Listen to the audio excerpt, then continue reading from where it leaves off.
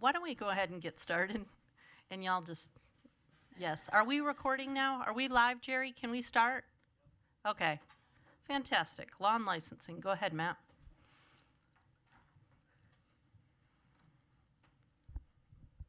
Member Hymas, I'm sorry. Yep. There we go. Okay, thank you. So let's go ahead and get started with agenda item 5.2. This is R277-465. Cardiopulmonary resuscitation in schools. This is an amendment. So the committee moves that the board approve R277-465 cardiopulmonary resuscitation CPR in schools, draft 1 on second and final reading.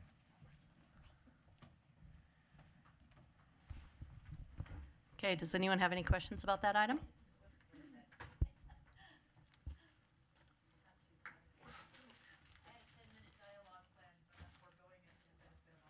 Thank you, that's appreciated. You go to the top of my list. All right, seeing none, then we will vote. We're on item number 1. Did you have any questions about CPR? I need it. Who's offering? All right. Yeah, right. All right, let's go ahead and vote. You ready? I'm ready. Okay. Sure. All right. I will There you go. take the wheel. Yep. All right. Member Wood. Yes. Member Straight. Yes. Member Reel.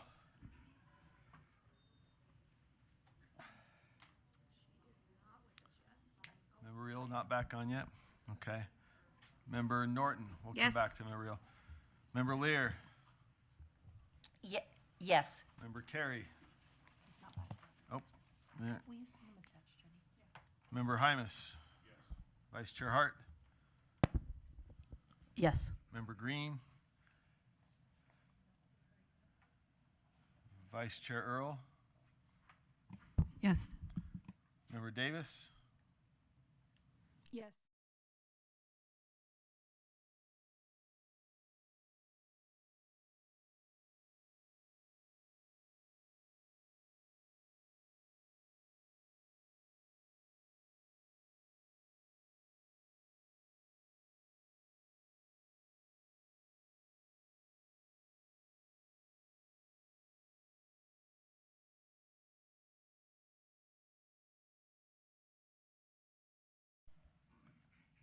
She on but muted? Jerry, she says she has no sound.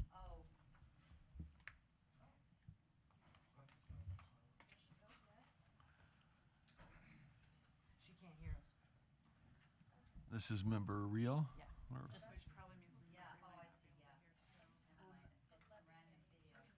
On Monday when I made a comment and I was Figured online, out, she says I don't have sound. Okay. Okay. It just no doesn't. sound on me. Okay. Just, Catchy. that's gonna pass regardless of her vote. Yeah, I just don't want to get into other stuff where we're leaving her behind if she's trying to connect. Let's I think see. I did. I just. not that. Oh, that issue. Yeah.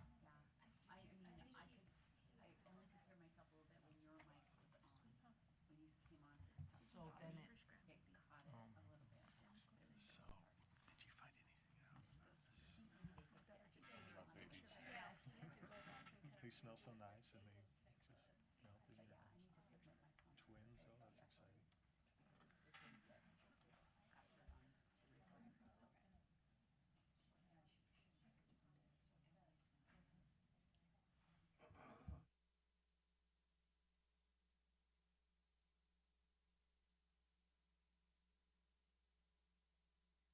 Member Green, can you hear us? Member Reel, can you hear us now? For those watching, we're just having some technical difficulties getting our Zoom members online, so give us a second.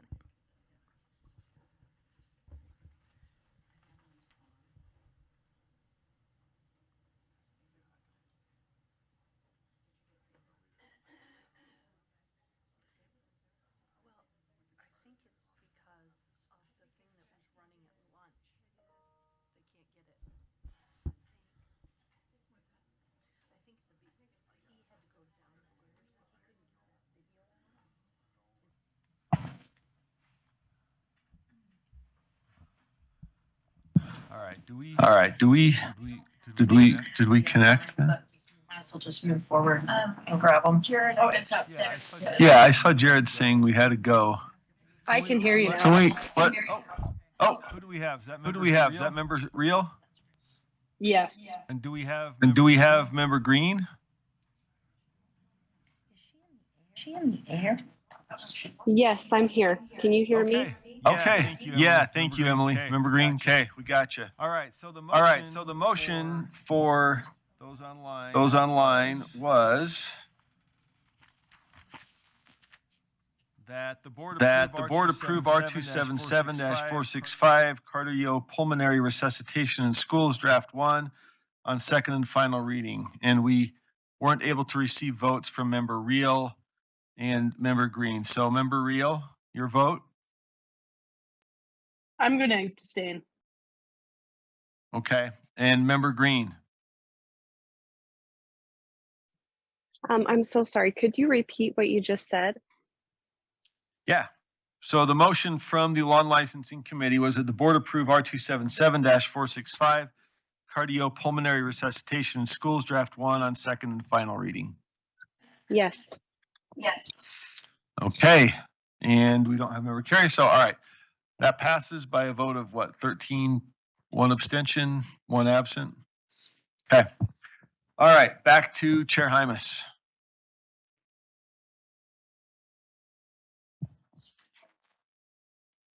Oh, let's see. Sorry. Did I? Oh, Thank you. Just for clarity of the board, agenda item 5.3, R277-631, there's no motion for the board, so we'll move on to agenda item 5.4. This is R277-494, charter, online, home, and private school student participation in extracurricular or co-curricular school activities. This is an amendment, and the committee moves that the board approve R277-494, charter, online, home, and private school student participation in extracurricular or co-curricular school activities, draft 1, on second and final reading. okay. Questions or comments? I've got member Klein and then member Earl. Okay, so my question maybe for staff, the reason for them amending this, it said, is because of the passing of HB 209, which includes language, sex at birth, to be included for ability to participate in certain curricular or extracurricular activities. And I don't see anywhere in the rule where that is specified, that certain activities that kids can participate in at school include that requirement of sex at birth. Sorry, do we have staff that might be able to address that? Ben Rasmussen, thank you.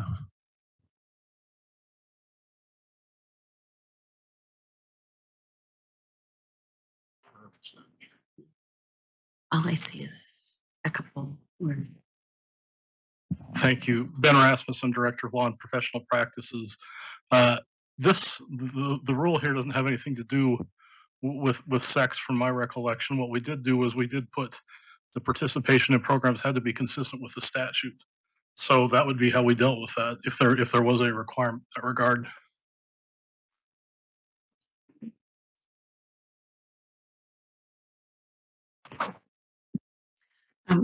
Vice Chair Hart, may I?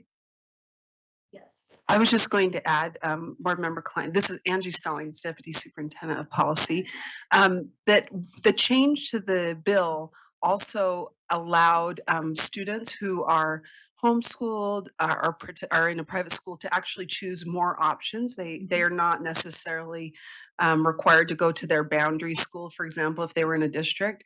And so that is primarily the reason for the change. And the language that changed is on lines 69 through 71 of the bill. Right.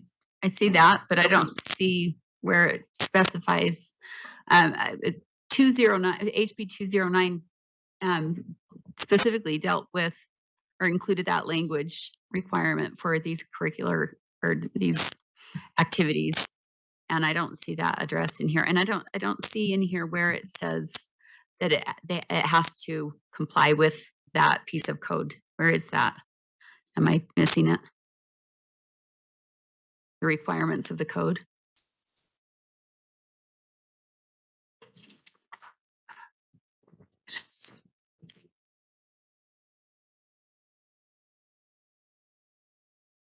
Can I ask staff, I know you're talking, is this, I wondered if this were necessary in this rule. If it didn't, not necessarily apply, but this rule is considering participation via school, not necessarily gender or sex. Is that accurate? I'm wondering if I hear what Member Klein is saying, and I wonder if that's somewhere else in a different rule, but wouldn't apply to this rule. I could be wrong. I believe it's a different rule. Can you?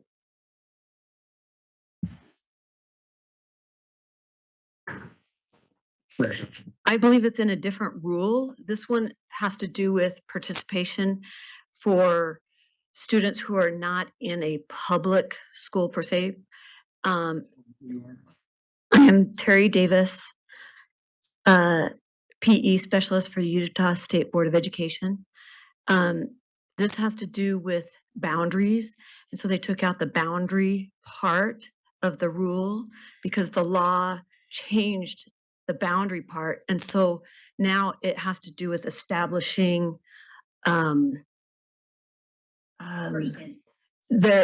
establishing their place of where they desire to go first initially, and then after that, then be able to have to follow UHSAA rules. Could, to answer Member Klein's question, is there, I think that would be which rule did that get added to? Oh, we didn't need to add it because we already said that it was UHSAA? Okay. Okay. May I just add, if you also look at 170, we have added in that they still have to follow but any participation requirements that any association has. So if the code has added that for participation, I think that's going to fall under that. So the code covers those associations. Those associations have to follow what's in the code. And whether they are a publicly enrolled student or whether they're a homeschool student coming in to participate in a public school activity, it's the same, right? I just want to make sure that that's covered, both, whether wherever the student's from, that it's in there somewhere. If it's a UHSAA activity, they would have to follow the code because because public schools are part of that association, so they're bound by any statutory requirements. And I know this is anecdotal, but I just rewrote a policy and I looked it up and it is there. It is. Yeah.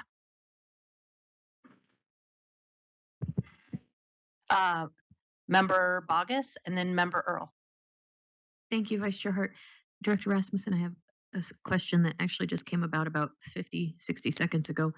Is there any requirement for students who have filed a homeschool affidavit to formally enroll in schools in order to participate in athletics or activities per this rule?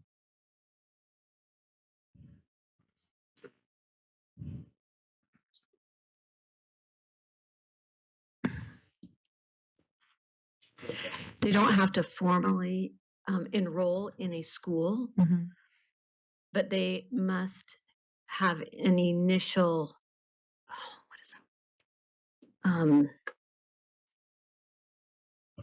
they have to meet and qualify UHSAA requirements. But they don't have to forfeit their homeschool affidavit status in order to participate? No. Okay, thank you. Yeah, I think I got my question answered. I just had wondered in the actual law it references the association, but it does in the definitions, but not, it doesn't actually give the association any kind of, I mean, there's not anything in there other than the reference. And so I just had wondered, but I think this actually clarifies it. In other words, it's saying that, tell me if I'm wrong, the association's requirements, which are fulfilling the law, are, that's why we're referencing it here, so that people know that if you're going to, whether homeschool or whether dual enrollment, whatever it is, that you still, the association will still have parameters that you'll need to adhere to. Is that accurate? Okay. Okay, thank you. Seeing no other questions, let's vote. You want to hit the buttons? Or you want, will you call them out? I'll do the buttons. I'm faster at the buttons, you're faster. Oh, really? Okay. Member Bogus? Yes. Member Booth? Yes. Member Klein? Yes. Member Davis? Yes. Member Earl? Yes. Member Green? Yes. Member Hymas? Yes. Member Carey? Yes. Member Lear? Yes. Member Norton? Yes. Member Reel? Yes. Member Straight? Yes. Member Wood? Yes. Member Moss? Yes. Member Hart is a yes. All right. Back to Chair Hymas. Thank you. Next agenda item is 5.5. This is R277-700, specifically to Section 6, the Elementary and Secondary School General Core. And this is an amendment. The committee moves that the board approve R277-700-6, the Elementary and Secondary School General Core Draft 1 on second and final reading. However, there is a Draft 2 in your backup. And is that what we're pushing forward? Just Draft 1? Okay. And I have to apologize. This has been 3 meetings ago and 2 months, and I've been thinking about other things. So if I get lost in some of these rules, please forgive me. Okay, that's the motion. Draft 1. Any question or comment, member? I'm looking at the attached document on emphasis and verbal communication credit guidelines. Are we voting in favor of this if we vote in favor of the other? And is it possible to amend this document? Chair Hymas. Let's see. I don't believe that that's on the table at this time. You'd probably have to work with staff to bring back, or with board leadership to bring back anything other than Draft 1, which is what the committee has recommended. So I guess is the question whether the documented backup emphasis in verbal communications credit guidelines, whether that's also up for a vote? Is that the procedural question? So are we? Approve, or is it just a document that exists and we don't get a say in it? Do you know on that procedural question? Yes. Thank you. Yes, thank you. Jennifer Thrownson, Director of Teaching and Learning. That document was requested by the committee. They were just curious what the criteria were going to be for a credit to be given in verbal communication. So it's a draft. We are taking it to the field in September to get more feedback and make refinements. It's a work in progress at this time. Yeah, member Klein, follow. Okay, so I'm just curious, do all of the subjects that are taught in school have these kind of competency requirements now? Or is that something that's just ramping up? I mean, I know we're moving towards a competency based. So are all subjects going to have required competencies? And if so, is that something the board votes on? Otherwise, I feel like it's kind of replacing the standards, but it's in a way that we as board members don't get a say on it, which is problematic.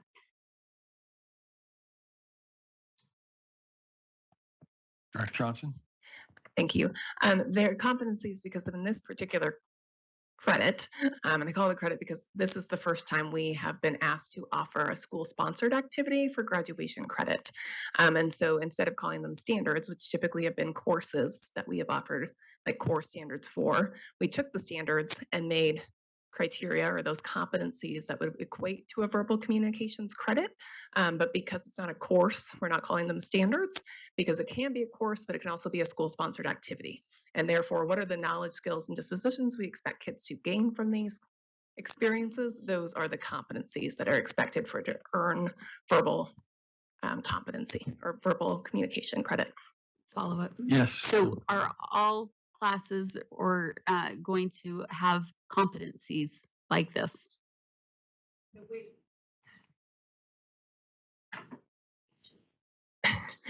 I'm new to the green red light. You think green would mean go.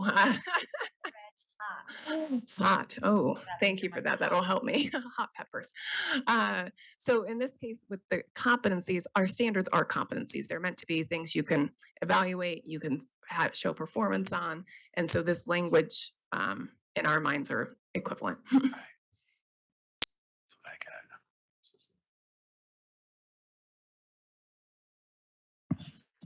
got. Any other, let's see, mess. Oh, My question got answered. go ahead. So we will not be able to vote on this document. I think the question is, we normally vote on standards. Now we've been asked to, which are attached to classes. Now we've been asked, the legislature has made the requirement that an extracurricular activity, and you don't put standards to extracurricular activities, is there going to be a similar process to approve the competencies like we would if it was a class with standards? Is that? Yeah. So I clicked you off. the competencies are already approved standards. We took a selection from the ELA standards to make this set of competencies. So they are already board approved. They are just a subset of standards already approved by the board.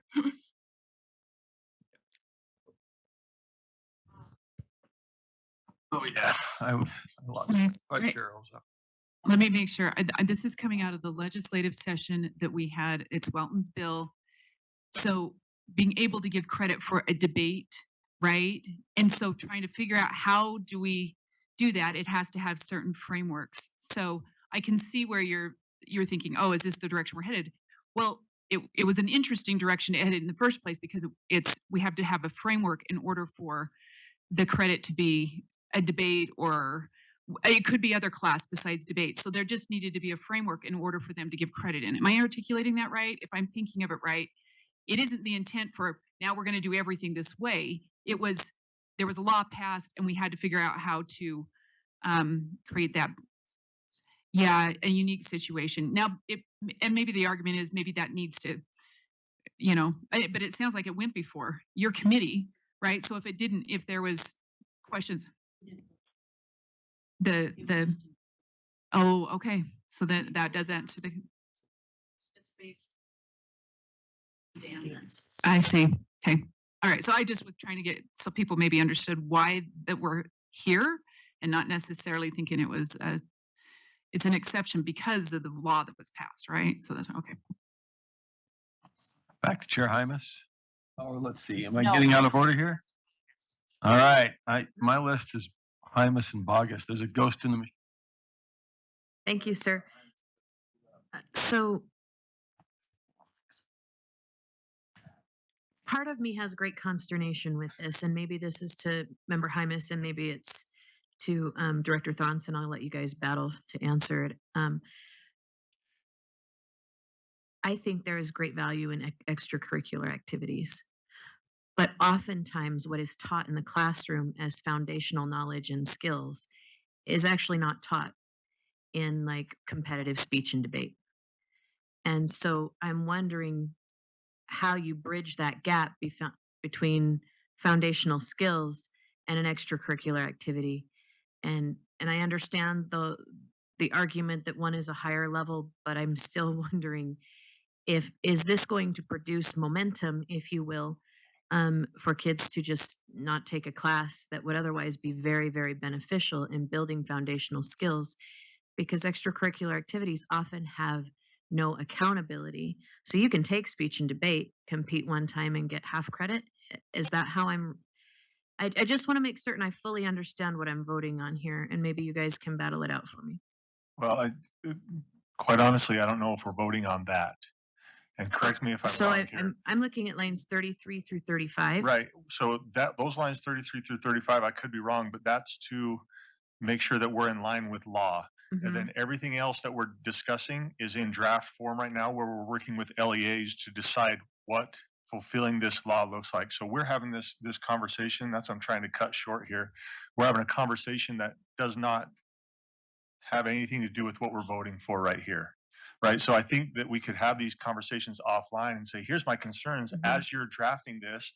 And as we bring, because it will come back before the board, before committee, then the board. So what are we voting on then? We're voting to align the rule with the law. So mine, just so I'm clear, I have draft one in front of me, and 33 through 35 says a student may receive up to half credit of the student's 4 required language arts credits for a school-sponsored activity emphasizing verbal communication. Yes, and that was passed this last session, is that right? And so now we're trying to update the rule, but there are some questions that the committee had, and clearly the board has, that staff is trying to work with LEAs to make sure that we don't just say, yeah, anything that pushes for communication is going to be considered. We're trying to define it for LEAs, but we have to get LEA feedback in order to define it. Okay, so follow up for clarity. So we're aligning with law, but we're going to fix these concerns.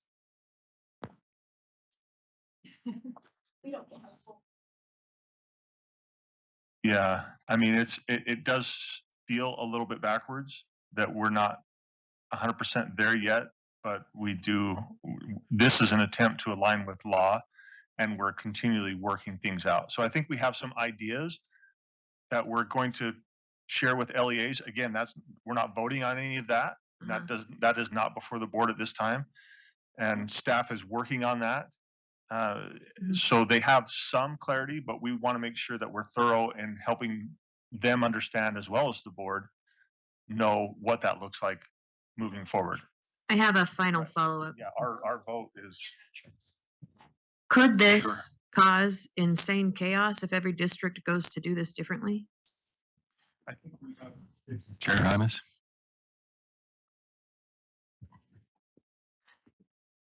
Board Director Thompson. I would say that we are aligning it with law, and then they're simultaneously working with districts to come up with a set of procedures. So one is policy and one is procedures, and they're working with them to make sure that each LEA, what they do, meets the spirit of the law. And that's not going to look the same in every district. So what they're doing is providing guidance and support and being a point person in helping LEAs interpret this new rule that is based on a law. Go ahead, please.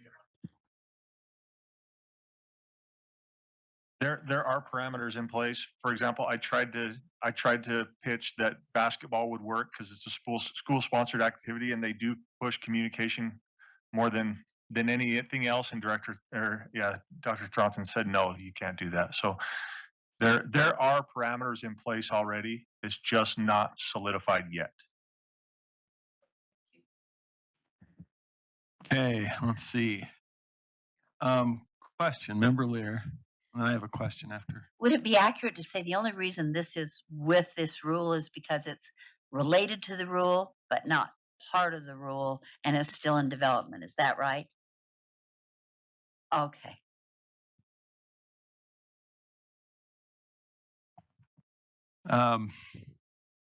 Deputy Stallings, could I ask a question either to you or Director Thronson? I know that Representative Welton, who sponsored this, had some questions, and I'm just curious if we've worked through, and I will anticipate Member Lear's comment that the sponsor of a bill does not necessarily control the language once it's passed by the body, right? So I think with that in mind, which is a good reminder, I am curious whether he had input into and whether that's been resolved or needs further discussion. I guess I want to make sure that those who kind of drove an idea have been listened to, even though it's not necessarily binding.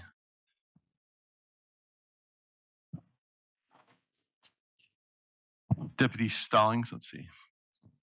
Men right now. One of these days. Thank you. Angie Stallings, Deputy Superintendent of Policy. Jennifer Thronson, Ben Rasmussen, and I met with Representative Welton before the Law and Licensing Committee and created a draft 2, which is in backup. That draft was also presented to the Law and Licensing Committee. I understood at the time that he supported draft 2. However, the committee did choose draft 1. So could I just ask about that? Again, I'm not that any particular legislator owns a bill, but I'm curious just the thought process of what the difference is, and I've been trying to sort that out on my own. Is there an understanding of what the difference is and why draft 1 was preferred and voted upon? I don't. So that's kind I of can to my speak to this question one if of you'd whether like. this might need further discussion committee, but Director Thronson? Yeah, so they reviewed draft 1 and draft 2. Draft 1 was the one that was forwarded to the board. Draft 2, which was more in line with Welton's intentions, was to remove the requirement for ELA 3, which is our junior year English, and free that up to allow this credit to count towards that kind of core language arts experience. So the state board requires 4 credits of English. The law code requires 3. So we already require, his desire was that it would be incorporated into the 3 years required by law. We have 4 at the state board. So by incorporating it into draft 1 the way it is, you are allowing it to be part of the credits required, but it's not in the core 3, it's in the core 4.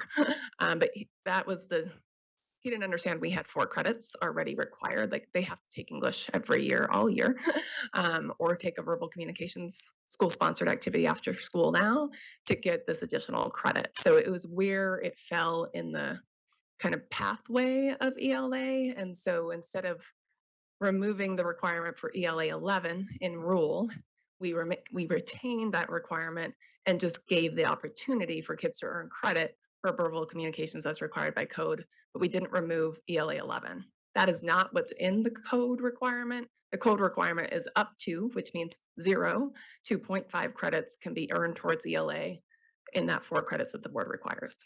Does that help explain the difference?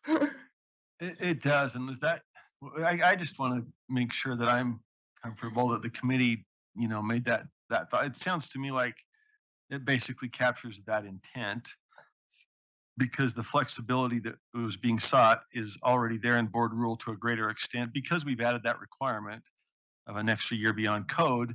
We're incorporating the flexibility within that additional. So as a functional matter, I mean, this was eliminating 3. That would have eliminated another requirement and replaced it with this, but instead we've kept the requirement, but allowed this to fulfill the requirement in 3. Am I repeating? Okay, tell me where I went wrong there. Sorry, and I'll be done. Oh, thank you. So the piece around, so ELA 3, so the board requires ELA 9, 10, 11. So 3 years of English, and then that 4th year has more flexibility. There's a specific options kids can take. What Welton would have preferred is that we drop the requirement for ELA 11 to encourage kids in their junior year to do this as well as their senior year. Most students who are going to take this in the course setting would do that during their senior year. But if you remove the requirement as a board to have ELA 11 as a requirement, then they could have taken it earlier. It would just give more early opportunity to take this, but it doesn't preclude kids from taking it in 9th grade. It's just going to be more likely through like a school sponsored activity than during a course taking or one of their electives if they choose debate during the school day. Could they fulfill the requirement for ELA 11 using this under our proposed rule? No, our Okay, rule okay. requires ELA 9, 10, 11. That's the big difference. So if you Okay. draft 2 took away the 11 requirement. I got it.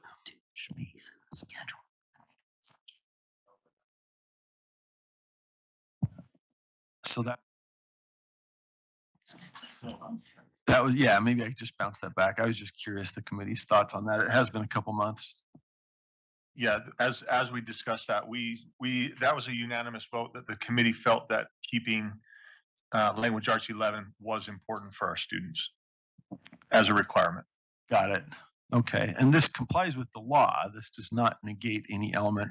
And partly the reason I bring this up is Representative Welton is a teacher, and again, not every fair enough. Listen, not every legislator is a teacher, right? So I like to make sure that we've considered their thoughts, and it's been part of the discussion. And so thank you for the clarification. I think every legislator is important, but when they're teaching the subject, it lends a bit of inside information to that debate. And I just wanted to make sure we hashed that through. So thank you. Anybody else? Any other comments or questions? Okay, well, let's take a vote. Let's start the motion then. Get back in front of me.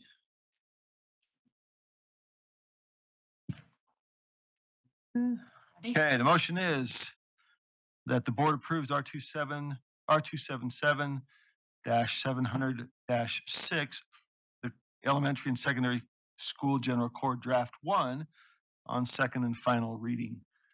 If there are no lights, Member Bogus. No. Member Booth. Yes. Member Klein. No. Member Davis. Yes. Member Vice Chair Earl. Yes. Member Green. No. Vice Chair Hart.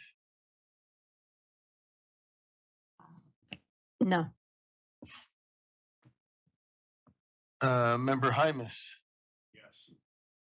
Member Carey. Yes. I mean, yes. Yes. Yes, Carrie's a yes. Member Lear. Yes. Yes. My mic's off, sorry. Member Reel. Yes. Member Straight. Yes. Member Wood. Yes. Member Moss is a no. I think that passes. 10 yeses and 5 noes. Okay, thank you. Back to Chair Hymas. Thank you. Our next agenda item is item 5.6, R277-303, Educator Preparation Programs. Another amendment here. The committee moves that the board approve R277-303, Educator Preparation Programs, Draft 2 on second and final reading. Okay, any discussion there? I've got Member Klein. Yes, this one, as well as the several that follow, appear to be just the teacher evaluation redesign that was brought forward to us at the beginning of this year or end of last year, that we didn't move on at that point, and the legislature didn't approve it either. And so I'm not sure why it's coming back to us, dispersed in several different rules, but I will not be voting for any of these. Okay, thank you. Any further discussion? I see Chair Hymas, were you? Just a clarification, we've got draft 2 on the table here, but there's not a draft 2 in backup. We missed that.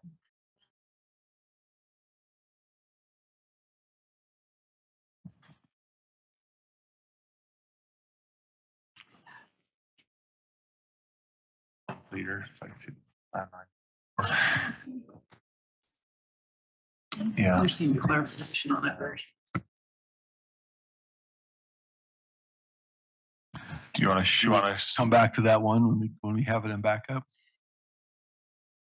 Is that okay? Okay. So let's We'll circle. Yes, Member Bogus. In the interest of time and all of the things that this board has to do today, I'm wondering if a substitute motion to postpone that line item until next month, so we all have a time to review draft 2 in its entirety. We read it. We don't sit here on the record looking and comparing. If that would be an appropriate motion at this time.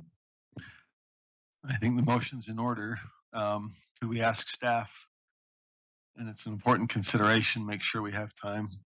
Superintendent Dixon? Thank you, Chair Moss. I just want to make one correction. The legislature last year, a bill was drafted. This body did not support the bill, so the sponsor did not put it forward. So the legislature did not take up the bill. The board discussed it briefly and decided not to vote on it. I just want to make sure that piece was correct. Member Klein? It was presented up with the legislature, and they chose not to adopt it as a bill, as a committee bill, because they didn't want it.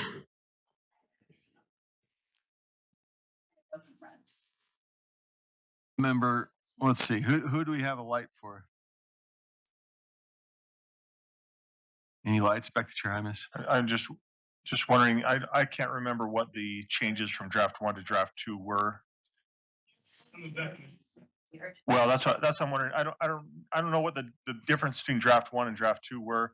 And I'm okay if we have draft 1, if they were minimal, which I can't remember, but if they're minimal, I'm okay to put forth an amendment just so that we can look at it here, because everybody has seen draft 1. So if it's just a couple word changes from 1 to 2, then I'd be happy to make an amendment and get draft 2. So we do have on the floor a motion to postpone. Did we have a second? And then we can have discussion of that motion, including urgency, nature of the change, et cetera. Was there a second to that motion? Okay. The motion to postpone for a month has been seconded. So this discussion all goes to the motion, questions of urgency and the nature of the change. Let's see if board members are interested in postponing or considering with whatever changes are in the hopper. Member Hart? Member Hymas, remember 1 is an appeal, 1 includes a sunset. It's not as many bills as it's not as many rules as it looks like. Just putting that out there. I don't. Dr. Thronson, thank you for joining us. Thank you. So draft 2, it's added, I think, 4 words. That may include 3 words. Instead of it sounded like it was these things, the language in the definition of mentor in your opening section and definitions, that may include to know, like acknowledge it's not just these things or only these things. That's the only thing that changed in draft 2. Yes. Exactly, which says mentor means an educator with a professional license with training to advise, coach, consult, and guide the development of a new educator. Draft 2 says mentor includes an educator, something. What's the may include, may? That may include. So what it's trying to say is it doesn't have to be that they advise, coach, consult, and guide. It might be they coach. It might be things not even in that list. It's meant to be more broad in opportunity. Let's see. Mentor, so do we know the training. exact language? Is it? It probably should be who may from a grammatical structure. Yes. Mentor means an educator with a professional license who may have training. Is that? Yeah, that is an awkward read. Mentor means a professional license who may include, nope, who may have training. Yep, I think that would be better. It's awkward. Are we able to confirm that that's in fact what draft number 2 is? This all goes to Member Bogus's motion to They know postpone. how to do this, right? And so if we know what that is, members can make an informed decision on whether you need time to consider that change or whether we're comfortable voting on the new language. So what we would need to do is a motion that says that. That may include how. Is that draft 2 then, Ben? That was the. Okay.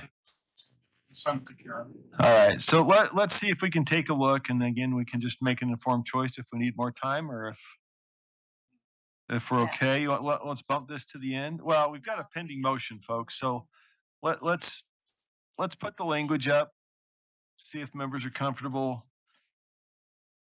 If they if the vote is to postpone, we postpone. If the vote is not to postpone, we can still circle, bump it to the end of the law and licensing calendar.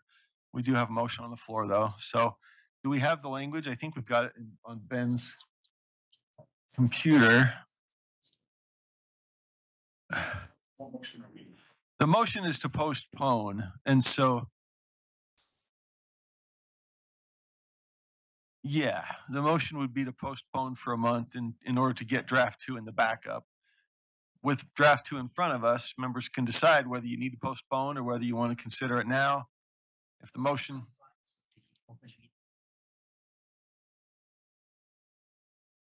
What we could do is do a motion. It's got to be noticed.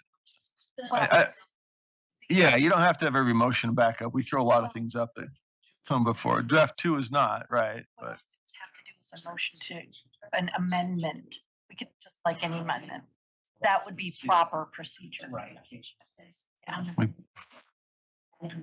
Which we would have already had that done if we just did it. So the difference in drafting is right? It is. there we go. Okay. With this in front of the board, the question then is whether to move to postpone for a month our consideration to take time to review draft 2. A no vote means we'll consider it now. We could still circle it, or we can move immediately to a vote based on the language you see in front of you. So any further discussion on the motion to postpone? All right, so let's vote on the motion to postpone. Member Wood? No. Member Straight? I know. That was not a vote, I know. No. Member Reel? No. Member Norton? No. Member Lear? No. Member Carey? No. Member Hymas? No. Member Hart, Vice Chair Hart? No. Member Green?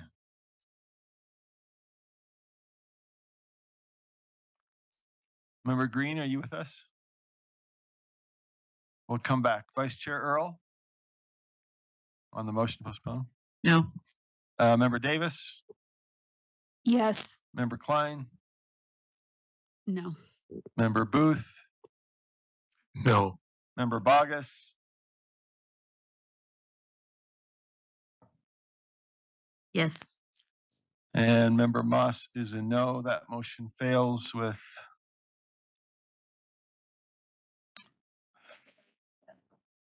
Any no's and 2 yeses. 12 no's, 2 yeses, 1 absent. Got it. Okay. All right. So the motion to postpone fails. We do now have the language of draft 2 up on the board, but the question is what we do with it. And so I think, let me make sure I'm going in order here. I have Wood, get myself out of queue here. I show Wood, Hymas, Carey. Okay, Member Wood. I just have a clarifying question, if I may, to Dr. Dixon. Just a question. So as I recall, sorry, we had this pilot that we were trying to move through. And during our legislative session, we made a motion that we all voted to eliminate any type of educator evaluation in our code. So we nixed the pilot idea and moved ahead and asked the legislature to look at, and they weren't willing with the time left in the session to even consider removing it from the code. Is that an incorrect memory, or is Angie better to? I mean, oops, sorry. Yeah, thank you. That you were remembering that correctly. I don't know if Deputy Stallings wants to add anything, but yes, your summary of that is the way I remember it. Okay, so it was nothing to do with the legislature. It was our movement that delayed all this, and now we're kind of coming back to it and saying, okay, we didn't get everything we wanted. Let's reevaluate where we're at with Correct. this rule. Yes, that was my earlier point, but you summarized it much better than I did. Thank you. Member Hymas, then Member Carey. least that's my list. Does that look right? Thank you. I just want to try to bring up some of the context behind this conversation, and member Carey might know a little bit more. There was a conversation in our committee of how to effectively oh,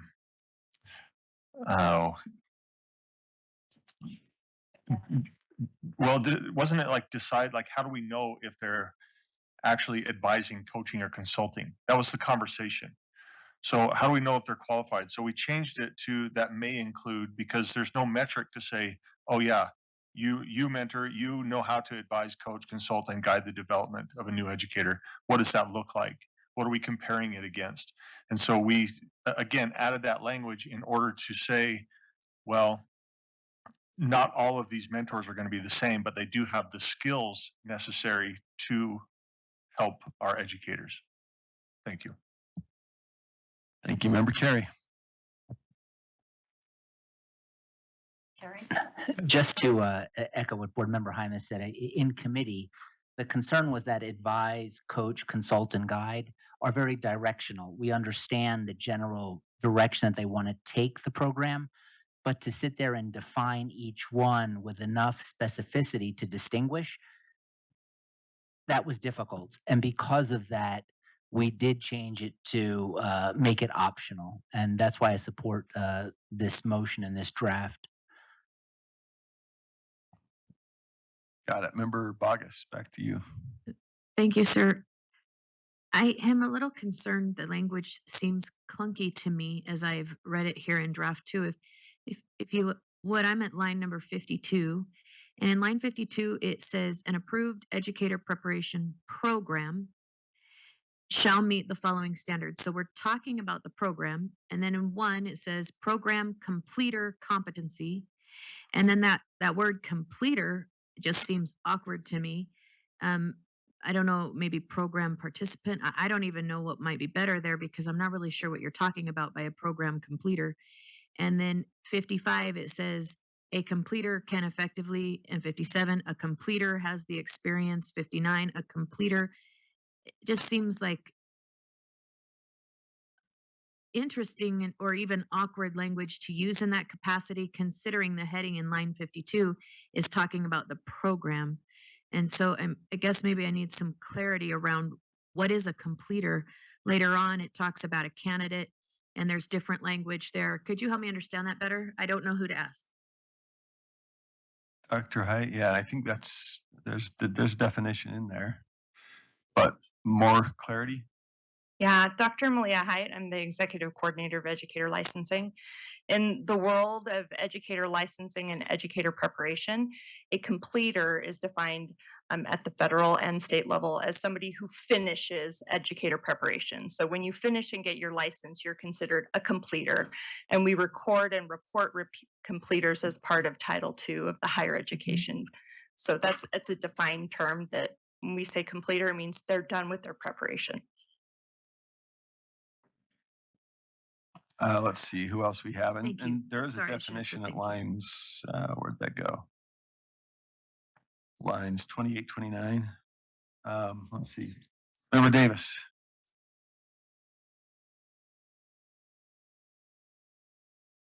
Sorry.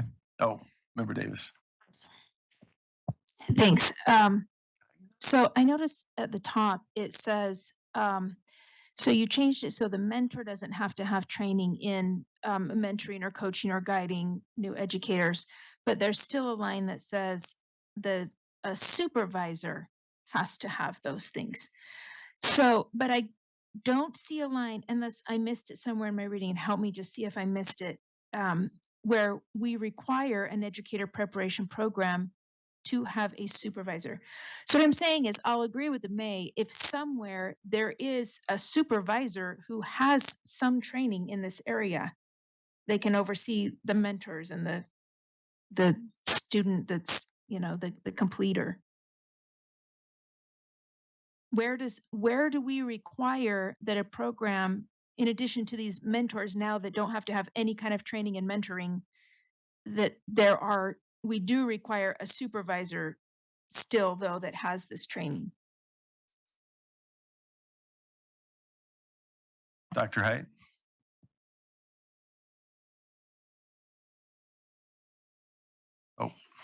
Hang on. Okay. Did that one? So Next. the way that we've defined it is that the mentor is the one who's providing some of that supervision. There's an educator preparation program component where like traditional supervisor might be, but that's part of the program and not an individual who's defined in this role. I thought I did see a definition in this rule for an administrator or a university supervisor. Was that in the first draft? I thought I just read it. If you have a line, I can, do you know which line? Okay, Because then the I word supervisor is not in the rule. Then I have a substitute. Yeah. It says right here on line, what number is this? Line 20. Line 22, it says a school administrator or university preparation program faculty member evaluates program candidates, and a program candidate demonstrates competency and skills and knowledge necessary to be an effective educator. Do we require those people have the training in guiding or mentoring new teachers? No, that's not defined in rule. Okay, then I have a substitute motion and I move draft 1.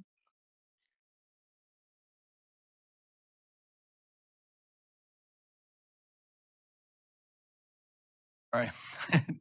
Do we have a second? Okay.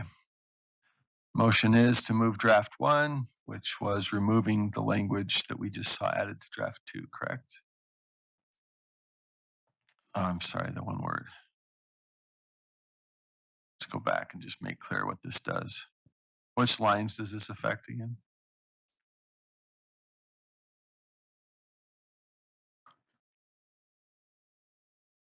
Which lines does this affect?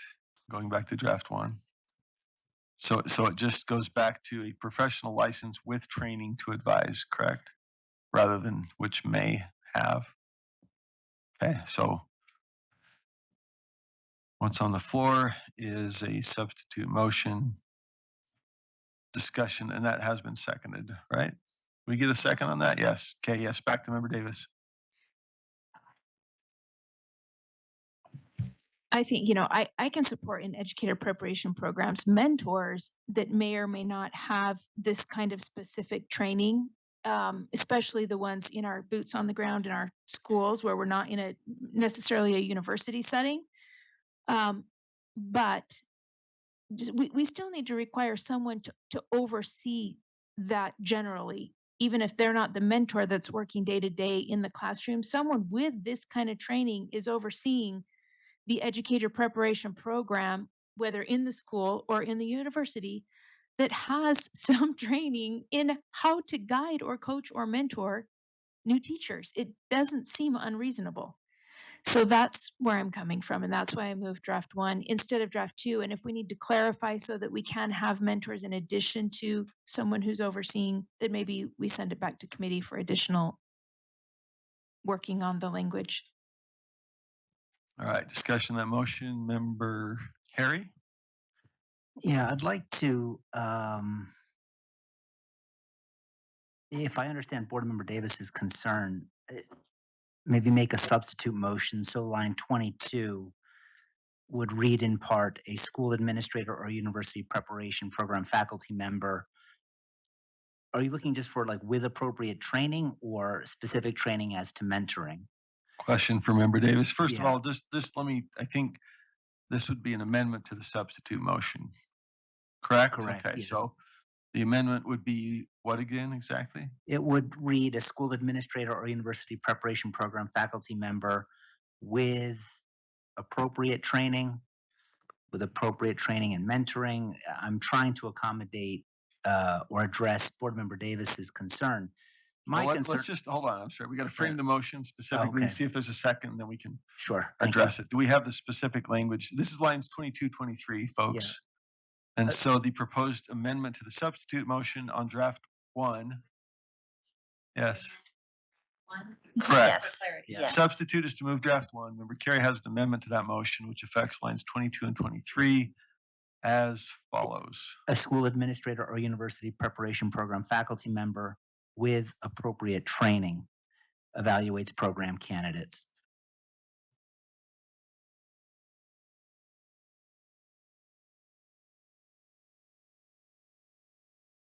Oh, sorry. So you say educator with appropriate training.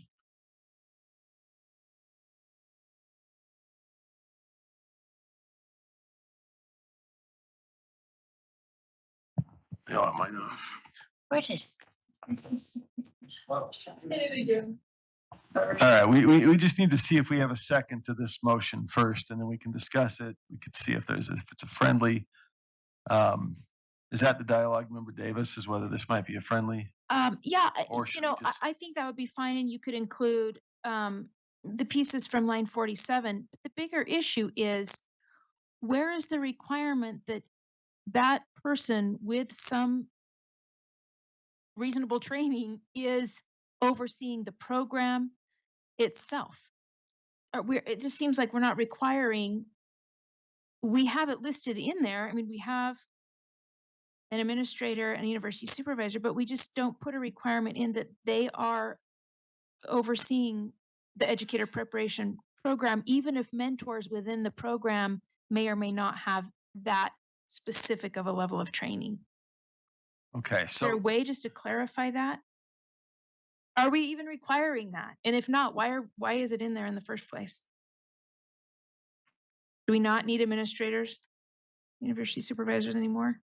so let's open that up. I just want to keep the flow under Robert's rules. Is that a friendly as to lines 22, 23? And if so, we can allow it and then come back to any further discussion of the motion as amended. It still doesn't put a requirement in. Still not sure. Okay, so we can't take it as a friendly. The motion then on the floor is to amend the substitute motion, which had moved draft 1 to modify lines 22, 23 as stated on the screen. Faculty member with the appropriate training evaluates program candidates. Any discussion of that amendment to the substitute on draft 1? We've got member Dr. Height, your light is on, but were you looking to speak on this, or? I thought we got a second. Did we not get a second? We didn't. Okay, I thought we had a second. All right. Is there a second to the amendment proposed by member Carey? Member Klein is seconded. Okay. So it's amendments before the body. Any comment or question to the amendment? If not, let's vote. We've got, unless member Davis has a comment or question. I have an amendment to the amendment. Well, let's see. So yeah, okay, that's in order. We have the amendment on the floor. I've gotten rusty. Yeah. We might need to amend No. Can do two. amendment to the pending amendment, which would then come back to the amendment to the substitute. Okay. Substitute an amendment to the amendment. That's proper. Okay. Oh, it's more of a direction than specific language, but I would just direct staff to find a way to incorporate in this rule that anyone who's overseeing a program that is training new teacher candidates, that someone in there has some training in how to coach or guide or mentor new teachers. And I'm hearing that that's removing. If we do that, then there are Apple programs that we can't require that because Apple programs don't have someone with that kind of training. And I'm saying, if that's the case, why are we approving the Apple program? Can we require the training somewhere that they have some skills to do this? Is it unreasonable? Is what I'm asking unreasonable? I feel like I'm living in a parallel universe. Okay, Jennifer Director has a Johnson? solution. Director Thronson, you're on.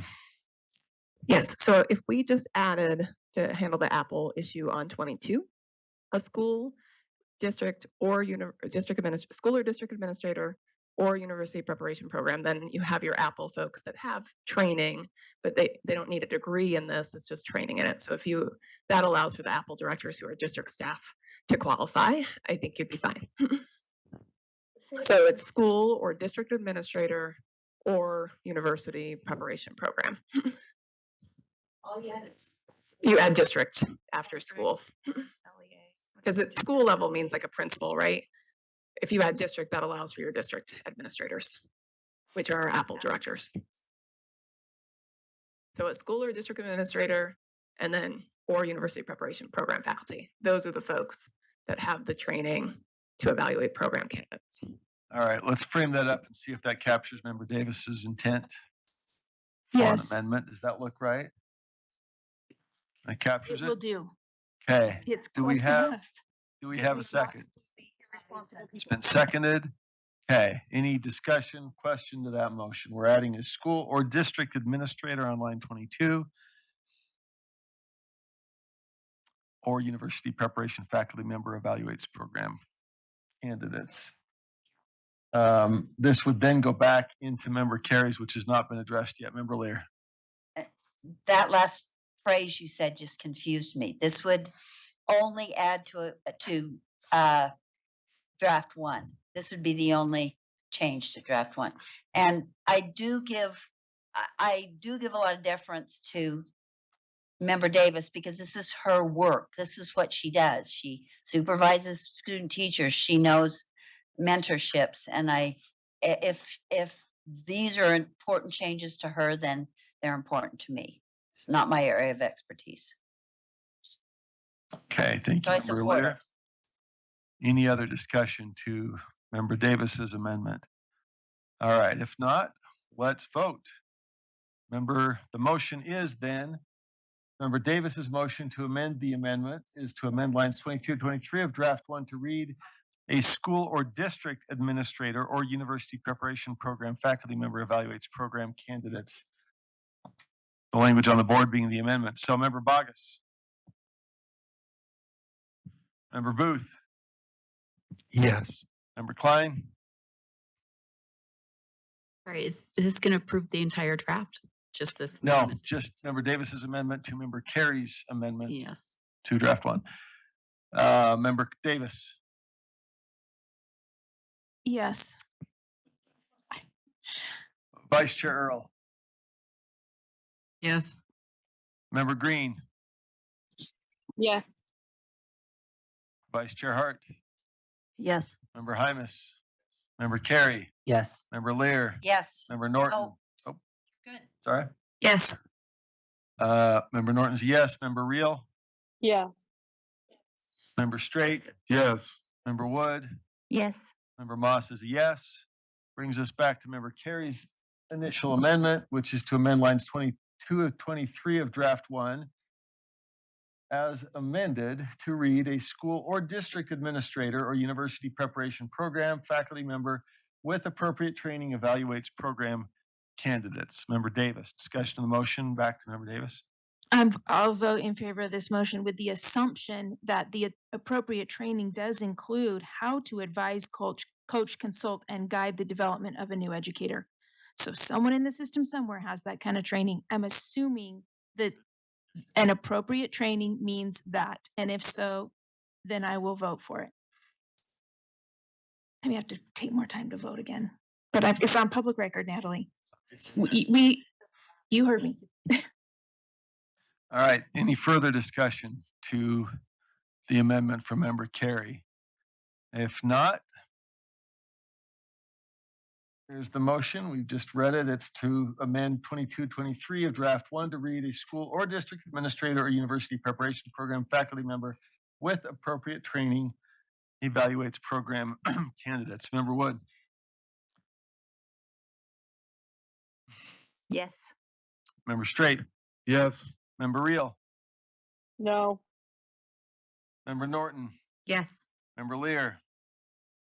Yes. Member Carey. Yes. Member Hymas. Yes. Vice Chair Hart. Yes. Member Green. Yes. Vice Chair Earl. Yes. Member Davis. Yes. Member Klein.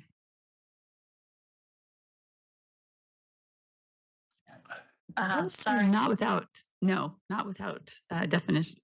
All right. Member Booth. Yes. Member Bogus. Member Moss is yes. That passes 13-2. All right. So we're back to consideration of draft one as now amended. And the motion is that the committee approve R277-303 draft 1 as amended on second and final reading. We've got member Carey. Yeah, my issue with this is it still includes those duplicative words that no one can seem to define with any exactness in lines 46 and 47 then. Because we talk about with training to advise, coach, consult, and guide. And again, we spent a lot of time in our subcommittee meeting in law and licensing trying to get definitions as to what does advise mean, what does coach mean, what does consult mean, what does guide mean. And as I recall it, we could not come up with a consensus definition as to what the four of those things mean. And if we can't do it with our experts who are in that meeting, we're going to dump this on our charters and our districts and say, well, you figure it out. So I would like to make a,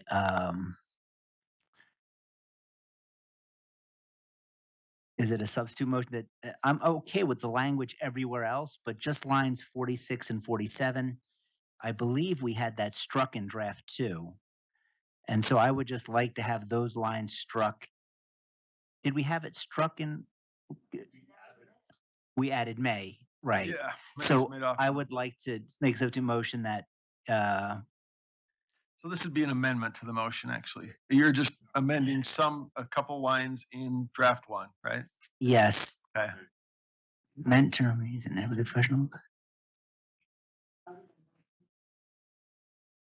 So we still have draft 1 on the table as amended, and now there's a motion perhaps to amend further on lines 46, 47. It would be to insert those 4 words from draft 2 into lines 46 and 47. And I can't recall the exact language in draft 2. I think we already considered adding those 4 words as part of proposing draft 2 as a substitute to draft 1. And I'm not sure we can reconsider. I don't think we're reconsidering. This is a separate draft. It is. Well, I'll put it to our parliamentarians. Basically, we considered adding that language, which was basically an amendment to bring in draft 2. It was voted down. So that was as in the nature of a substitute for a draft that wasn't in backup. This is the same language proposed. And I'll put this to either. This is a tricky one. Sorry. Correct. Yes. Yes. Okay. I think given that exact.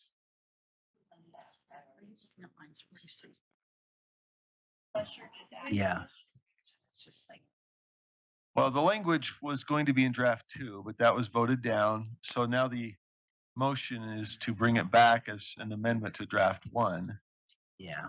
Same language, but Like adding it to draft There's 1. no distinguishing of those 4 things.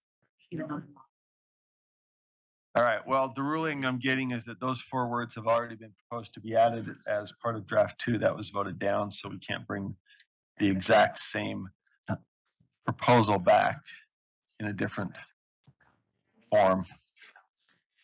Well, then I'd like to make a motion to have this sent back to committee, a substitute motion. Okay, so that would be in order, I believe. We are back to motion. We are back to draft 1. The substitute went away.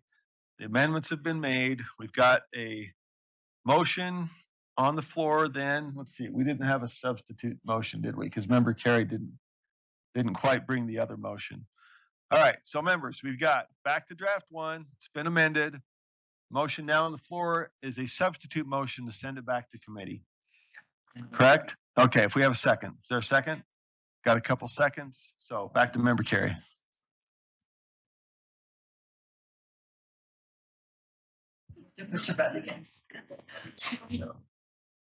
Yeah, I'd just like to speak to the motion. And again, I think it's important. And Director Thronston just showed me some materials that I don't believe were present during our law and licensing subcommittee meeting when we reviewed this.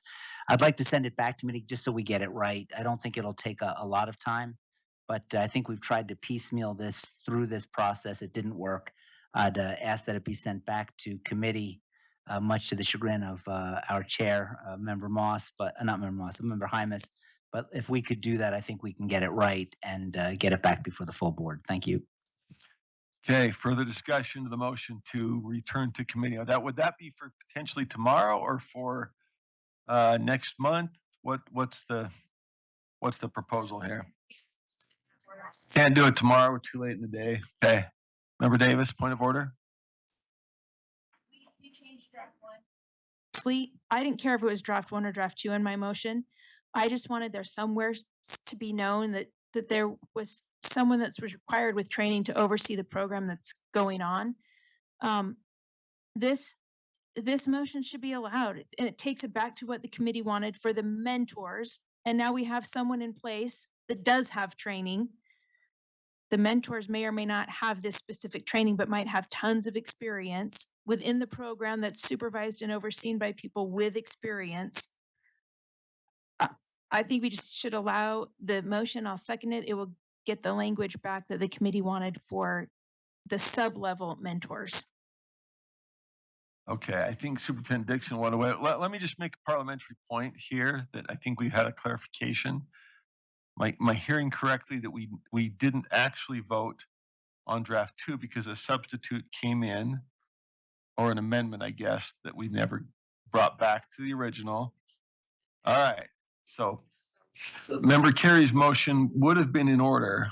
Sorry, it was procedural confusion there, but we now have another motion to postpone. And we also had a comment from Superintendent Dixon, so maybe we can take that into account as we consider where to go. So thank you, Chair Moss. This is germane to the discussion. I think that Member Davis was talking about what the committee had discussed in terms of roles of leadership, but we also have mentor modules, which I believe the committee reviewed according to Committee Vice Chair Carey. But there's a document called Roles and Competencies that is also connected to the modules. So those have been defined, and you could reference the roles and competencies document via rule. So if there's a concern about the lack of clarity, those are already in place, the roles and competencies, and you could reference it that by rule, in addition to what Board Member Davis has indicated, which is just making sure that supervisors have training. Then it's comprehensive, because I don't know that there's anything more to build out, given that we have the competencies, the roles, and the modules. So I think you got all of the pieces there, but how you put those together in rules so that it's clear to the field, to preparation, et cetera. I think that's what you're trying to get at, just making sure everybody's clear what is expected. Thank you. All right, thank you. So again, the motion on the floor is to postpone, but we now have the knowledge that revisions to 46 and 47 would be appropriate if we do not choose to postpone. So given that, we've got Member Bogus and then Carey.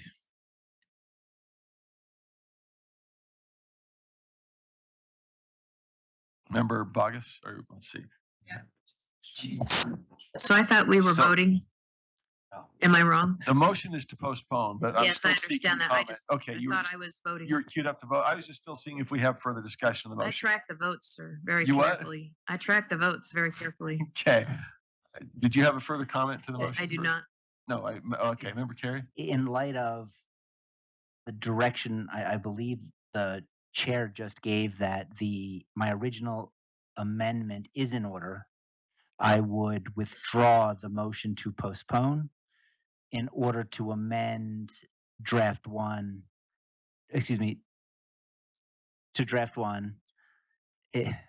Thank you for nothing, Matt. In order to amend draft 1 to include those 4 words that were originally in draft 2. All right. The question is whether we can withdraw at this point or whether it belongs to the body. We have to vote it down. So, parliamentarian, do we have to take a vote? Yeah.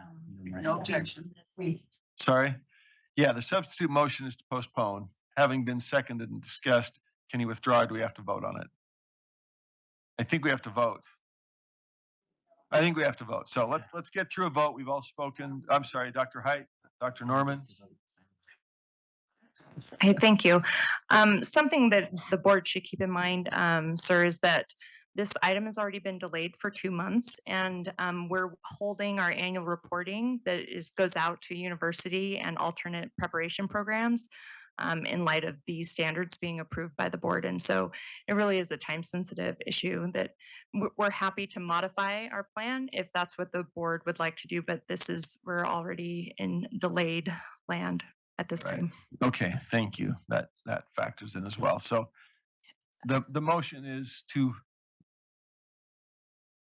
I'm not sure we can, given that it's, Well, you can ask if there's some objections. Yes. can we still withdraw if there's no objection, haven't been seconded? Same thing like a friendly, okay. So like So ask if there's any objections. any objection to the withdrawal of the motion?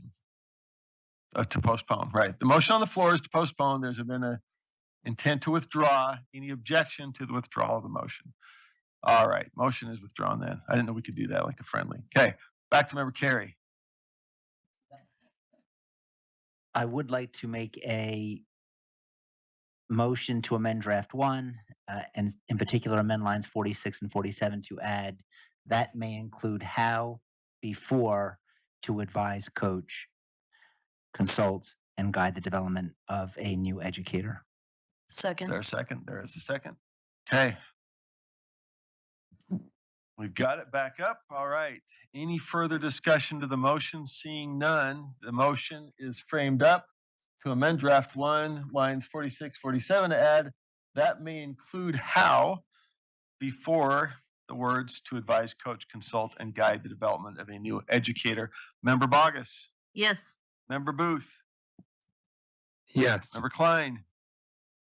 Yes. Member Davis. Yes. Vice Chair Earl. Yes. Member Green. Yes. Vice Chair Hart. Yes. Member Hymas. Member Hymas. Oh, voting on Member Carey's amendment to add the 4 words. Yes. Member Carey. Yes. Member Lear.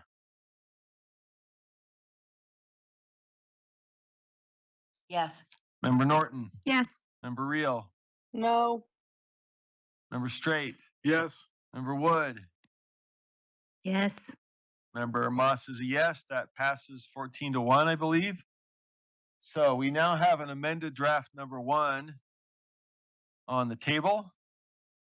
And the motion is that the committee approve R277-303 draft 1 as amended on second and final reading.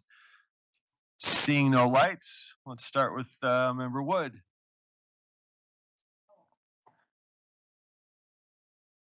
Yes. Member Yes. Straight. Member Straight said yes. Member Reel. Yes. Member Norton. Yes. Member Lear. Yes. Member Carey. Yes. Member Hymas. Yes. Vice Chair Hart. Yes. Member Green. No. Vice Chair Earl. Yes. Member Davis. Yes. Member Klein.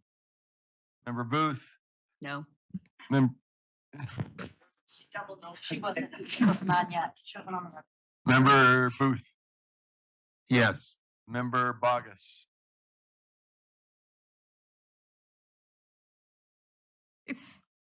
No. You're in. Member Moss is a yes. That passes 11-4, 12-3, 12-3. All right. Back to Chair Hymas. Thank you. We are on agenda item 5.7, R277-330, Utah Effective Educator Standards. The committee moves that the board approve R277-330, Utah Effective Educator Standards, draft 2 on second and final reading. Point of order from Member Bogus. We don't have a draft 2 in backup? Let's see here.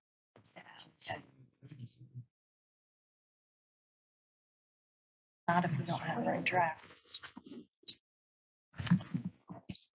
see here.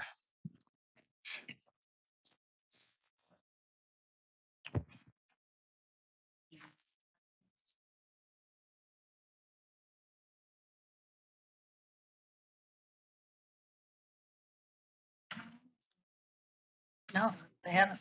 All right, so we're on 277-330. Ben, what was draft two? If I could just ask, sorry, I'm looking at the backup notes and it. Okay.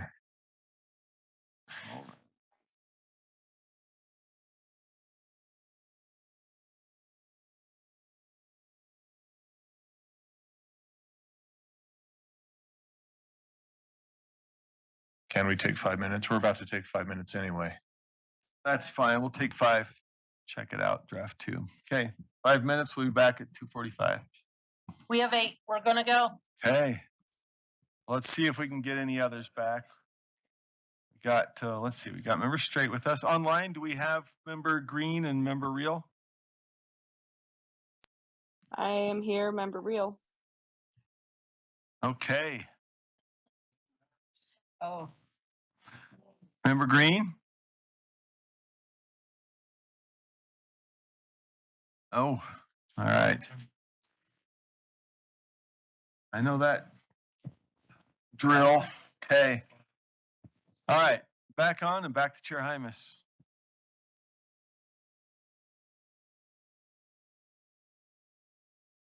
Oh, let's see. Thank you. We are back on agenda item 5.7, R277-330, the Utah Effective Educator Standards. Draft 2 has been placed on backup, so if you'll refresh your screen if you need to. I believe it's minimal changes to draft 1. So if you're familiar with draft 1 and then look at draft 2, you'll see it's quite minimal, but sometimes, I mean, all the times words matter. So, right? Yeah, so we'll take a look at that, but the committee moves that the board approve R277-330 Utah Effective Educator Standards draft 2. So that doesn't need a second, but can we now identify what's different in draft 2 compared to draft 1? So it is up on the screen.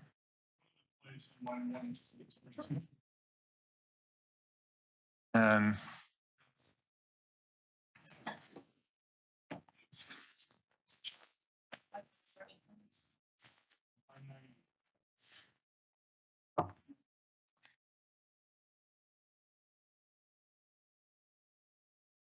we have a couple of staff, or Dr. Thronson, can you speak to this and kind of fill us in the difference between draft 1 and 2?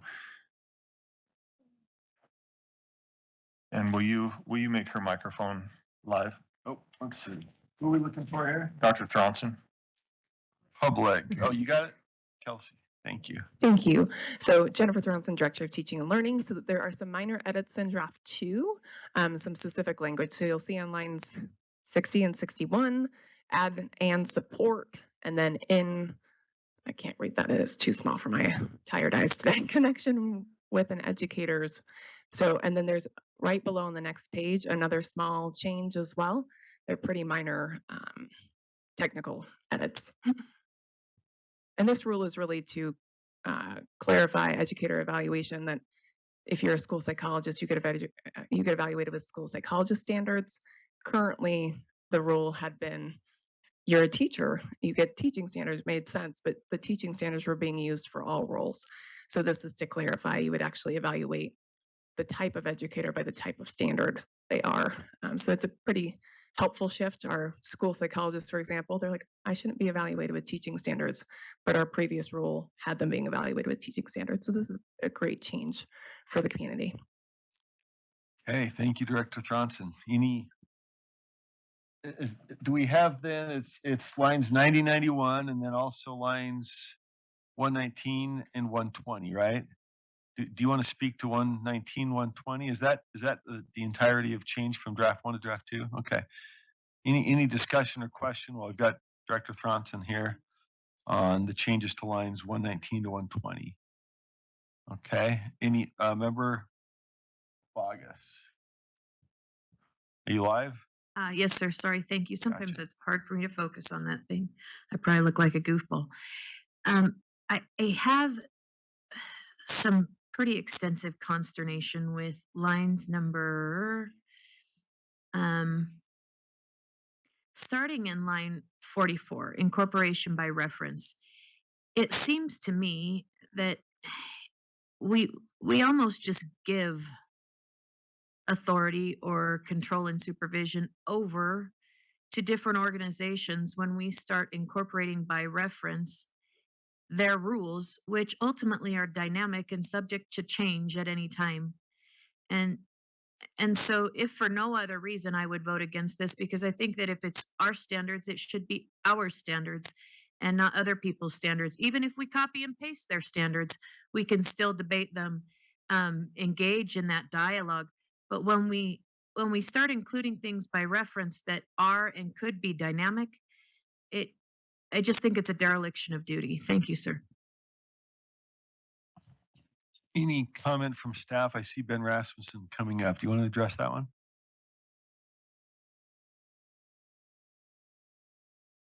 Oh, Ben Rasmussen, Director of Law and Professional Practices. I'd just like to point out that these are not dynamic. If you look, we have specific editions of each of these identified. So if they were to update the rules and to change them, they would have to be approved by this board before they would become part of the rule. We've adopted a specific set of standards. It can't be changed without this board's approval. Yes. Thank you for that, because that is good to know. I do appreciate that. I still have struggles in gifting our authority of what standards are, if you will, to a 5-year-old, 2023 4-year-old document, 3-year-old. One is 2012. That's a 9-year-old document. I just think that if the work of this board is subcontracted to outside agencies, we've not done what we told our constituents we were going to do. And it's just, I just won't be voting for this in particular, because I think that this is the work of the board. And I think we're giving it to someone else in a broad brush, and I'm not on board with that. But I do appreciate the clarification that those are not dynamic. I do appreciate that a lot. Thank you. Thank you, Member Bogus. Member Klein. So have we approved each of those sets of standards that are listed there? Ben, Dr. Rasmussen. So those are being approved if the board adopts this rule, because they'd be incorporated by reference. Some of these standards are also referenced in other rules, but you approve them by adopting the rule today. Okay, so these are. You got your bet. These are all national standards that we are aligning to, correct? Yeah, I would speak against these. I've looked through these associations, and they do not reflect the values of my constituents at all. Thank you, Member Klein. Any further comment, discussion to this motion?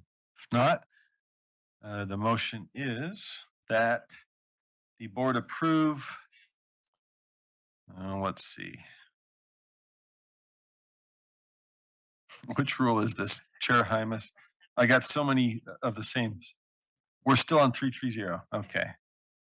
Gotcha. The motion is then that the board approve R277-330, Utah Effective Educator Standards Draft 2 on second and final reading. But Member Straight, do you have a comment or waiting to vote? Comment, go ahead.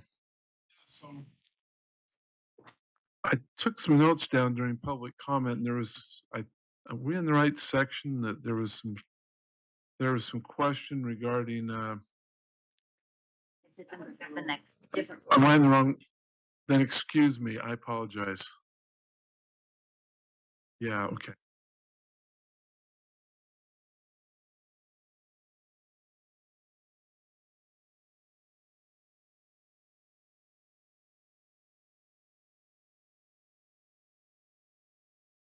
To speak. Just, Okay. just a quick question. I would ask if we do not incorporate these, these are professional organizations. So these are psychologists, these are social workers, these are our professional organizations, of which I don't believe any of us in this room are one, like not staff, but I'm saying as a board member, we are not professionals in those specific areas. So where would we go what recommendation would be if we don't use those who are doing the work in the work, if we don't use those standards, what standards would we use? Anyone care to answer that one, or is that more rhetorical? No, I'd really like to know. Okay. Because if we don't pass this, then where do we go? What standards do we expect to judge or to evaluate these professionals on? Director Rasmussen, do we have him live? Let's see. We'll If come I back may, to I think that goes to the issue that Director Thronson pointed out when she kind of explained the rule.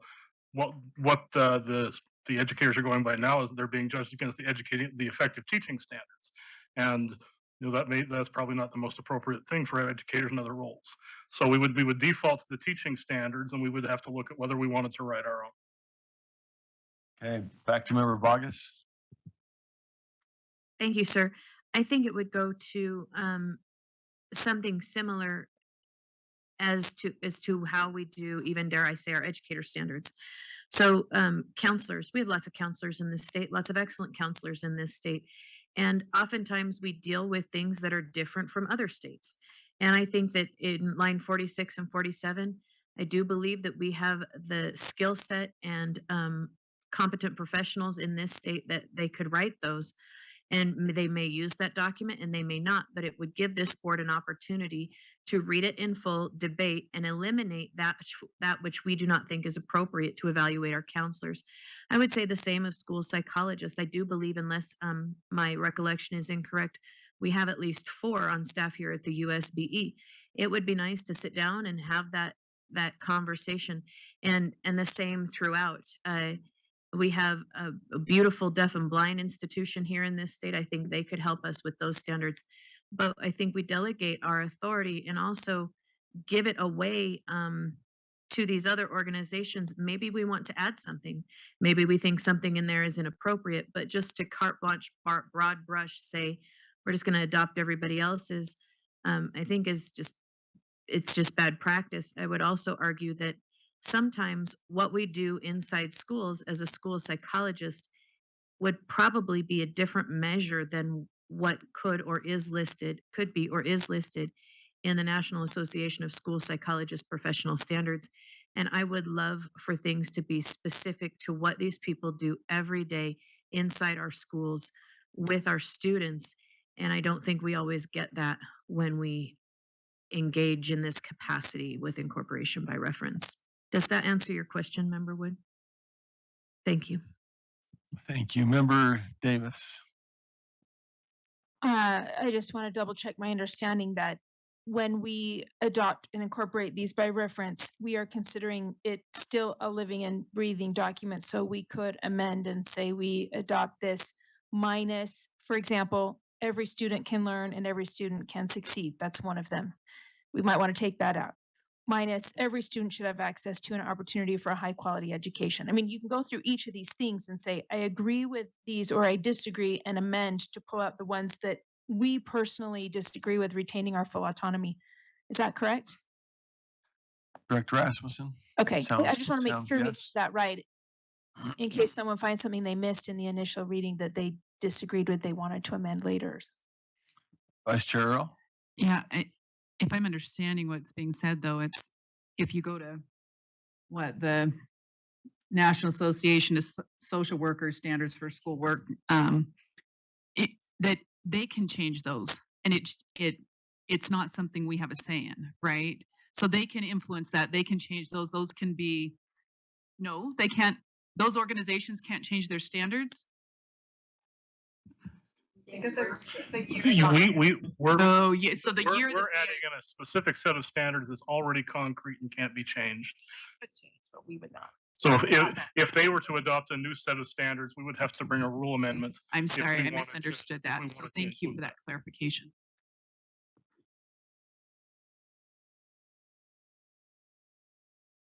Sorry. We've got back to Member Vargas and Member Carey. That sound right? I'm happy to wait in line. I just have a substitute motion, sir. Okay, Member Carey. A quick question. So we're designating the year, which I think is fantastic. Thank you for that. If there's anything in those documents or or standards or competencies that we're adopting by reference, if it's in conflict with state law, board policy, board rule, do we need to say that, or is it by reference that they are not applicable if it's in conflict? Director Rasmussen, did you want to? Oh, It's hard to answer that without knowing what the conflict is. You're in your hypothetical. I mean, if there was a conflict there, I think we would revisit the rule and probably propose amendments to address that if there was a perceived conflict between this and some law that is superior. Because Member Bogus indicated she had a substitute motion, I'm going to hold off on mine, waiting to hear hers. But in light of your answer, Director Rasmussen, I may feel more comfortable if we had expressed language that along the lines of, if there is anything in these codes we're adopting by reference that conflicts with Utah law, board rule, board policy, they don't apply. But again, I will defer until I hear Member Bogus's motion. Member Bogus? Thank you, sir. I would just move that we delay the adoption of this 1 month because I would like to put forward amendments to at least 3 of the documents that are incorporated by reference. And I did not know that that was something I had the opportunity to do, or I would have prepared that for today. And so I would move to postpone the adoption of this by at least 1 month. And if it is the desire of leadership to send it to the committee, then I would move that if necessary. It's been seconded. Let me ask staff a question. Is there any setback to delaying this for purpose of reviewing these incorporated standards? Director So Franson. yes, in terms of, we passed the Utah Effective Teaching Standards last September, and the LEAs are required to be transitioning to the new standards. And so if we hold this up, that can delay their transition for all their other educators. These standards are already in most of them are already in 306. So these have been reviewed and approved by the board prior. This isn't new information. It's just taking those same standards and keeping alignment in this rule.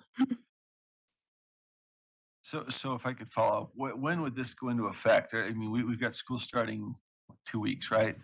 Is this intended to go into effect immediately? Is when Director Rasmussen shaking your head, when would the effective date be for these? So it's going to take about 2 months. We have to publish it, as you know, in the administrative bulletin. That gets published from here probably on September 1st. Then it would become effective. First possible effective date I think would be October 7th. So past today would not go into effect start of school. Delaying would set that process back 1 more month. Okay. Further discussion. Okay. Well, we got Member Carey. Let's see. Yeah, I think it's. Did we get a second? Yeah. Okay, so it's discussion of the motion to postpone, right? I just wanted am I to make a framing it substitute right? motion. Okay, let's make sure I got this right. Member Bogus, motion was to postpone for a month, correct? Member Klein seconded it, so that's the motion we're speaking to then. I just have a substitute motion. Substitute to her substitute. Or she has a motion. Motion to postpone, yes, okay. Yeah, my substitute motion would be, whoever's driving, could we go back to where it talked about the standards of the other organizations that we're adopting by reference?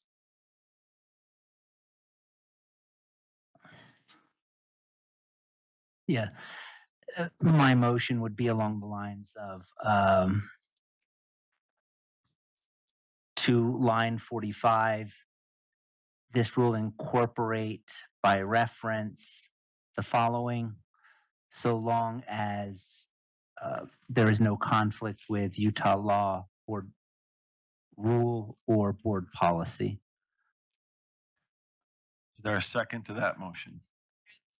Vice Chair Earl seconded. We have discussion of the motion. I've got Member Hymus, I believe. And I got Chair, it. Oh, I'm sorry, back to the maker. I would defer to Director Rasmussen if that language is legally sufficient. Director Rasmussen.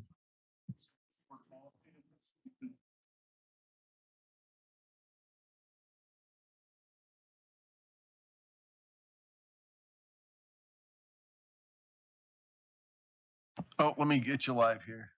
You need public. Or do you have your own? It's public. Yeah. In case anybody didn't hear that, I Go was ahead, just saying that including board policy in that would not be appropriate because board rule takes precedence over board policy, but adding in the language about Utah code or board rule is something that I think the board could do. Below, not above. Yeah, the standards are below. Oh, they're close. Yeah. Sorry. I would. In response to Member Klein, it does say as long as the standard's above, but given the layout, it should say as the standard's below. Hold on.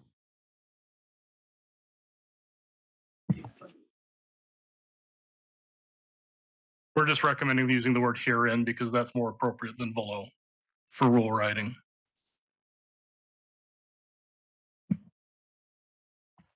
Okay. Let's see. Did we get a second as framed? With the tweaks, whoever seconded it, those tweaks are acceptable? Okay. All right. Discussion to the motion, Member Bogus? I don't have discussion with this motion. Okay. Okay. Wants to be in the queue. Who do we have?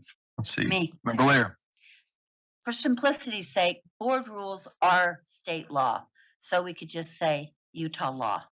And that would keep it cleaner and simpler. Is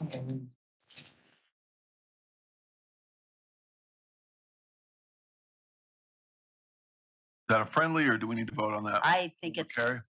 Well, Member Carey will decide it's friendly and we'll see if there's any objection. We can vote on it. my if it's understanding is friendly. there are not such things as friendlies, except in soccer.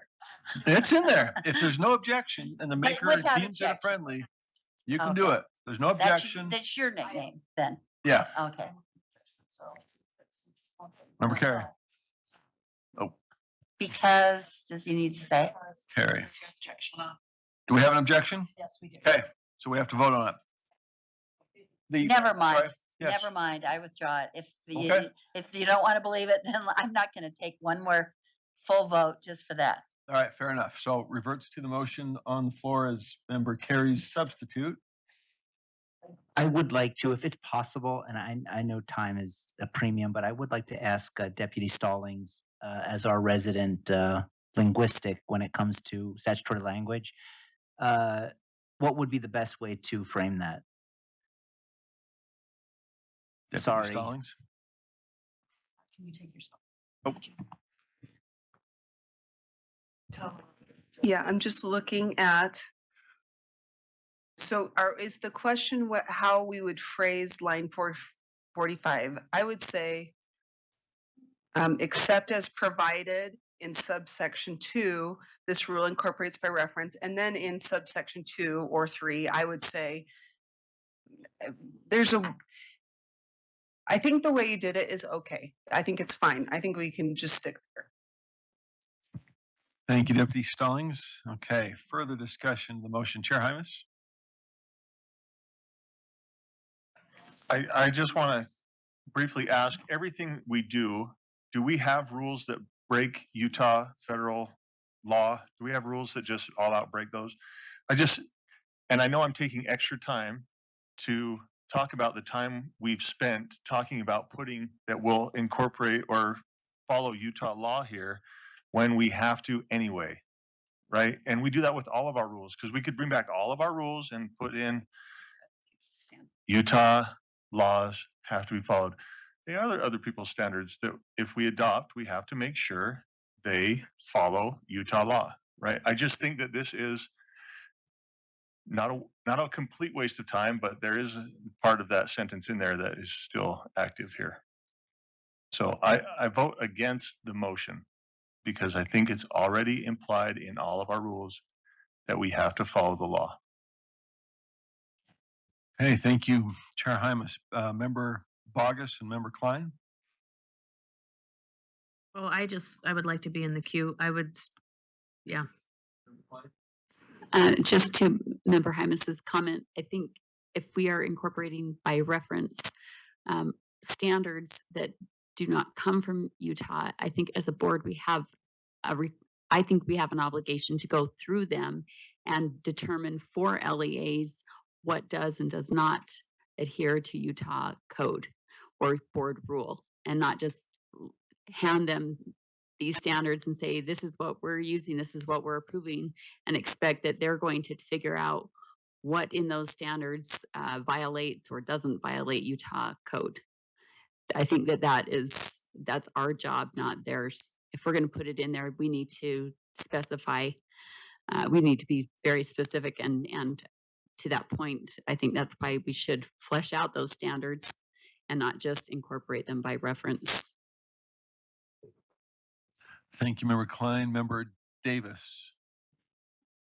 I didn't see, I mean, we prepared for this meeting, the committee prepared for the meeting, so I just want to double check and see if staff has seen anything and also their preparation that in these that violate state law or board policy or board rule. And I'm seeing shaking heads no. Is that the answer? If we do find something, we will bring it back on an agenda, I'm assuming, and amend the rule and amend. So if nobody else is going to put their lights on, I don't call the question. But if you're thinking about it, I'm calling the question. I'll just ask a final question. My question is this: the logistics of this. If something were found, for example, these are teacher standards, right? So I could see this coming up in what context? Well, somebody says, teacher, a counselor, psychologist in this case, right? You violated the standards. That counselor says, well, no, because it goes against Utah law. Presumably that would come to UPAC or somebody else. They would say, you know what, you're right. That goes against Utah law, so we're not going to hold that against you. It would come to this board for revision or change of some sort, right? Is that how that would play out? So that it does add an element of protection if somebody points it out. It does not direct you to go look at every single one of those. It leaves us to us if we want to come back and flesh out the standards ourselves. But I'm just trying to see the significance of this, and that's kind of where I saw it being a possibility. It would protect a teacher who was held to a standard that violates Utah law. Okay. With that, I think anybody else, I may be wrong. Remember straight? You don't have your light on. Okay. All right. Again, I'm just trying to explore what the meaning of this would be, but that's helpful, Director Johnson. Okay, let's vote. The motion is that, let's see. It's the substitute motion. The board add the following in line 45. This rule incorporates the following by reference as long as the standards herein do not conflict with Utah code or board rule. Member Wood? No. Member Straight? No. Member Reel? No. Member Norton? No. Member Lear? No. Member Carey? Yes. Member Hymas? No. Vice Chair Hart? No. Member Green?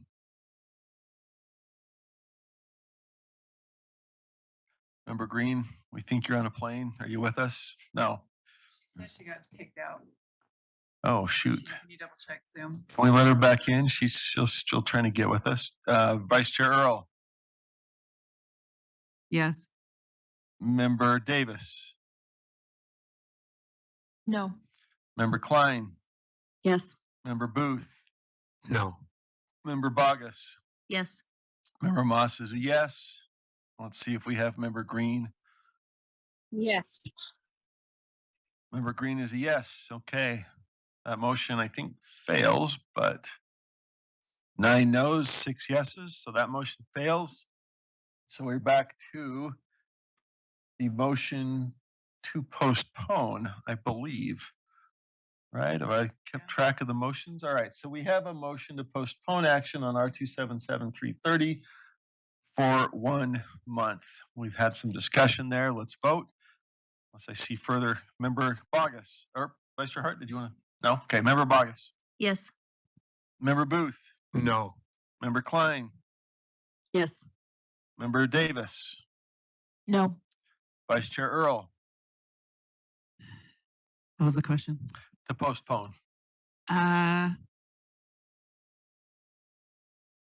No. Member Green, Yes. Vice Chair Hart,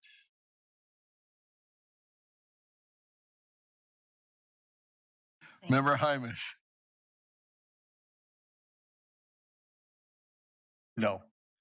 Member Carey, Yes. Member Lear, No. So no. Member Hart is a no. Member Norton, No. Member Reel, No. Member Straight, Nope. Member Wood, No. Member Moss is a no. That motion fails by 4-11. All right, so that brings us back to, I believe, the underlying motion, which was, let's see.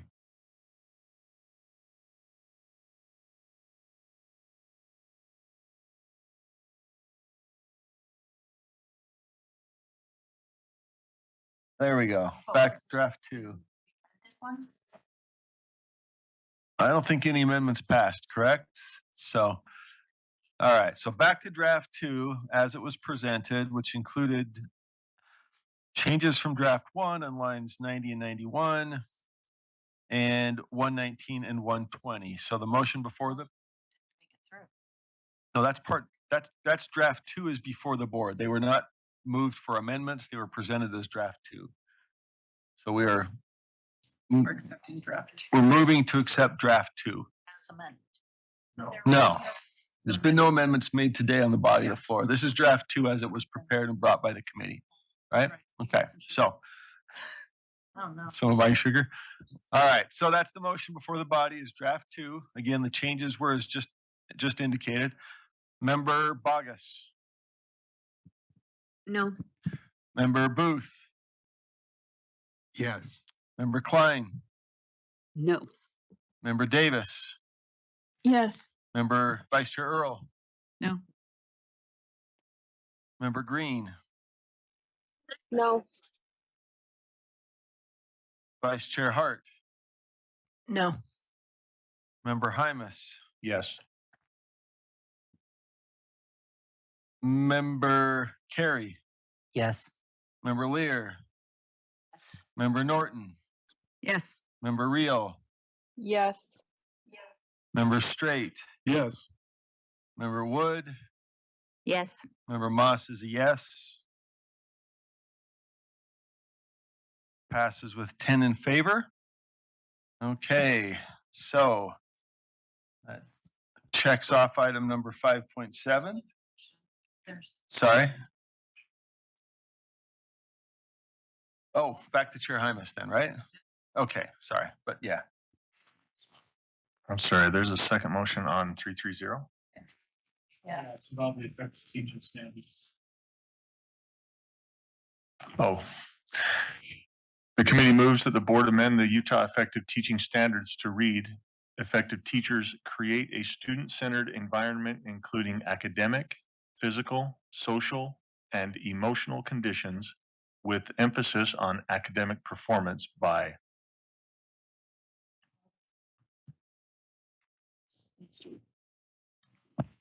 Okay. Member Bogus. No? You're not up. I was just saying that's where you start to vote. Oh, Member Earl. is up. So, okay.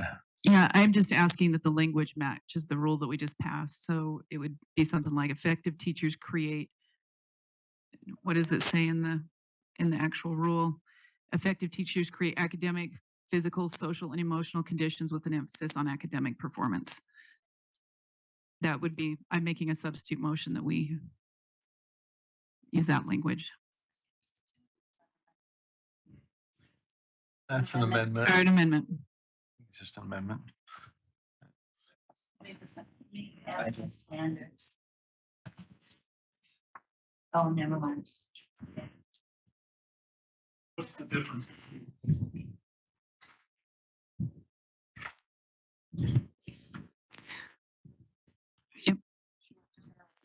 So it's paralleled with what's in the.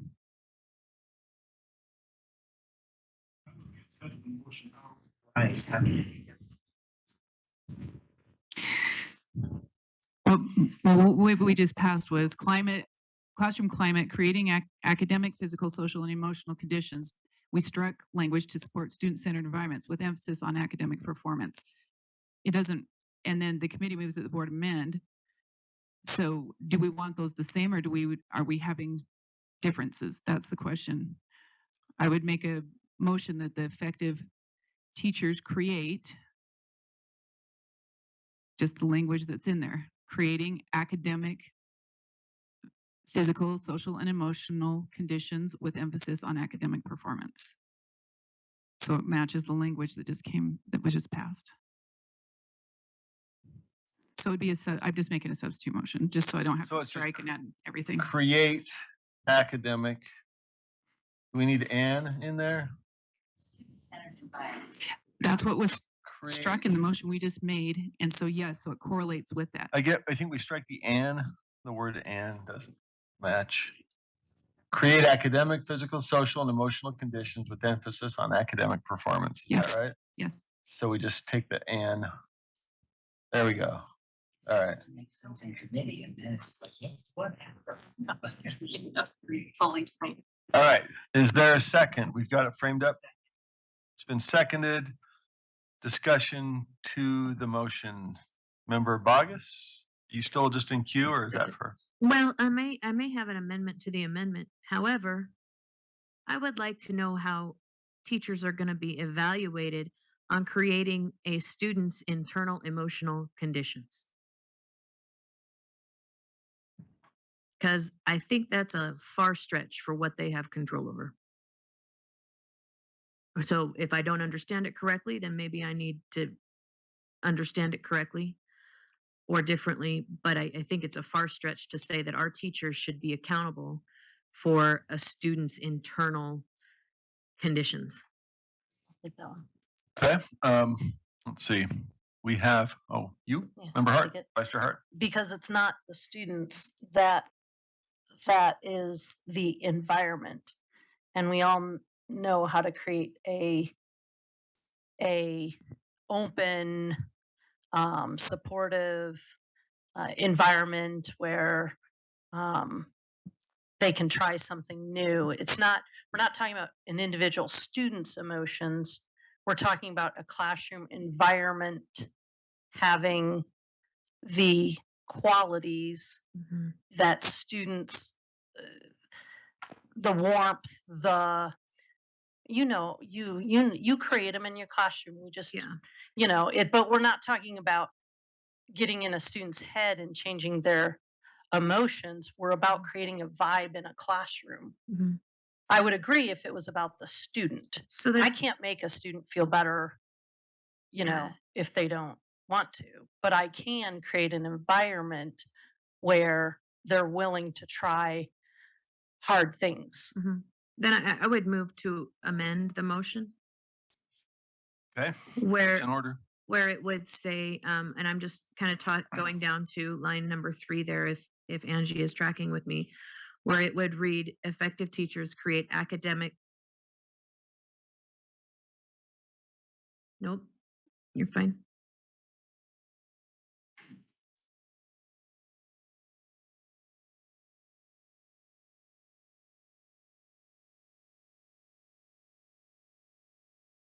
Sorry, I was reading from the document.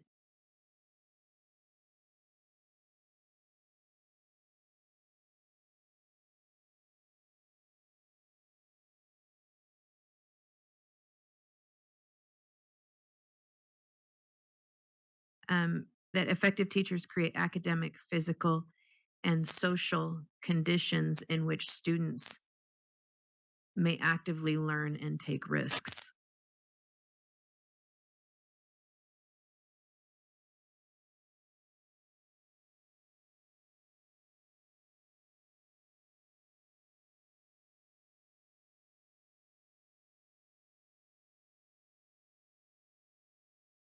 That would be an amendment, I think, to the substitute motion. Right. Right.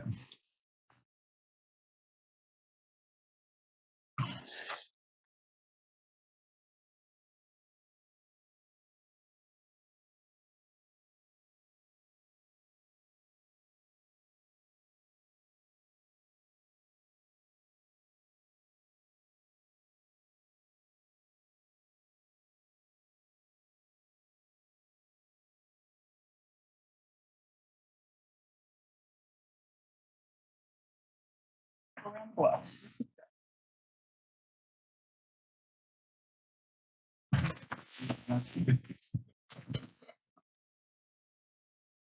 All right, thank you. Whoever's driving, I've lost track, but thank you. I think we got her.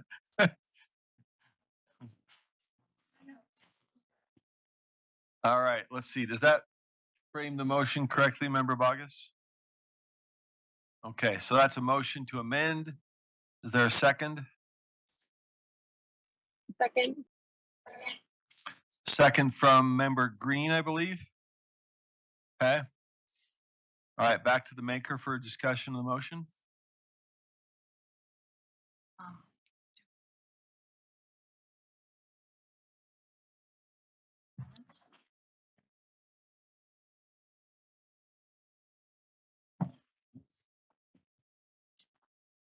Member Bogus, further discussion? We have Member Reel in line, but I wanted to get back to the maker if you wanted to speak further.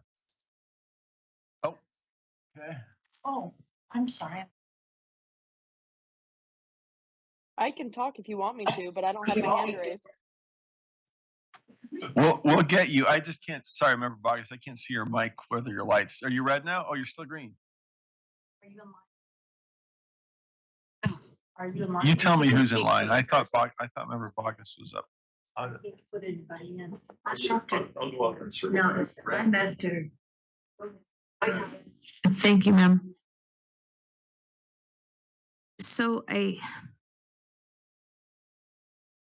social conditions within a classroom, there's clarity there. I think we cross a very broad, bright line into the places where teachers shouldn't go when we talk about emotional conditions.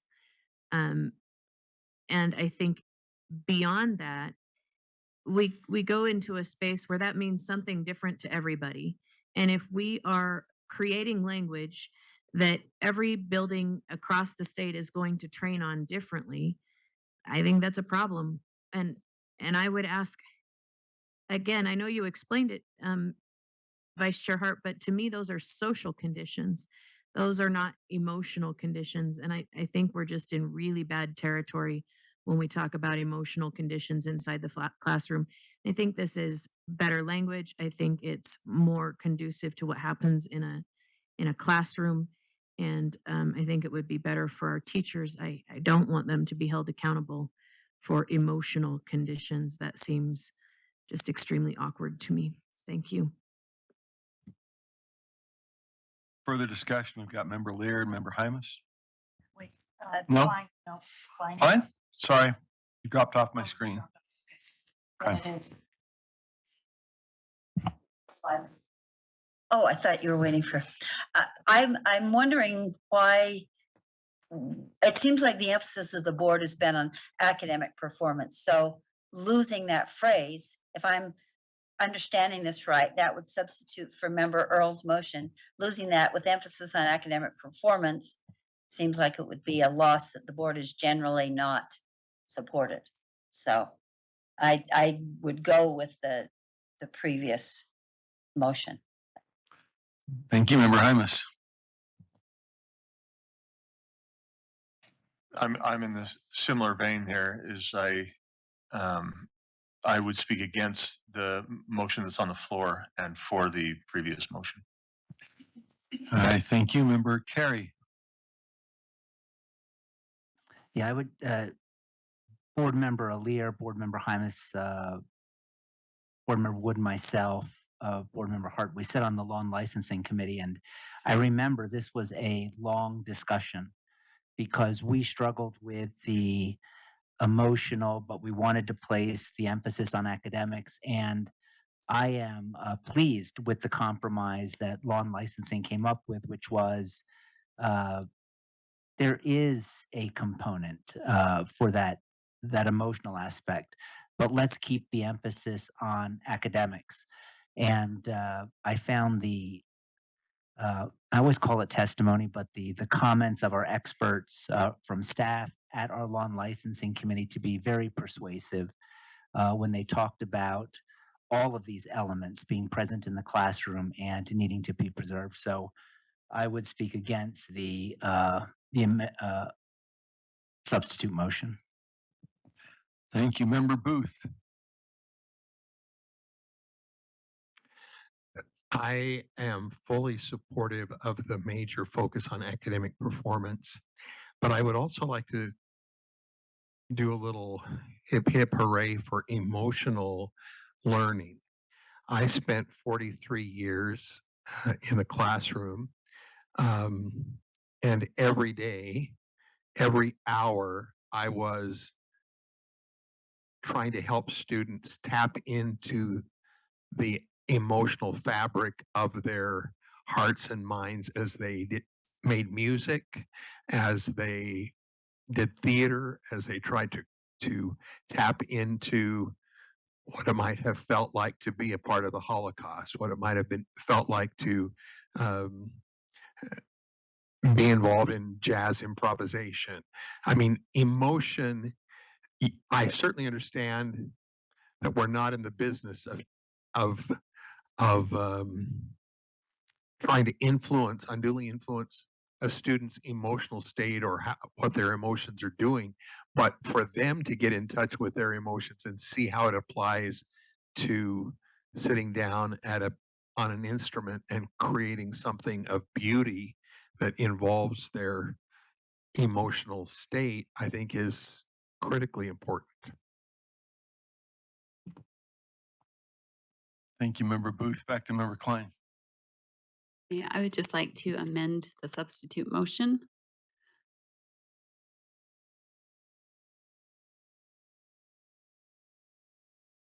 Amend the substitute. So it's a substitute motion, so I can amend the substitute motion. Substitute and an amendment on the floor. I think we have a second.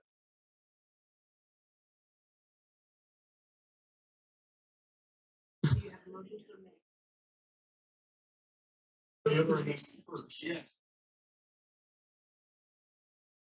One amendment to a substitute.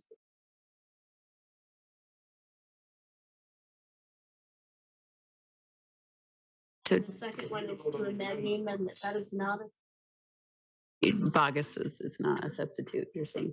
Earls was not a substitute, so Bogus does not amend the substitute, she's amending the amendment.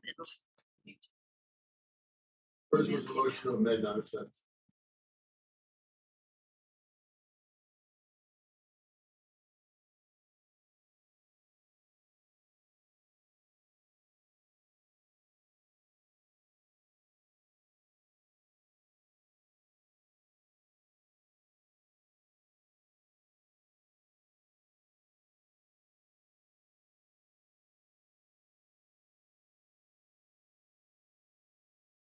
So I just wanted to honor what Mr. Booth had said. There is a lot of that takes place specifically in the realms of the arts. But to me, the emotion that we ask kids to engage with in the realm of music making and making art is very different from emotional conditions in the classroom. And I question, how do you evaluate that?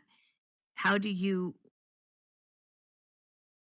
is anyone competent in that when a person is accountable for their own emotions? How am I supposed to control a child's emotions for them?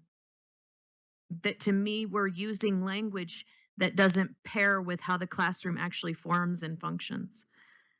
And if we want academic performance, then I would be totally game to add with the emphasis on academic performance by. I just believe that it was inerrant in which students may actively learn and take risks. But if it would please the body, I would be willing to add the language, comma, with an emphasis on academic performance by.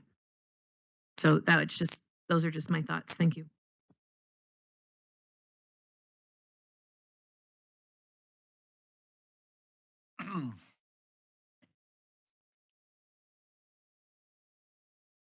That would be a friendly, potentially friendly to your own, correct? So assuming you don't object to your own proposal, does anyone else object to adding that language as a friendly amendment to Member Bogus's already teed up motion to amend? If not, let's add that then. And we have a couple more lights on. Member Klein, Member Davis. That was what I was going to add with my amendment, so I am supportive of that. Okay, Member Davis. Call the question unless no one else is going to speak. I mean, if anyone else is going to speak, I call the question. Said I that see in no reverse. other lights, so let's proceed to vote. So the motion from Member Bogus is to amend the amendment to read, effective teachers create academic, physical, and social conditions in which students may actively learn and take risks with emphasis on academic performance by. All right, Member Wood. No. Member Straight. No. Member Reel. No. Member Norton. No. Member Lear. No. Member Carey. No. Member Hymas. No. Member Hart. Vice Chair Hart. No. Member Green. Yes. Member Earl. Vice Chair Earl. No. Member Davis. No. Member Klein. Yes. Member Booth. No. Member Bogus. Yes. Member Moss is a no. That fails 12-3. And so we're back to Member Earl's original motion, that the motion to amend the Utah Effective Teaching Standard to read, effective teachers create academic, physical, social, and emotional conditions with emphasis on academic performance by. Member Klein? Can we see what the original, how the original was worded first again? Yeah, let's see. I think we might need to pull up the rule itself. So, okay.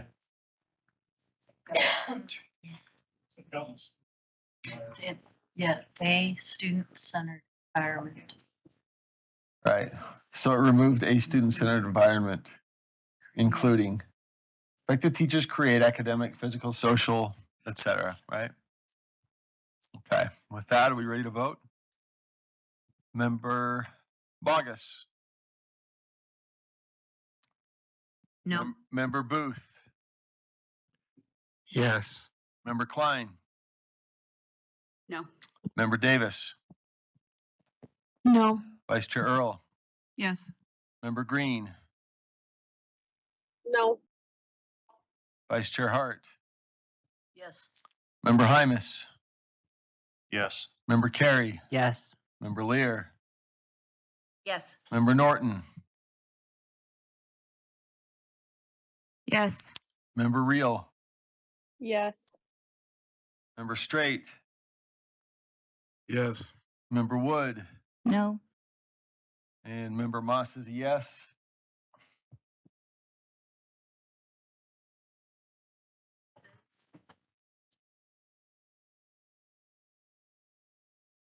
Passes 10-5. 1 second.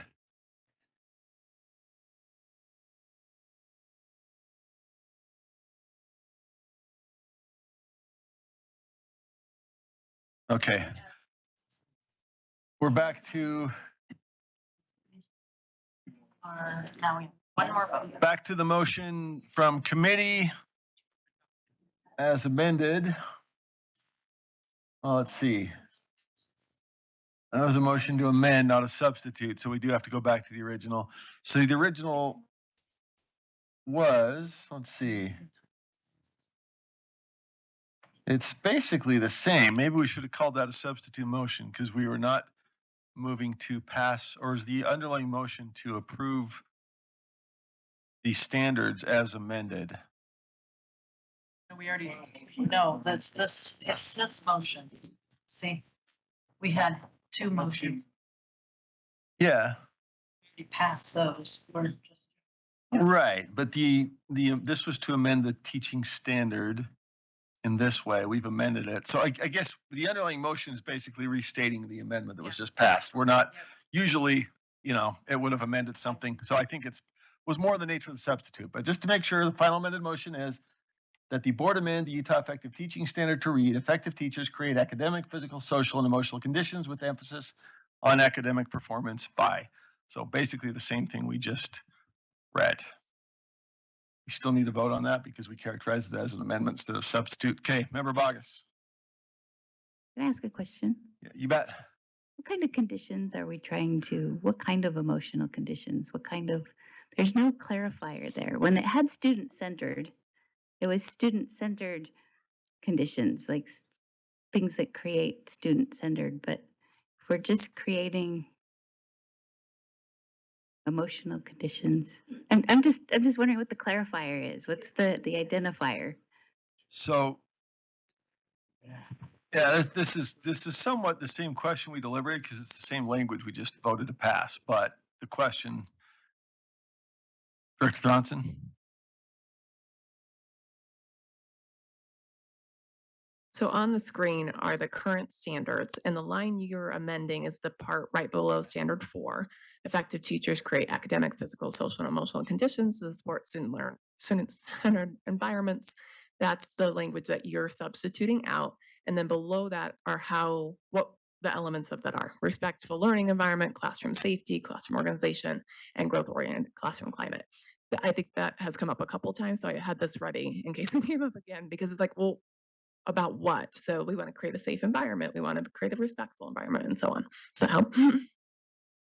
All right, with that, we go back to vote. Member Wood. Yep. Member Wood. Member Wood can't speak. Oh, sorry. There you go. Yes. Member Straight. Yes. Member Reel. Yes. Member Norton. Yes. Member Lear. Yes. Member Carey. Yes. Member Hymas. Yes. Vice Chair Hart. Yes. Member Green.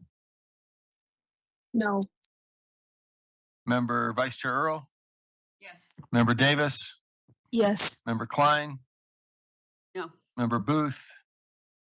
Yes. Member Bogus. No. I'm a yes. That motion passes 12-3. Okay, back to Chair Hymas, I believe. Thank you, Chair Moss. We are on agenda item 5.8, R277-530, Utah Effective Educator Standards. The motion the committee moves that the board repeal R277-530, Utah Effective Educator Standards on the second and final reading. Yeah, so I guess we need to vote. We just passed the new one, so this is just to repeal the old one and confirm that we don't actually have two conflicting rules on the book. So that's the motion. Member Bogus. Unless Yes. there is discussion on the motion, I didn't see any, but Member Bogus. Yes. Member Booth. Yes. Member Klein. Yes. Member Davis. Yes. Vice Chair Earl. Yes. Member Green. Yes. Vice Chair Hart. Yes. Member Hymas. Yes. Member Carey. Yes. Member Lear. Yes. Member Norton. Yes. Member Reel. Yes. Member Straight. Yes. Member Wood. Yes. Member Moss is a yes. That passes unanimously. Back to Chair Hymas. Thank you. Thank you. On to agenda item 5.9, R277-323, Public Educator Evaluation. The committee moves that the board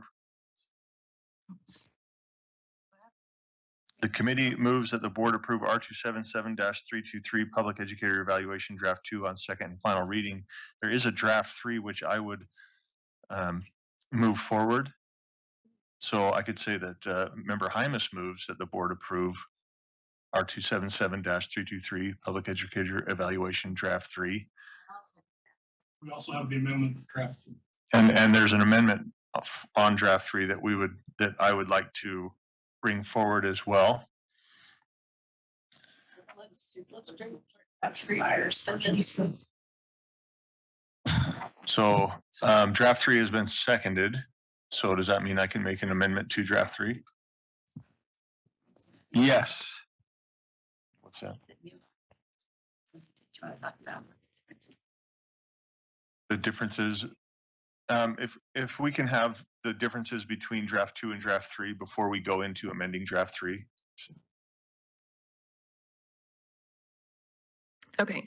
And sending this out to the field and talking with the community, there was a couple clarifying points that we got feedback on that we thought were timely since this has not passed yet. So the first one starts on line 61.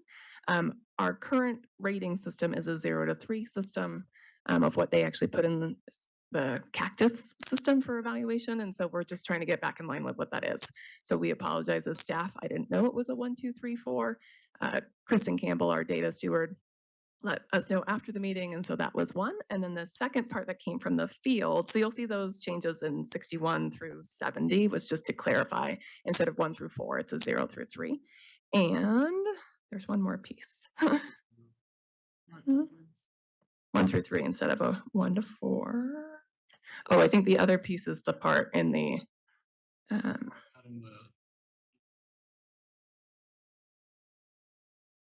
182. Thank you. I'm like, I know we added one other thing. The other piece, we had not referenced one piece of code related to the plan of assistance. We had 512 referenced, but not 514. So that was a good catch by Sarah Jones from UEA, and that is just a cleanup of being clear. And then on 189 to 190, that's not new, that's old, so we're good. Okay. Those were the changes between draft 2 and draft 3. One's a technical change to be realistic what the system actually calls for in terms of the data submission, and the other is a bringing in the appropriate code section that we had missed. You want to talk about this Okay, Chair Hymas. So just so I'd like to make an amendment on draft 3 since I have the microphone. There was some discussion back and forth regarding it was originally a line 70 regarding effective educators, and so I'd like to amend line. Is it line 72 now, or is it line 70? Okay, so I'd like to add on line 72, ratings of 1, 2, or 3 represent varying levels of effectiveness on a continuum of professional growth. And if that is seconded, I can speak to it. I'll second that. Okay, Chair Hymas, back to you. This was in again, a back and forth between, well, staff was in the middle, but myself, staff was the mediator, and Sarah Jones from the UEA. There was some verbiage that I felt didn't connect well. We were on two sides of this pendulum here. And so I was able to go and sit down with Sarah Jones and kind of let her know my concerns, one of which was for an educator receiving a 1, I don't know how we called them necessarily just effective on the same level as a level 3, right? And so she, as we talked, she said, well, so her and I talked about this. This is what came forth. I agree that as long as we understand that there are varying degrees, so that when I hit 1, I don't just stop and say, okay, I'm an effective educator, I'm good to go, right? But hopefully this gives clarity to LEAs and educators to say there's always room for improvement, right? That's 3 is the goal. And so hopefully that offers that clarity. Thank you. Thank you, Member Hymas. Member Bogus.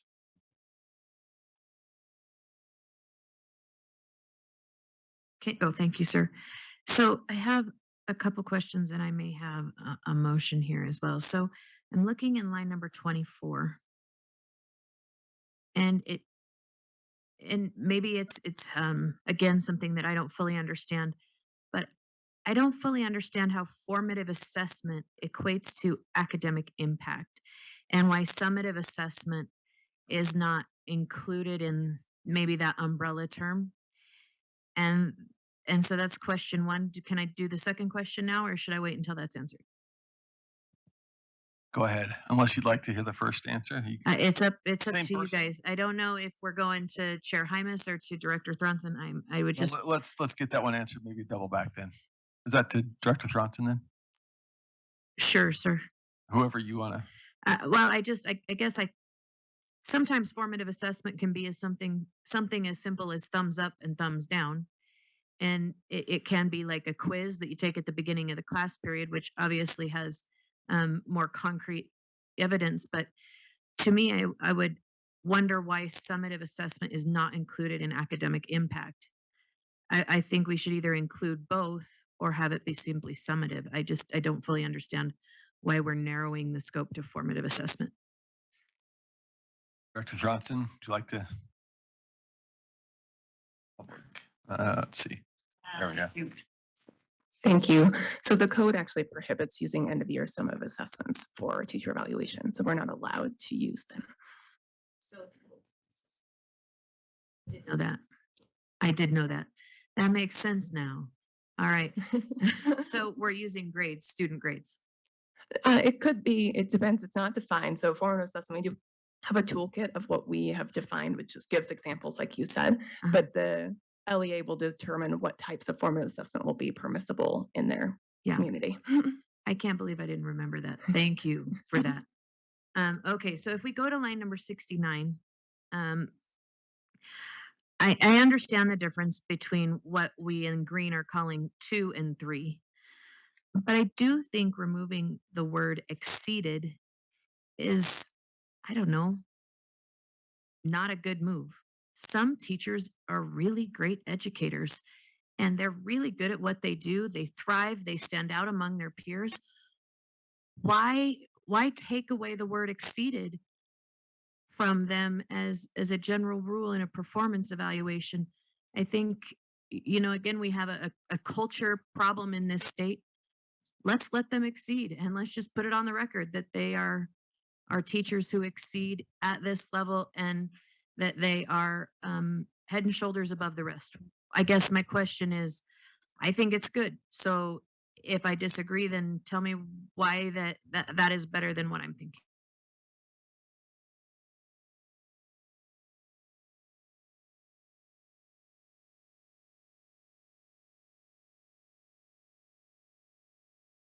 Focus groups and the surveys that we did in our previous evaluation efforts, teachers didn't like having that level on the whole. They felt like if they didn't achieve exceeded, they weren't a good educator.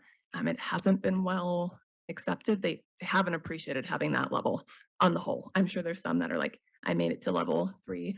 But in general, the feedback we got consistently was they felt like they didn't do their job because they didn't get to that highest level, where I think the intention was we wanted to acknowledge some of you really are at this tier above maybe what we're even expecting, but it has not been well received by the field. And that was a point that came in draft 3. This was another one that we changed now that I remember, because the field said they didn't want it. So we actually changed it. We had it initially in as exceeded. May I follow up? Sure. So how does this affect districts who require that highest rating in order to apply for certain positions within the district? And now we are taking, ultimately, we're taking the highest rating away. I mean, I see the difference, right? The initial language is the same. It's met performance expectations. So in order to go from a 3 to a 4, all I see is the difference is I need to take a few classes and get a little bit better as a teacher. And I know that distills it down to something very curt, but I would like to make the difference between 3 and 4 as you are above the rest and it's clear. And I don't know, I guess my experience in the field, that's something teachers strive for, is that top rating, and it's celebrated. If allowed, it's not disclosed openly, obviously, but it's celebrated. That our evaluations, we had 10 highly effective teachers this year, and so I don't know, it's just not my experience what you articulated. So anyhow, if you could help me out with that. So on this one, continued growth means you're showing evidence of growth in the standards. So you'll produce evidence for your administrator who's evaluating you that you've grown. It does, it depends on how they define it. It might be, I went to a conference, but it's likely more evidence of impact in the classroom, as well as the impact on student achievement. Where level 2 is you demonstrated its academic impact, but you didn't demonstrate growth as a professional. And really that ultimate level for a teacher is to grow as a professional every year, as well as demonstrate impact for students. And so that is the top tier. That would be the golden ticket in terms of if I'm a teacher, what I'm striving for. The language, it's not defined here. We have a 1, 2, 3 where we previously had not effective, minimally effective, emerging effective, and all these terms. We've walked away from those terms, so an LEA could still define that language. We have a 3. That's the language that the rule has, and that those meet performance expectations. If the LEA wants to add a layer of language, they certainly could. It's just not what's in the rule right now. So if they wanted to call it exceptional, they could do that. I have one final follow-up, Sure. if that's acceptable.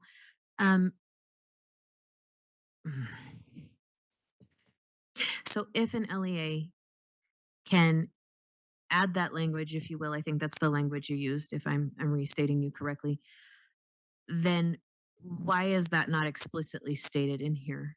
And would it be beneficial to explicitly state that summative evaluation rating means an annual rating of an educator's performance that assigns 1 of 4 scores, which may be modified by an LEA?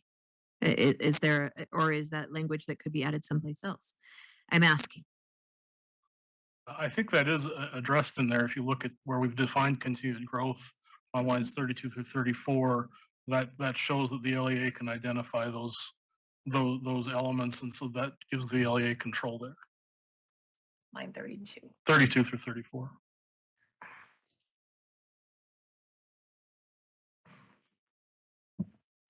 All right, we've got member Straight. I'm sorry, follow up. For clarity, so they could use lines 32 to 34, and they could articulate that and delineate that within their own LEA to create a dichotomy between 3 and 4. What you said, yes. Thank you. That's all I need to hear, sir. I may make a motion. Thank you. On to member Straight. Yes, I hesitate some.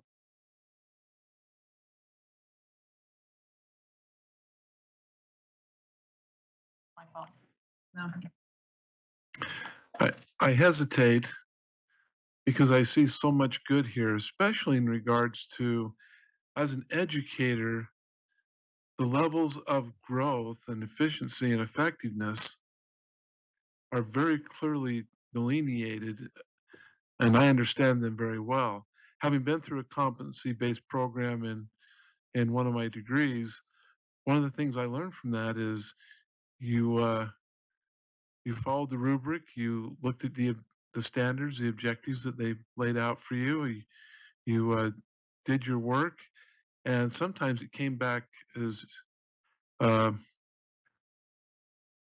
passing. It wasn't, and that was a competency based. And if you did that more than a second time on a submission, you were then required to call in and get some help, where they would go over your work with you and then evaluate. So I don't know that this would improve it, and I hate to even bring it up, but I want to throw an idea out there. Because as I look at the number 3, I think there's one thing missing, and that is, if you're going to exceed expectation, I think there's an expectation of being collaborative as well, because the impact on students is there, and the elements within that of professional growth, it's all there. But maybe something to think about, and if maybe someone agrees or doesn't, I don't want to make a big deal of this, but perhaps in the exceeding category, collaboration might be considered to be part of that element. Is that a motion, a suggestion, putting it out there? Okay, Member Lear. Member Lear and then Vice Chair Hart. Yeah, we do have a motion to. Yeah. So let's just make sure we've got that. Line 72 is the amendment on the floor. Good point. We've wandered a bit, although some of these comments are related. Some of them we've wandered a little bit into the general motion. So yeah, correct. I'm just framing where we're at. So yeah, let's keep the motions germane to this, which does go to the 1, 2, 3s, but let's try to focus on the amendment. But I think that related to it. Member Lear. I'm not speaking to Brent's proposed idea. I think it might be good. If who I would ask is if that's a term or a phrase that would be helpful in Director Thronson's mind. But let Brent ask if he wants to. But I had a different question. I'm always a little suspicious or cautious about. Well, this is what the field wants, and I'm looking to you. So this is somewhat subjective. Did you hear that? And Ken, I know I'm asking you a general and specific question, but did you hear that 5 times, or was that overwhelmingly what you heard from the professionals in the field? Dr. Thronson. It was a theme in the data. So we collected survey data as one data point for this. It was a theme that rose out of the hundreds of people that gave feedback that it was consistent. It was one of the themes that came out. So I could actually look and probably tell you how many in a moment because I do tabulate all the. If you could attach an adjective. I don't think they're going to get riled up over whether you leave exceeded or not. It was just something that teachers felt like a 2 means you are being an effective teacher, right? A 3 means you're being an effective teacher. And doing 3 is ultimately the job. Grow as a professional and have academic impact. So to me as a professional, it's not exceeding, it's what I'm asked to do. I'm asked to grow as a professional. I am asked to have academic impact, and that's what a 3 is. And therefore, the exceeding language was no longer necessary. That helps me. Thank you. Hart. Yeah, I have a substitute motion. I move to postpone and direct staff to work with legislature to work out concerns that I think we're seeing from multiple angles. You know, I'm substituting. Yep. Hold on here. Can we do that? Yeah. Hold on. We'll get a ruling. Oh, do we? All right. So we have the motion to amend the substitute motion on the floor. Any further discussion to that motion? Member Davis? Yep, I do. You're right. Yeah. Yep. Correct. She's right. Legislature. Did I not say sure? All right. Well, we'll get back to that. We've got a rule on the motion from Member Hymas. We've got Member Bogus to this motion. Is that correct? Okay. Oh, there we go. It appears as if we're amending a single line, but I could be wrong in that we're just doing the green and the purple in the thing. I just want to make certain that I'm clear. Well, this is a separate substitute, or excuse me, separate motion to amend on top of what's in the underlying motion, which is the changes in purple and green, right? So this would just add something. Then if it's added, Thank we'll you. go to the underlying stuff. Okay. Doing that to clarify for myself too. Okay, Member Straight, discussing this motion? Okay, so I was going to.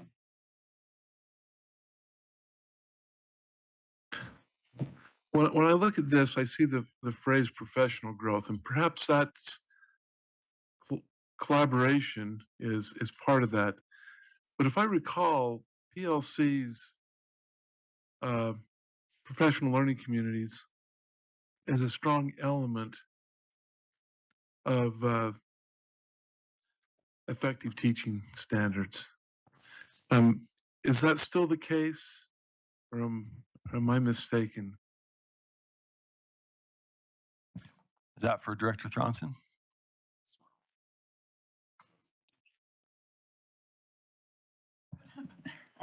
As on roll. Oh, she needs to be. I'm going to apologize. I was off task. Can you repeat it? You could have blamed it on us. We were off on the I was mics. like, we're going for motion. I can be distracted, but no. So I was thinking that collaboration equals PLCs, and that PLCs would be a part of one's effectiveness as an educator.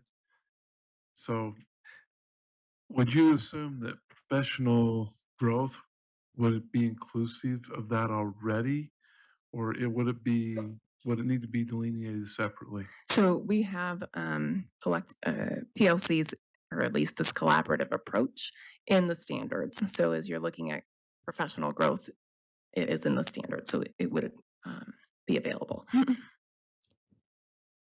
Okay. All right, seeing no further lights, the motion to amend that the Board amend draft 3 to add on line 72, ratings of 1, 2, or 3 represent varying levels of effectiveness on the continuum of professional growth. Member Bogus. Yes. Member Booth. Yes. Member Klein. Yes. No.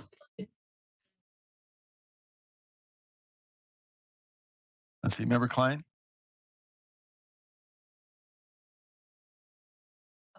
All right. Member Davis. Yes. Vice Chair Earl. Yes. Member Green. Member Green. She's on her flight now. Okay. Vice Chair Hart. Sure. Member Hymas. Yes. Member Carey. A quick point of clarification on the agenda. It says that the committee moves that the board directs staff to work with a legislator. On that one. Then I will move on and say yes. Thank you. Thank you. All right. Member Lear. Yes. Member Norton. Yes. Member Reel. Yep. Member Straight. Yep. Member Wood. Yes. Member Moss is yes. Takes us back to the Hymas substitute motion, which was that the board approves R277-323 draft 3 as amended on second and final reading. And I am first. And yes, you are first. Now that we've Yes. put the motion to the body, And I have you were the first to speak to it. Yes, I have a substitute motion. Okay, I it's in move, order. I move to postpone and direct staff, I don't have to say a time though. Yeah, and direct staff to work with legislature to work out concerns from both LEAs and various members. I'm not feeling like, first of all, we've done Need a what, second. oh, I need a second. I'm going. Second, Member There Box, we go. back to you. So I don't feel like we've hit the mark on this, but we've done our due diligence in including what's in statute. And I think there's, this can be improved. In addition, even if we pass this today, first of all, I don't think we've come to a place where our educators would really truly benefit. And the last thing that we can afford is for a teacher evaluation system to be seen as a hoop jumping or less than. We have to get this right. This matters to teachers. So I just don't feel like we're there right yet. I think there are improvements. I think that we've heard from, I know I've heard from superintendents who've asked for and we've heard it from here. We tried to get that pilot through based on some district pilots through earlier. I just don't think we're in a position, and I don't want to put a square peg through a round hole. I really think this needs to be done right. No LEA right now is going to do anything if we pass this today. What they're going to do is they're going to put together a committee sometime in between now and Christmas or the holidays in order to get this right for next year. So we have time to get it right. And this is one place where I just don't feel that we should compromise for our teachers. We need to do this right. So that's my plea. Okay, back to Chair Hymas. Yeah, I'd like to first, and it's not worded up there, but ensure that we're sending back draft 3 as amended as our base platform now, which may need, because we didn't pass draft 3, but we may need to amend that motion to include that. And then, which I guess I could, I guess I'll just make that motion right now. And I don't know where to add it. It would be friendly and very kind if we could put draft 3 as amended as our base draft. So the beginning of the motion would say Draft 3 is amended. That would work. Wait, And are you sending it back to committee? no. It's going to the legislature to work out concerns. And then I would ask, if it does come back to committee, which it sounds like it will, in order to save time in this very long discussion, I would invite members to look at this, and then let's work through the committee so that we don't have to we've spent a long time in committee talking about this. And I don't want to have these same conversations over and over and over again. So please, when things like this come back to committee, let's work with staff so that we can look at it as a committee and then bring it forth and not spend so much time on it. That's my thoughts on that. Thank you. ask any. Any objection? Seeing none? Okay, I do have a comment. we've got, Member Lear up and then. Oh, so it's me now. Yeah. Yep. I'm just a little confused. I hear Jennifer saying we've done surveys in the field. We've met with superintendents that they are supportive of this improved, increased new language. And then I'm hearing another person saying, who's the director of a big charter school, saying, no, wait, to whom it doesn't apply, by the by, but just generally. No, it doesn't. It's only. No, it doesn't. You can, and you can use Not this this if you one. want, but you don't have to. Not required. You don't have to use this.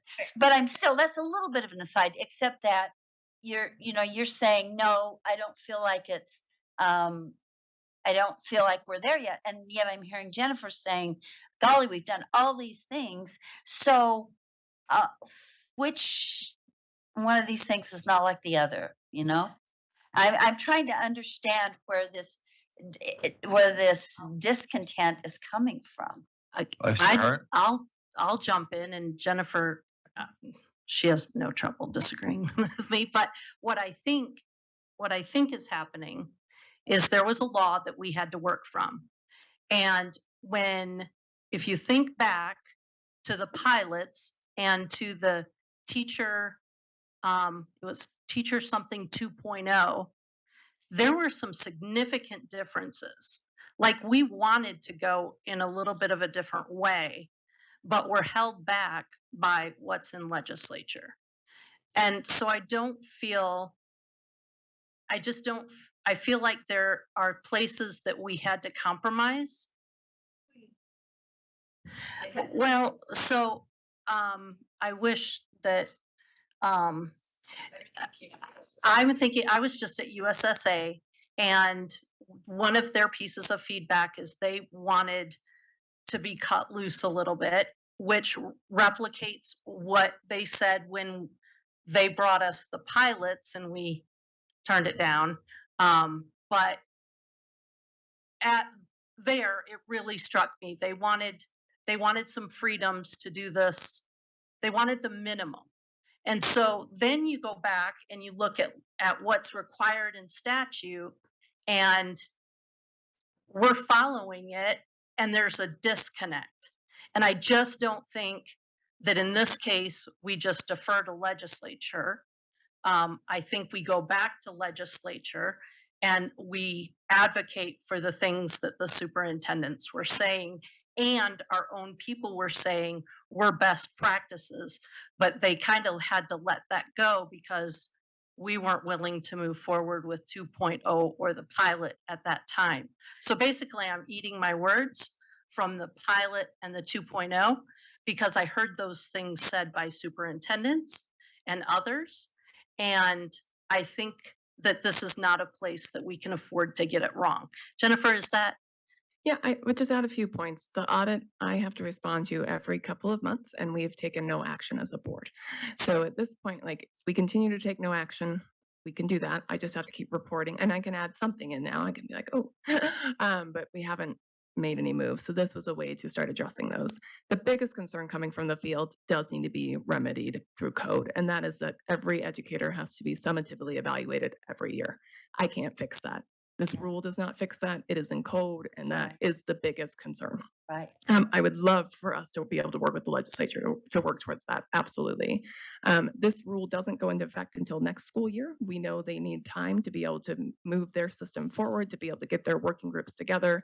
It's a slow burn. So even if we are able to get something through session, it would be part of their process anyway, because they're going to have to be working towards this if you do pass the draft. The feedback has been positive.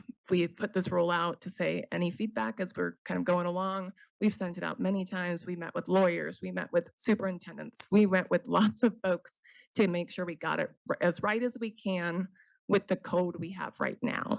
I'm not saying like the components are all there. We did find ways to still get to a growth model that is what the field wanted without needing to change code. The only feedback we've been given is, you want us to evaluate teachers every year. And I said, yes, because code requires that. It's not that we necessarily agree with that. That's the only piece that the field has said, we still want that changed. Just a brief follow-up to that. Go Thank ahead, you. Member Lear. Thank you for your explanation, and thanks, Jennifer, for your response. I'm just cautious in going back to the legislature because I feel like it could get worse and not better. And I think we as a board have a better sense of what teachers want and what teachers should get. And I'm fearful sometimes with the attitude about education and educators that it will get punitive or be tied to things we don't want it tied to, or tied to things teachers don't want it tied to. And I feel like this is a significant improvement in a growth model, and would rather stick with this and not further engage. And we have a year to think about it if we need further tweaks to it. So that's my reservation. So I think I won't be voting for that. I just feel like when it comes to legislative evaluation, it just doesn't go well when it goes to the legislature. Okay, Member Norton. Yes. If we do take 323 back, I would recommend that we also add in 531 and 533, as they are all companions and friends. And what else were you saying? You didn't. 323 replaces 531 and 533. Yeah, he wasn't saying companions and friends. He said replace.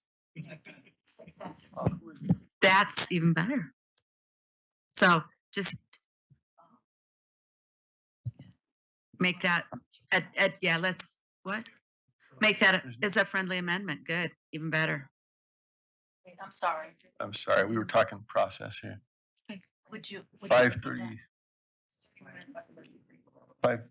Oh, yeah, but Ben, isn't one of those, we're putting a sunset on one of them? Sunset to basically carry out the 323. So if we're going to delay 323, we would also delay. Oh, yeah. Yeah, add those to it. Yeah. And that's part of I just feel like there's moving pieces here. We can make this better. All right, further discussion, Member Wood? Is there any benefit to passing R277323 so that there's something in place and moving forward when you and then continue to move forward with a legislative request to improve what's in there? Is there any benefit to that? Vice Chair Hart? I don't personally think so. I feel like it yanks LEAs in multiple directions. Just a personal, like, I'm trying to write a policy right now, and I'm realizing just how limited both the rule and in trying to marry the rule with the code, it results in something that's less than optimal in my own professional, just my Appreciate opinion. that. Thank you. And if we did that, I'm worried that it would frustrate districts. Cindy, Member Davis, excuse me. With Chair's permission, I'd like to address a board member's comment. Sure. Carol, I would normally agree, except I think we have to work with the legislature to address the requirement for the summative evaluation every single year.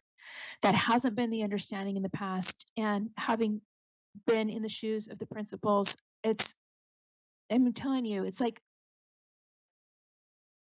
not even time to do everything you need to do and send all those reports up here as required.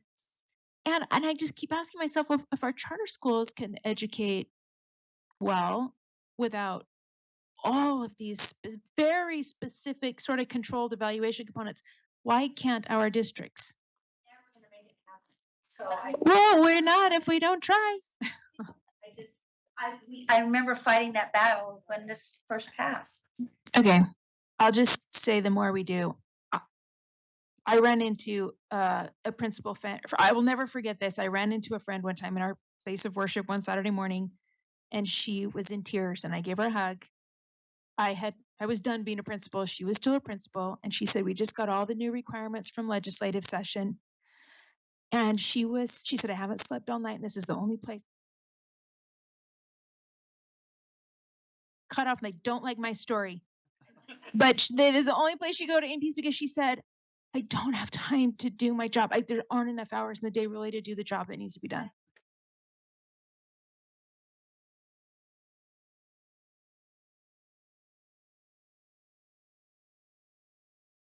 All right. Any One further last Member comment. Hart? Mr. Hart. Educators are the most evaluated profession of all the professions. It's proven, and it's wrong.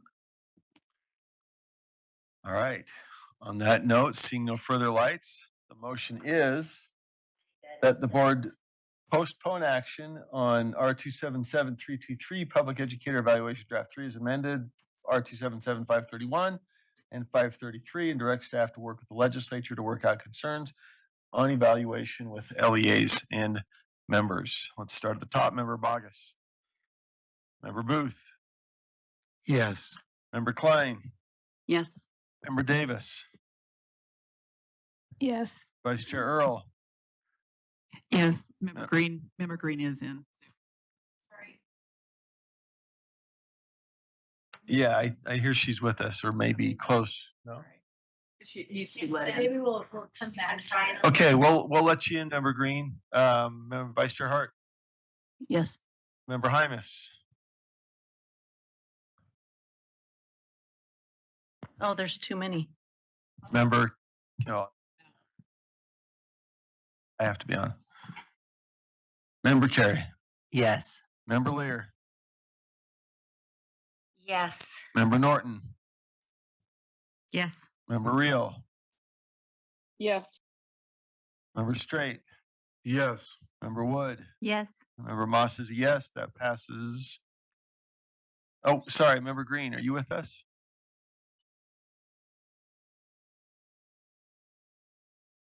Okay. So I think that may have been unanimous, 14-0. Okay. All right, back to Chair Hymas.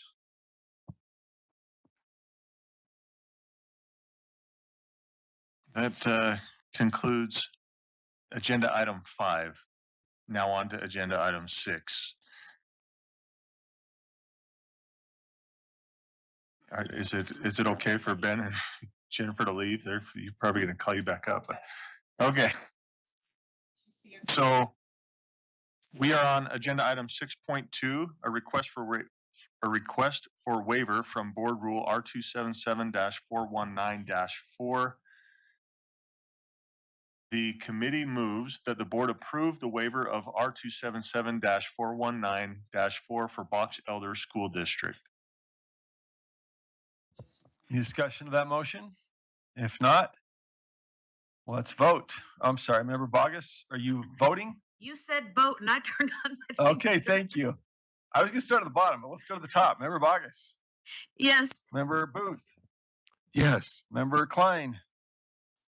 Yes. Member Davis. Yes. Vice Chair Earl. Member Green. Just trying my Vice Chair Hart. Yes. Member Hymas. Yes. Member Carey. Yes. Member Lear. Yes. Member Norton. Yes. Member Reel. Yes. Member Straight. Yes. Member Wood. Yes. Member Moss is a yes. Member Green, are you with us? Not yet. Okay, that passes unanimously, 14-0. Back to Chair Hymas.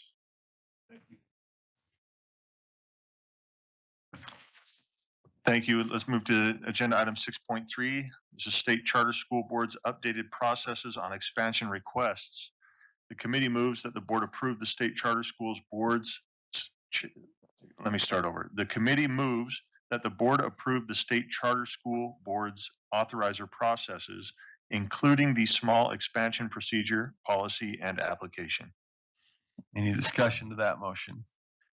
If not, let's start with Member Wood.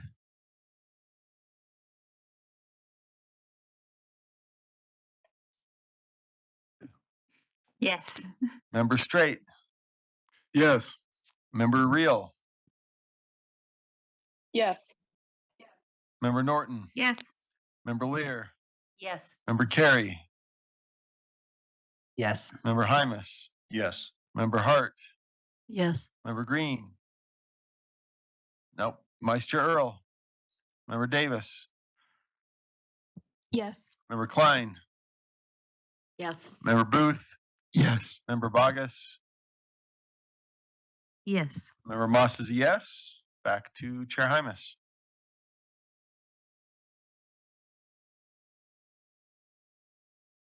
Nope. Yeah. Thank you. Agenda item 6.4, R277-554, State Charter School Board Grants and Mentoring Program. The committee moves that the board continue and approve R277-554, draft 1 on second and final reading. Any discussion of that motion? If not, let's vote. Member Bogus. So just for clarity, Chair Hymas, this is the companion piece to the one we just did. Is that correct? Yeah, I believe it is. Okay. Yeah. Yes, sir. Member Booth. Yes. Member Klein. Yes. Member Davis. Yes. Vice Chair Earl. Yes. Member Green, are you with us? Member Vice Chair Hart. Yes. Member Hymas. Yes. Member Carey. Yes. Member Lear. Yes. Member Norton. Yes. Member Reel. Yes. Member Straight. Yes. Member Wood. Yes. Member Moss is a yes. That passes unanimously, I think, 14-0. Back to Chair Hymas.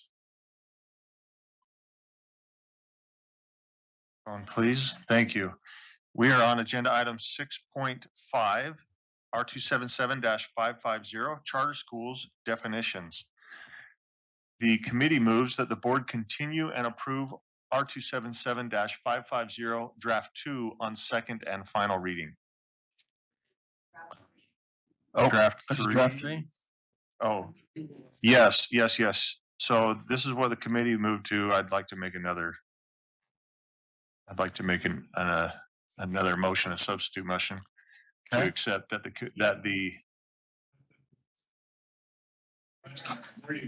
right there, yes, that the board continue and approve R277-550 draft 3 on second and final reading. Any I think discussion? we'd have to do a second on that one. Oh, yeah, you're right. Since is there a second? I second. Okay. Thank you. And I'm going to lean on staff to help me go through the differences again. I know there's not many, but the words matter, right? Thank you. So. Oh, yes, Director Rasmussen, sorry.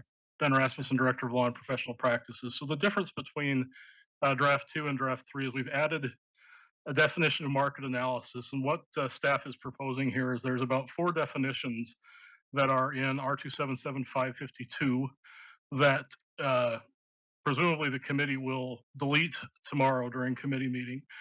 We want to move all 4 of those definitions to this definitions rule, which is 550. The committee already discussed 3 of those definitions. The only one we would need to add to the rule is market analysis. And so draft 3, if the board approves that, would just add this one additional definition for the charter school rules. I asked the question, is this a new definition? And from what I understand, it is just cut and pasted from another area of our rules. Yeah, so it's not new.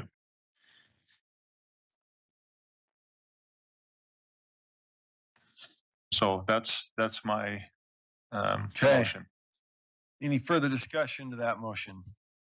If not, looks like Director Rasmussen had one. Oh, more. I'm sorry, Director Rasmussen. Back I to was you. just going to clarify and remind the board that this definition was approved in March by the board. Got it. Okay. Member Lear.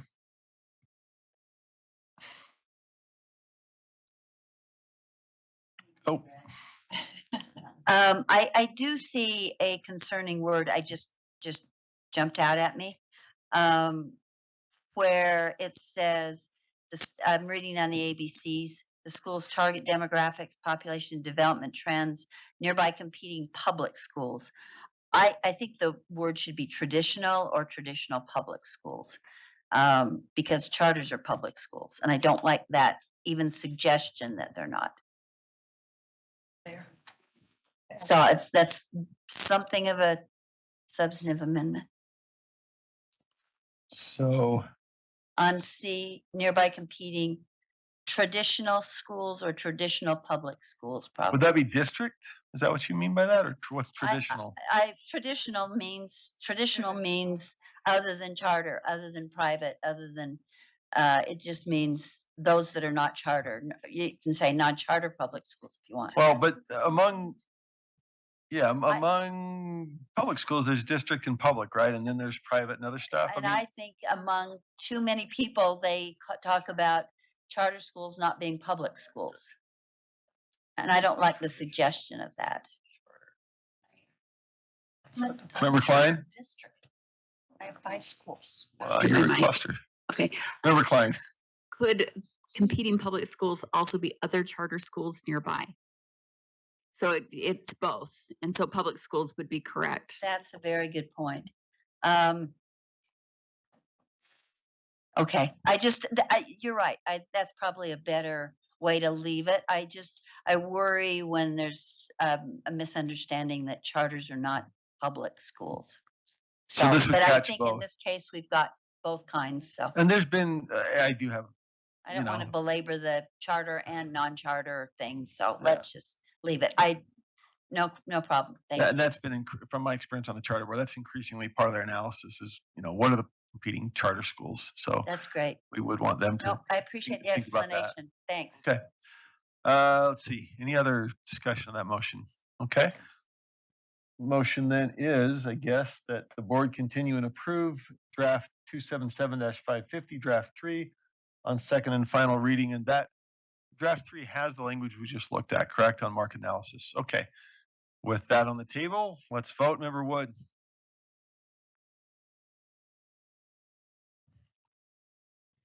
Yes. Member Straight, Yes. Member Reel, Yes. Yes. Member Norton, Yes. Member Lear, Yes. Member Carey. Yes. Member Hymus, Yes. Vice Chair Hart. Yes. Did we get Member Green? All right, still working on it. Vice Chair Earl, Yes. Member Davis. Oh, Member Klein, Yes. Member Booth, Yes. Member Bogus, Yes, sir. and Member Moss is yes. Back to that passes 13-0. Okay, back to Chair Hymus. All right, yeah. Thank you. Chair We're, Hymus. we're on agenda item 6.6, a resolution in support of HB 179, Founders and Constitution Recognition. The committee moves that the board approve resolution 2023-01 draft 2, 2023-1 draft 2. Okay, any discussion to that motion? Seeing none, let's vote. It's in your backup. Member Wood, Yes. Member Straight, Yes. Member Reel, I'm sorry, just a point of order, draft 2 or the draft that came out of committee? draft 2. Draft 2 is the draft that came out of committee after we had that discussion. Okay, so I'm looking here and that's not what is loading on my thing when I clicked draft 2 and it says draft 1. I just want to make certain I'm fully aware of what I'm voting on. Draft 2 comes up as Board Member Wood and Straight draft 1. Yes, and if that's what I'm voting on, that what we're that's voting on? fine. I just Well, want to have clarity. I'm sorry, you can see that draft 2 is cut up pretty badly. So although it is titled there, you can see all the changes that have been made. It's just not cleaned up. No, and that's fine. I just From what wanted I understand. to Yeah. be clear. So So the document shown here is the document you're putting forward in your motion. that is draft 2, yes. Thank you, So, sir. Yep. All right, let's see, where were we? Real yes. Real, thank you. All right, Member Norton, So yes. Member Lear, Yes. Member Carey, Yes. Yes. Member Hymus, Yes. Vice Chair Hart, Yes. Member Green, are you with us? Don't have Member Green yet. Vice Chair Earl, Yes. Member Davis, Yes. Yes. Member Klein. Member Booth, Yes. Booth, Member Bogus, Yes. and Member Moss is yes. Okay. Yeah, so that wraps, I think, law and licensing, right? Oh, we One got more. a bylaws. I Did have- you want to I have a personal Earl? privilege I'd like to take right Personal now. privilege? Yes. Okay.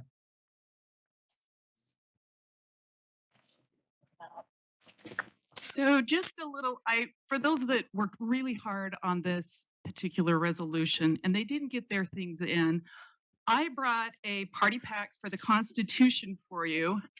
And there's a variety of individuals you can hold up while you're reading the Constitution.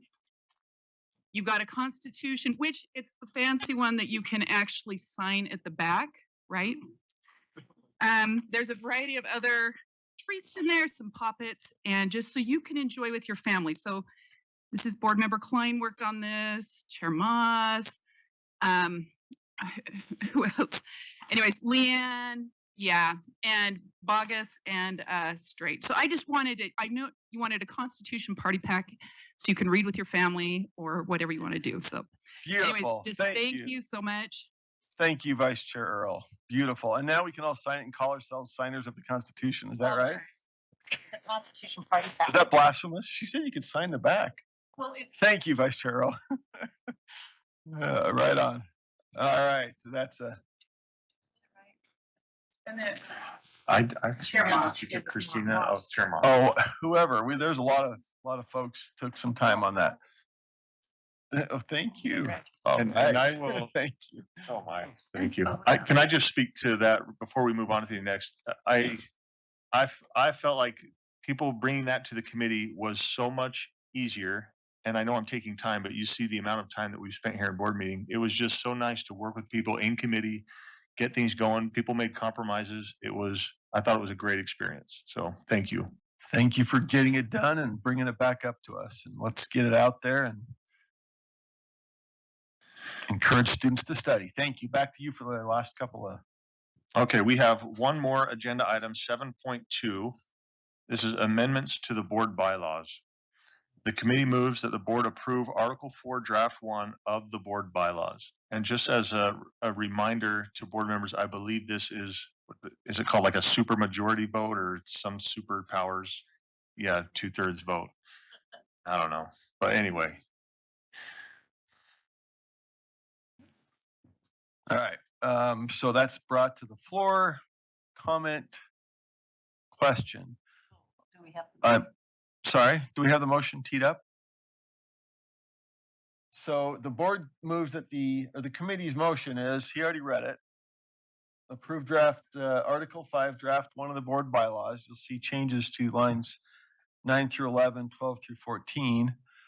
So I have one question comment. There is under consideration, but not yet brought before the body, a request from the 3 committee chairs that's sort of related to this, right? And so I wonder if you might want to address that in this context. You don't have to, but it seems somewhat related and might be germane.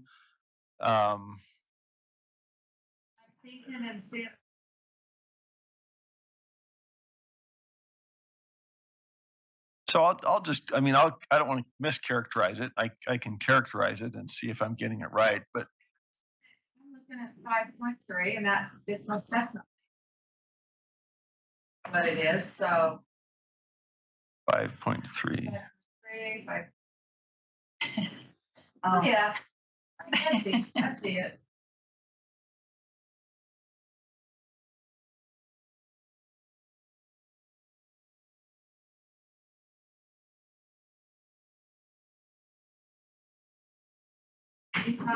Really?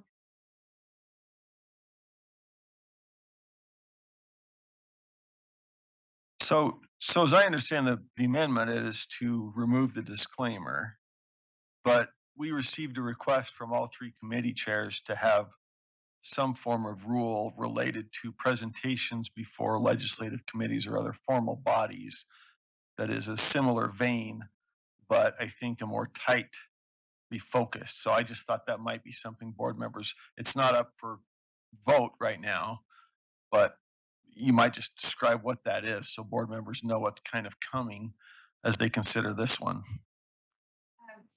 So, You're not on. Oh. Red. This is based partially on some documents that I received from staff when I was asking them, what do they do? Basically, we all have the right to public comment. And this has nothing to do with your opportunity to go in and make public comment. That's your right as a citizen of the state of Utah. This has to do when you are presenting on behalf of the board or board related information, and the process that goes through, and I think it probably would. We probably are at a point, especially in the culture that we live in now, that for one part of it, that we probably I feel like we need process. That you don't just go in and say, I'm here representing the board and I'm going to talk to you today about this, and call somebody up. And that our board president should be aware of what's going on, when it's going on, etc. The other thing is, because you're there representing the board, that there should be some group or somebody. Again, I was thinking, Chair Moss, but that we don't want information presented that, simple things like there's misspellings. I look at the presentations that come from our board staff, and you can tell they have gone through those with a fine-tooth comb. I think anything that we present should be every bit as professional.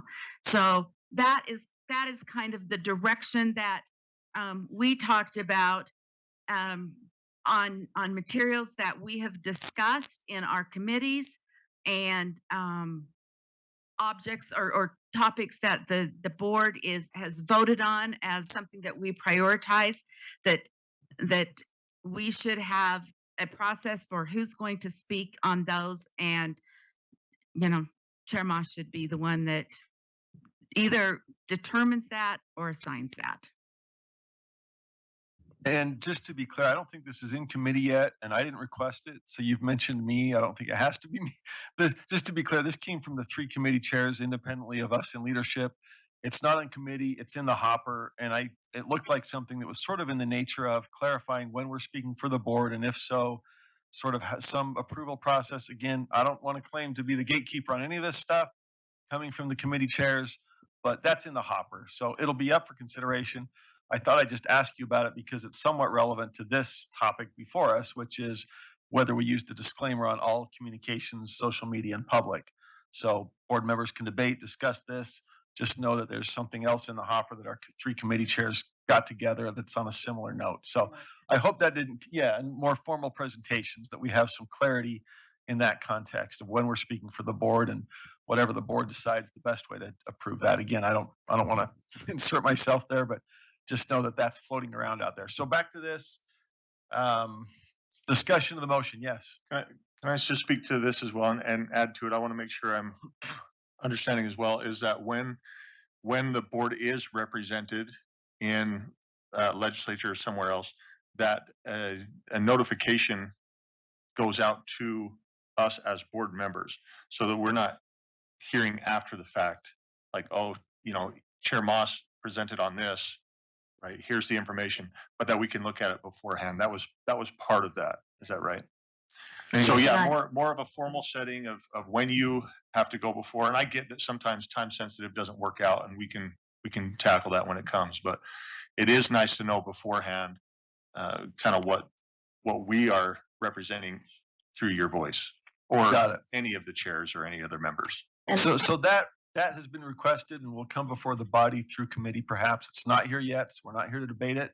Again, I just thought it was appropriate context for this subject. I don't know which committee it's going through, so I just wanted to add my 2 cents here. As someone who's been kind of there and someone needed to speak, so it ended up being me, it would be really nice to have some sort of guideline or some sort of structure to what you say, so that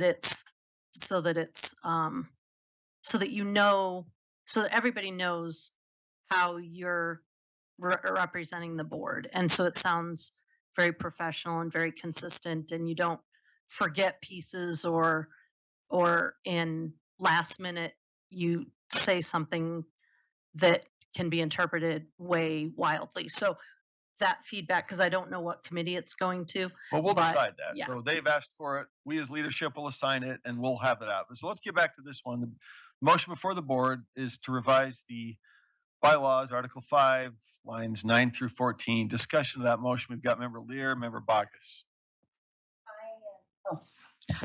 I voted against this in committee. I think it may seem beside the point to many. Some of the committee members said everybody realizes that these speakers are speaking, and everybody, I'm not sure who that is, but everybody realizes that these speakers are speaking for themselves. I don't think they do. I think it is really important that an individual board member is clear to a fault that they're speaking in as an individual and not for the board.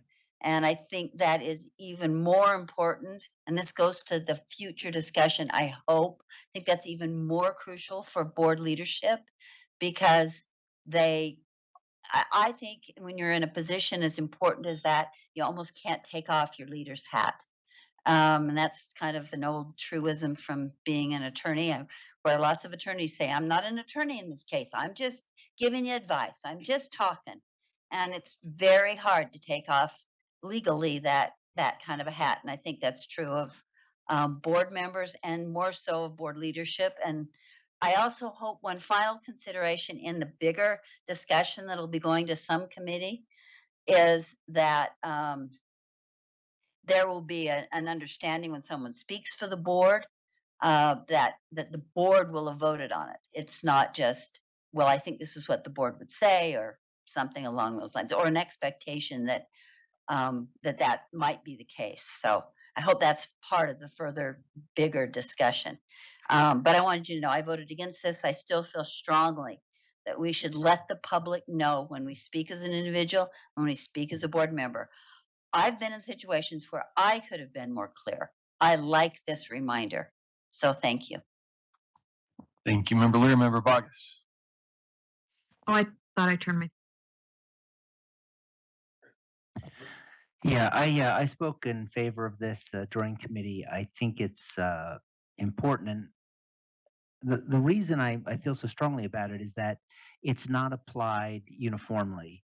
And if we look at board member social media posts, I believe there's only one member of this board who consistently puts the disclaimer on their posts.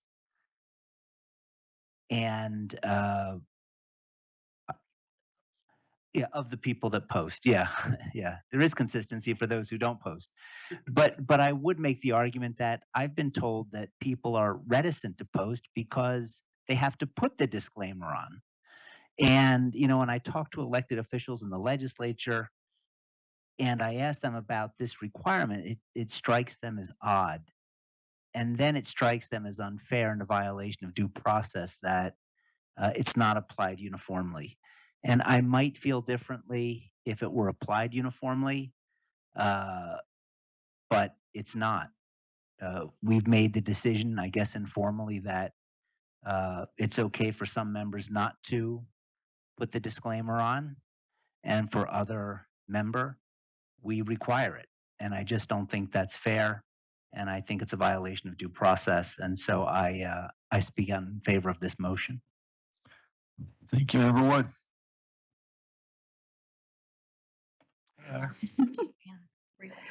No. So Member Wood, then Member Reel.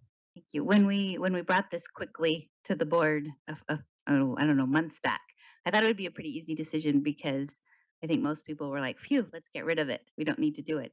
Well, when it didn't go through and we postponed it to this meeting, I actually, reached out to constituents and asked them their feelings and and I was surprised by how many members of the public were grateful for it, because they said, I don't have to think about it. I don't have to think, is this really what the board is thinking? Or, oh, this is what the board is thinking. And so I came last time preparing to vote yes to take it away, probably voting no today, based on feedback from those that actually follow our social media and other communications.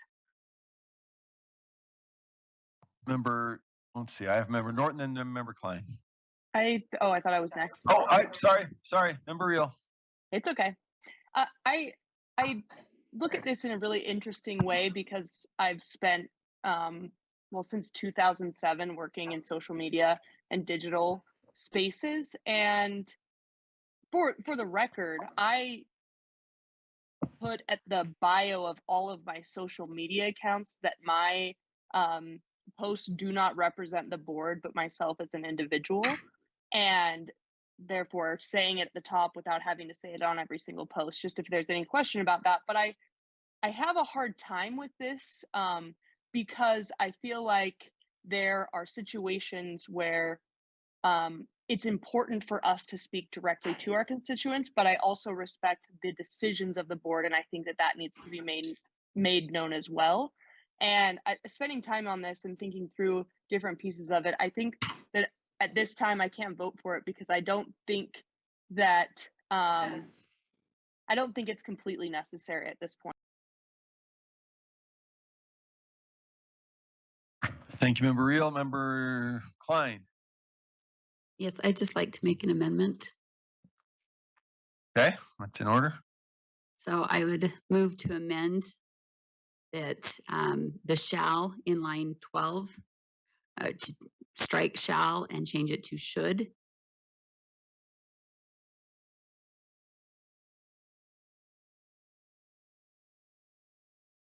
And I can speak to that.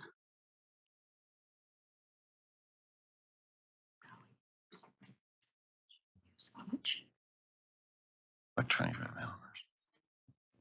Oh, Shall. line 12. Is there a second? Second by Member Carey. Go back to you, Member Klein. I just think it would be more consistent with the language in line 8 where it says expectations, just to keep it consistent. Okay, any discussion to that motion to amend? Vice Chair Hart.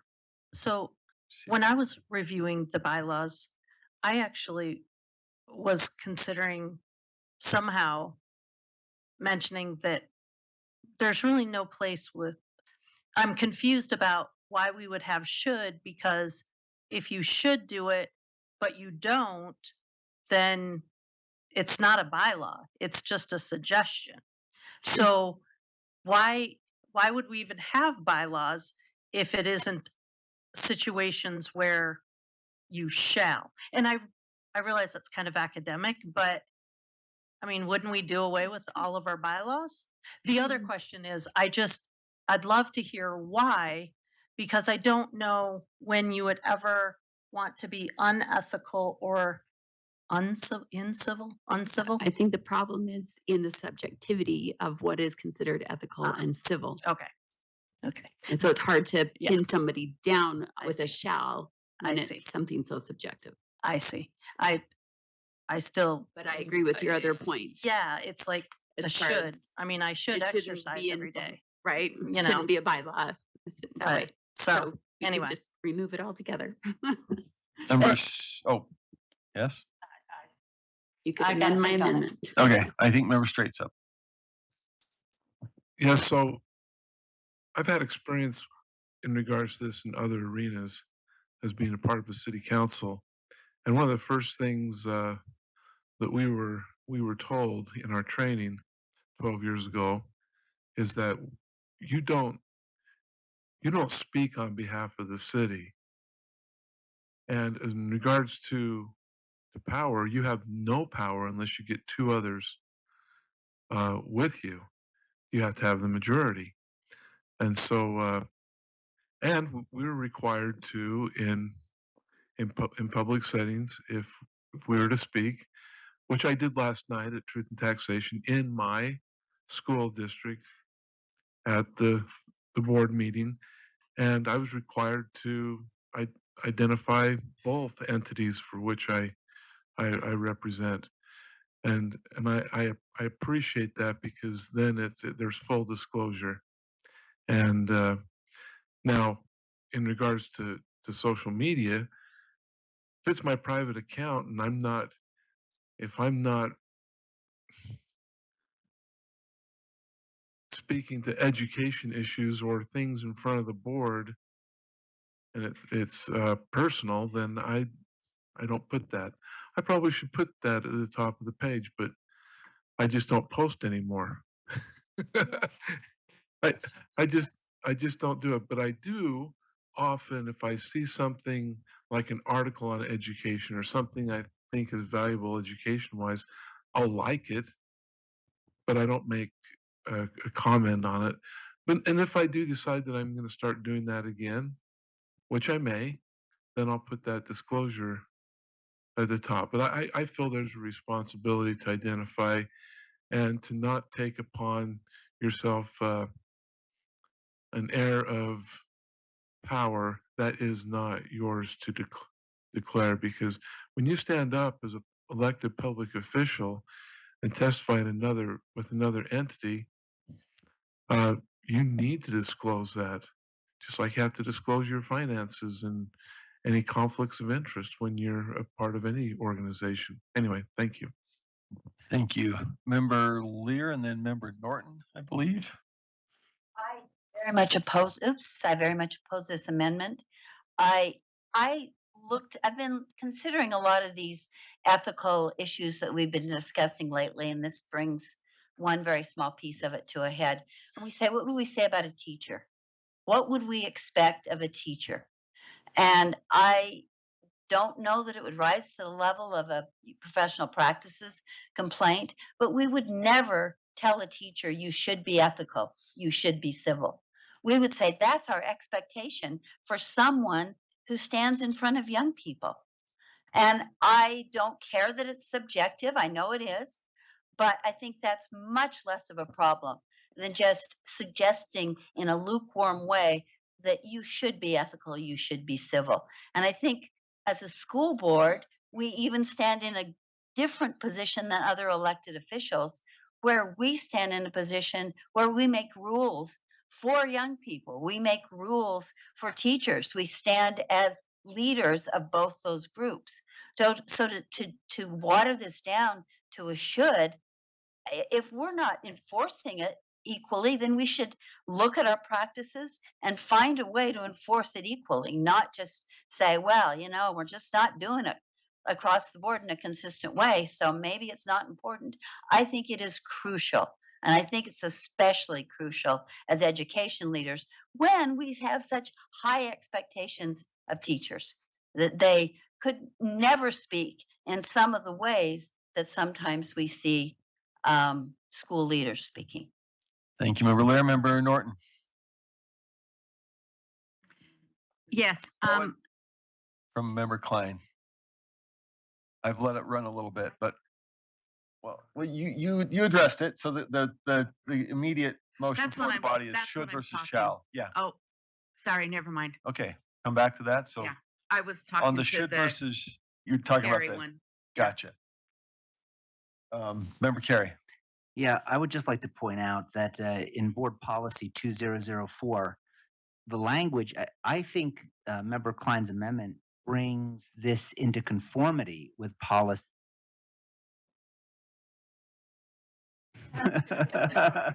I guess it doesn't. Yeah. Oh. I've heard worst excuses, so I'll take that one. I just think it brings it into conformity. 2004 does say 2D, a member should, not shall, not must, a member should hold themselves to a higher standard than the general public in areas of conduct and ethics. And so it doesn't use the magic word shall, it says the word should. That's what I just. Hold on. Let's Robert's rules. And then Member the other Carey. thing I'm concerned about is, the language is pretty clear. It says that members who post or comment on social media do so in an ethical and civil manner and provide a disclaimer for any post or interaction.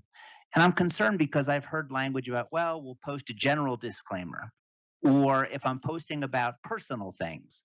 When I read the language, it doesn't say that. It says for any post or interaction, and it doesn't distinguish between personal or official. And so again, we see this uneven application, and that's what troubles me the most, because there'd be a lot of people sitting at these tables that would be in violation of this today if it were applied equally. And it's troubling that we create rules, our interpretation of rules that are in clear violation of the direct language, and say, well, I'm doing what I want to do, so it doesn't apply. And I don't know if it's possible, but maybe, I don't know if we call them internal affairs or audit and investigator, but I'd be curious to know if there's anyone available on, has this been interpreted by them? Does a general disclaimer obviate the direct language of the rule, which says on any post, personal, there's no distinction between personal or professional, or is it board related or not board related?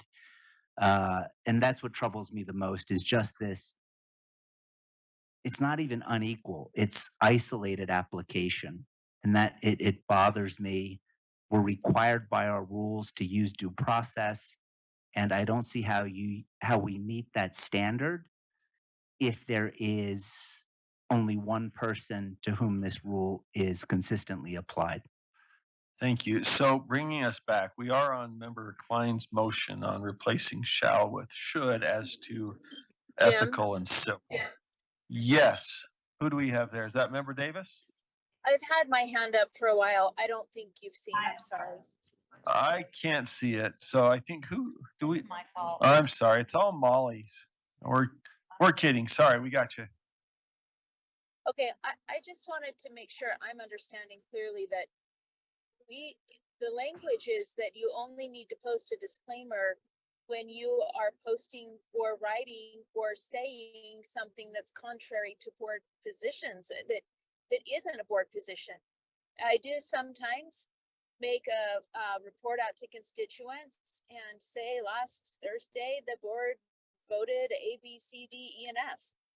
And then I don't need to put a disclaimer there. Those are board positions. But if then I move into an opinion, I make sure to say, in my personal opinion, I think blah, blah, blah about those votes. But I just want to make sure that's clear. The disclaimer doesn't clarify the poster's position. The disclaimer clarifies our position as a board, that it is not that if someone is posting something contrary. Thank you, Member Davis. I do want to bring us back. The motion before the body is Member Klein's. We'll get back to the final discussion of the underlying proposal. But what we've now got before the body is that Member Klein's motion to, in line 12, strike shall, replace it with should. So should use each in an ethical and civil manner. Any discussion to that proposed amendment? Member Bogus. Thank you, sir. So as I've listened here today, I think that it would be prudent for us to consider a glossary. And as much as I just totally do not want to debate a glossary of terms, so many of these words are ill-defined. And what one member considers ethical or civil, others would scream, yell, and holler and call oppressive. And so I think that we need to be very clear. I like that this amendment does bring it into compliance with board policy. If we choose not to pass this, I would love to see us bring that board policy and make those two consistent. But I do think as a board, until we have a very defined way of engaging with the words ethical and civil, maybe should is a better word there. And I say maybe. Thank you. Okay, any further final discussion? If not, the motion is, well, we just read it, line 12, striking shall, replace it with should. Let's start from the bottom. Member Wood. No. Member Straight. No. Member Reel. No. Member Norton. No. Member Lear. No. Member Carey. Yes. Member Hymas. No. Member Vice Chair Hart. No, but only because I object to the word should in all cases. Member Green. Not with us. Member Earl, Vice Chair Earl. No. But Member Davis.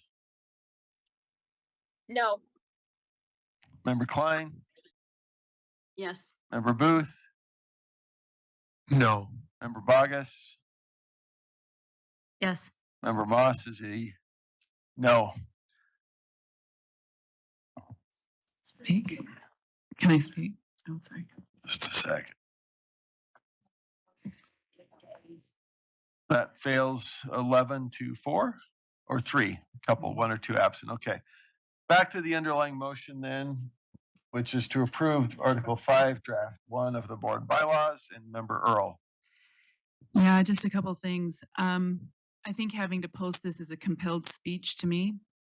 I don't post very often because I'm not going to post this. And so it's a chilling impact. I feel like when I speak, that people know that it's Jenny Earl's Facebook site. I want to know what the punishment is, because if I speak, I want to know what it's going to be. So I don't know whatever that's going to be, but this is a compelled speech. The fact you're forced to put something on in order to speak as a public official, to me, is chilling. I just think it's not necessary. I think that, anyways, those are my thoughts. The board isn't speaking when I speak. And I don't, the other thing is that it's like we're babysitting each other. We're adults and we get complaints all the time. I've had to answer to those when people have had a complaint on me, and it's okay. I don't know. It's like, it's not what happened. It's whether or not you reference something, or you, at the beginning of it, you said, did you say the exact words right? Or did you imply that it was only you speaking? And then we have to, as leadership, we have to make a judgment. Was it this or that? And then what's the punishment if you didn't? You may not have had any other problem, but you didn't, because the public's out looking almost like they're trying to find, did you say that? Okay, they didn't say that, therefore I'm calling it in, I'm making a complaint against you. It's a babysitting thing. I think we have to own what we say. To me, this is an excuse to, I mean, it may be even an excuse to say whatever I want just because I put my statement on there. And I think you have to be accountable for the words you use as well. And so I find this compelling speech, and I think it's offensive. That's my thoughts. So. Vice Chair, well, let's see, do we have Hart or Hymas first? It was me, but if I turn mine Very on, well. the camera comes to me, and the camera needs to be on the speaker. Vice Chair Hart. Yes. And then Member Hymas. I think it's unnecessary. Our teachers who, are, like I said, some of the most controlled and regulated individuals, certainly they know, at least in the schools I've been, you don't speak, when you're at school. Like, you don't make political speech at school, but we don't go and say, have a disclaimer on every Facebook post that they do.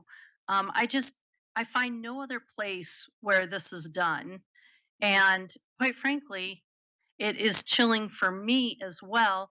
And I just feel like we're insulting, like, this dumbing down of adults. And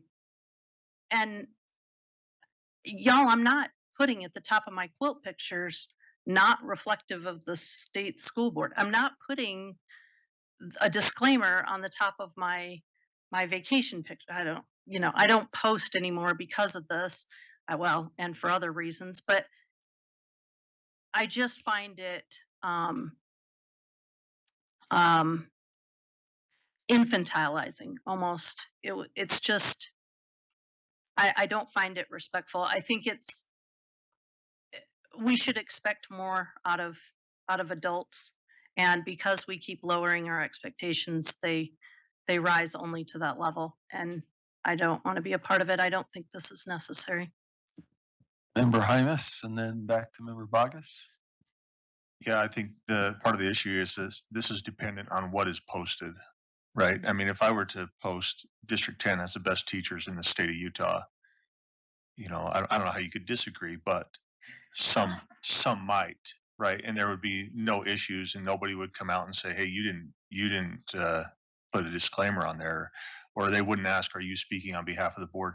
Because at all times, we talk about hats. I do represent the board at all times. I can't get away from that. I also represent District 10 at all times. If I can speak on behalf of my constituents as a District 10 representative without representing the entire board. I also represent the Hymas name and other things, right, that I don't put a disclaimer on. And so along with all of these, the problem with this that we passed a couple years ago is that it really is dependent on what is said. And so then we try to say, okay, you're not representing the board, but maybe you do represent your constituents. And who's going to decide that, right? And we're saying it's not official position of the board, but it is an official position of maybe a board member, right? And so there's just these lines that this, when we try to force this, it doesn't look great, it doesn't feel great, and it doesn't, quite frankly, I don't think it's made any impact. It hasn't made the impact that the original board who brought this forward hasn't changed anything. And I'm hearing it may have caused the opposite. So I think by removing this, we need to play to what the board's role is, not individuals on the board. Thank you. Thank you. Member Bogus and Member Davis. Is that what you said? Member Davis?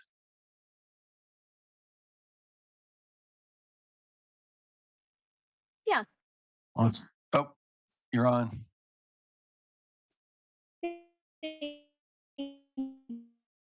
You're really, we can't hear you, Member Davis.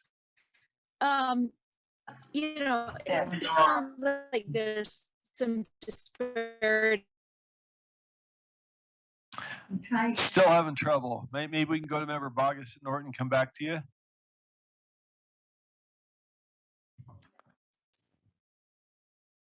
Member Bogus, you want to? How people Sir, as soon as she understands that you want her to stop, then I will start talking. This vote goes. It's on both sides. Member Davis, we can't hear you. No. We might just take a couple of comments and come back to you if there's a better spot you can get to.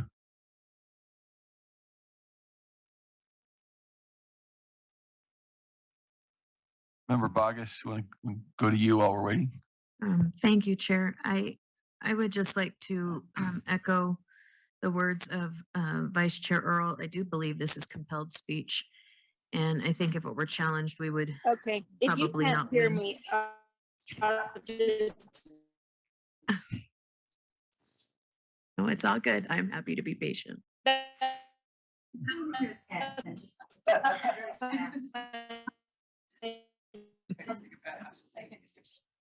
That's fine. That's fine.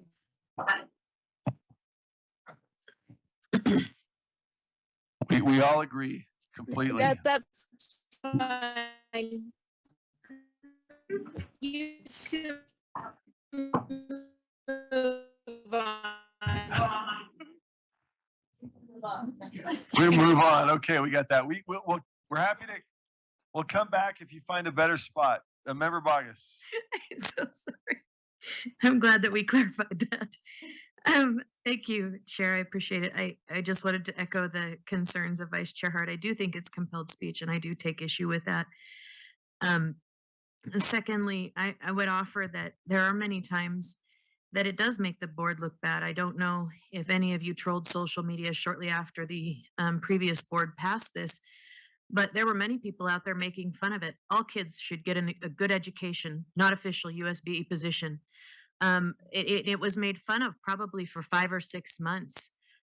All children are valuable, not official USBE position. It was out there for weeks upon end. And so it was mocked as this thing. And so I think it can make the board look bad, especially when that position is something of substance about the value of our children or the quality of education they received. You know, congratulations, teachers, on your great test scores, not official USBE position. It was just insane.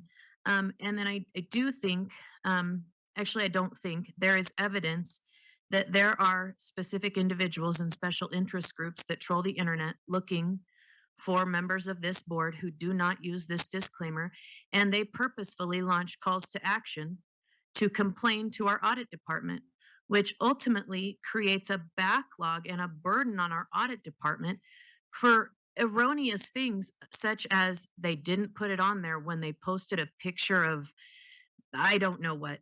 But it becomes something that becomes a burden to this agency. It becomes a burden to our employees, and it becomes a way for special interest groups to harass members of this board.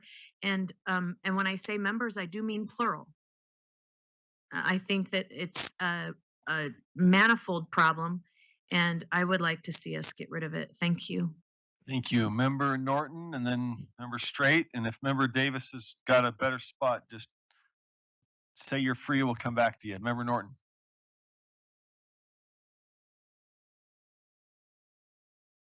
Oh,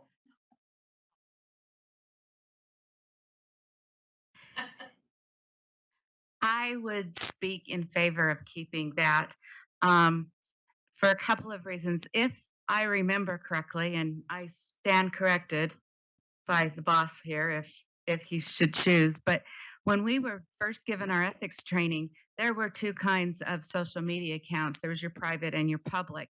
And the rules were very different for them. One, you could block people, the other one you could not, or you had to block everybody. Not allow comments. I am one of those non-posters.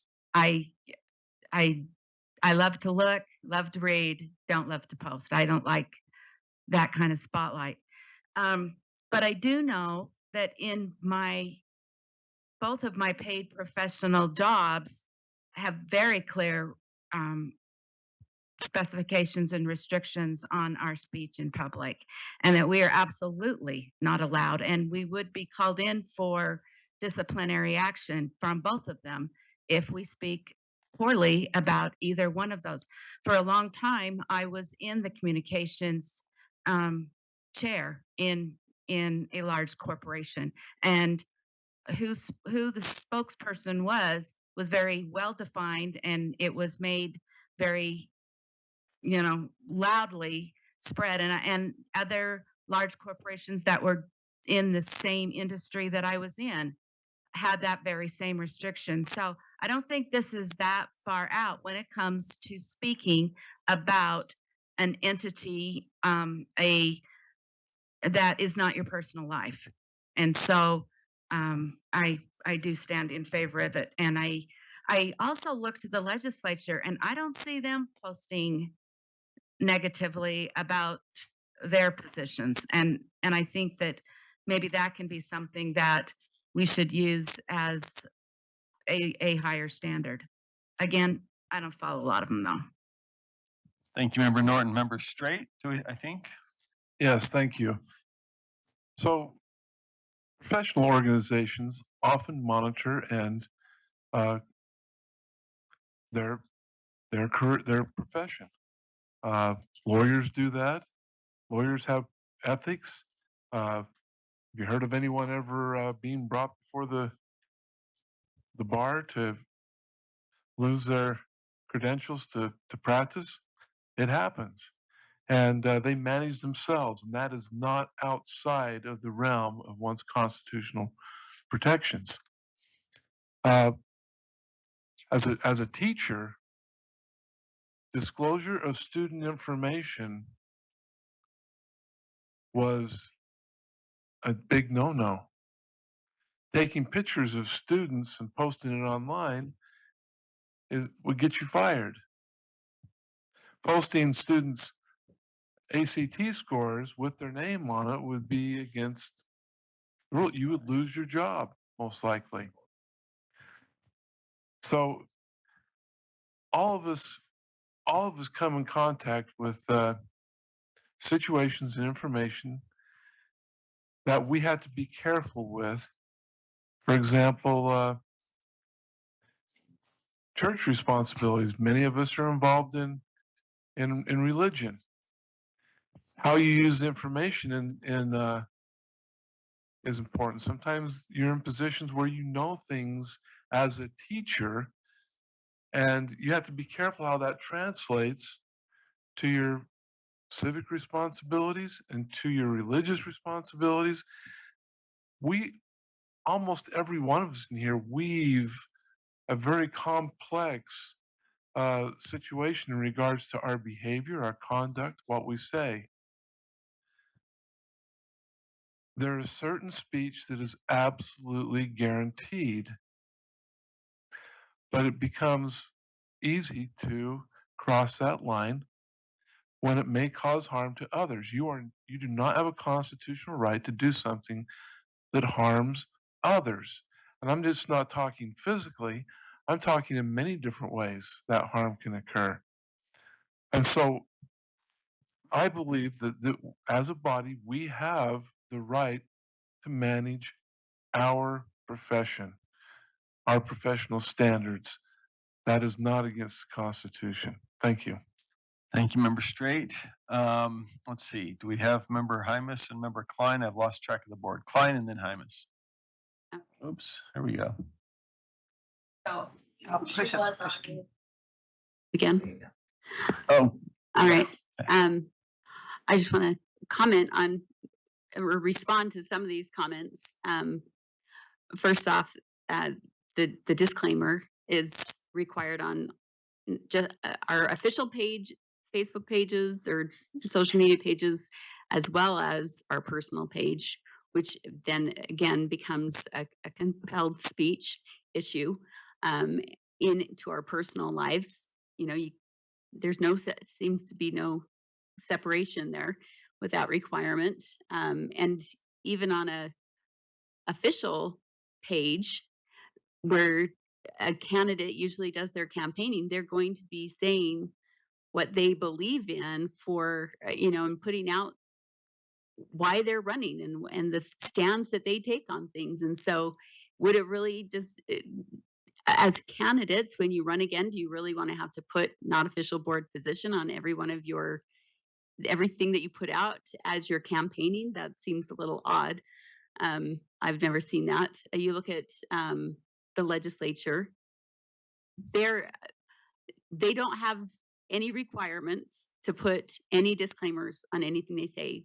We are not employees. We are elected officials, which requires, if ever there was a high bar for free speech, it would be for elected officials because they represent the people and they have to be able to speak freely on any issue.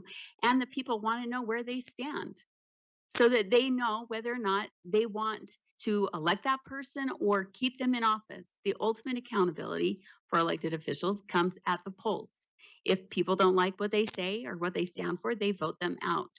And to be able to be completely transparent as an elected official is absolutely key, or else we don't know who we are electing. The people don't know who they're really electing.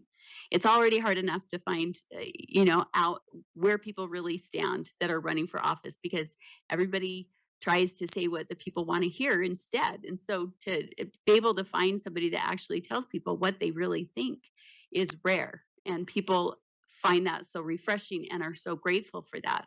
Then they can actually be an informed voter and vote according to, find somebody that they can truly stand behind. And I think that that's important that we, here we are, we took a pledge this morning to the flag. We also took an oath. We made we took an oath of office when we were sworn in to uphold and defend the Constitution, which is our First Amendment rights.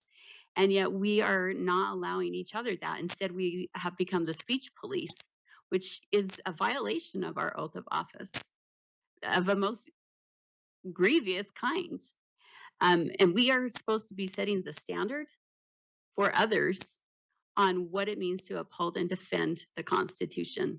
And so to have such unconstitutional, oppressive, tyrannical rules where we are policing each other's speech. I just am starting to understand what it feels like to live in a communist country and why those people become very stoic, very quiet, not open people because they don't know who they can trust. They're afraid that they're going to get in trouble for anything they might say or do because they are not free.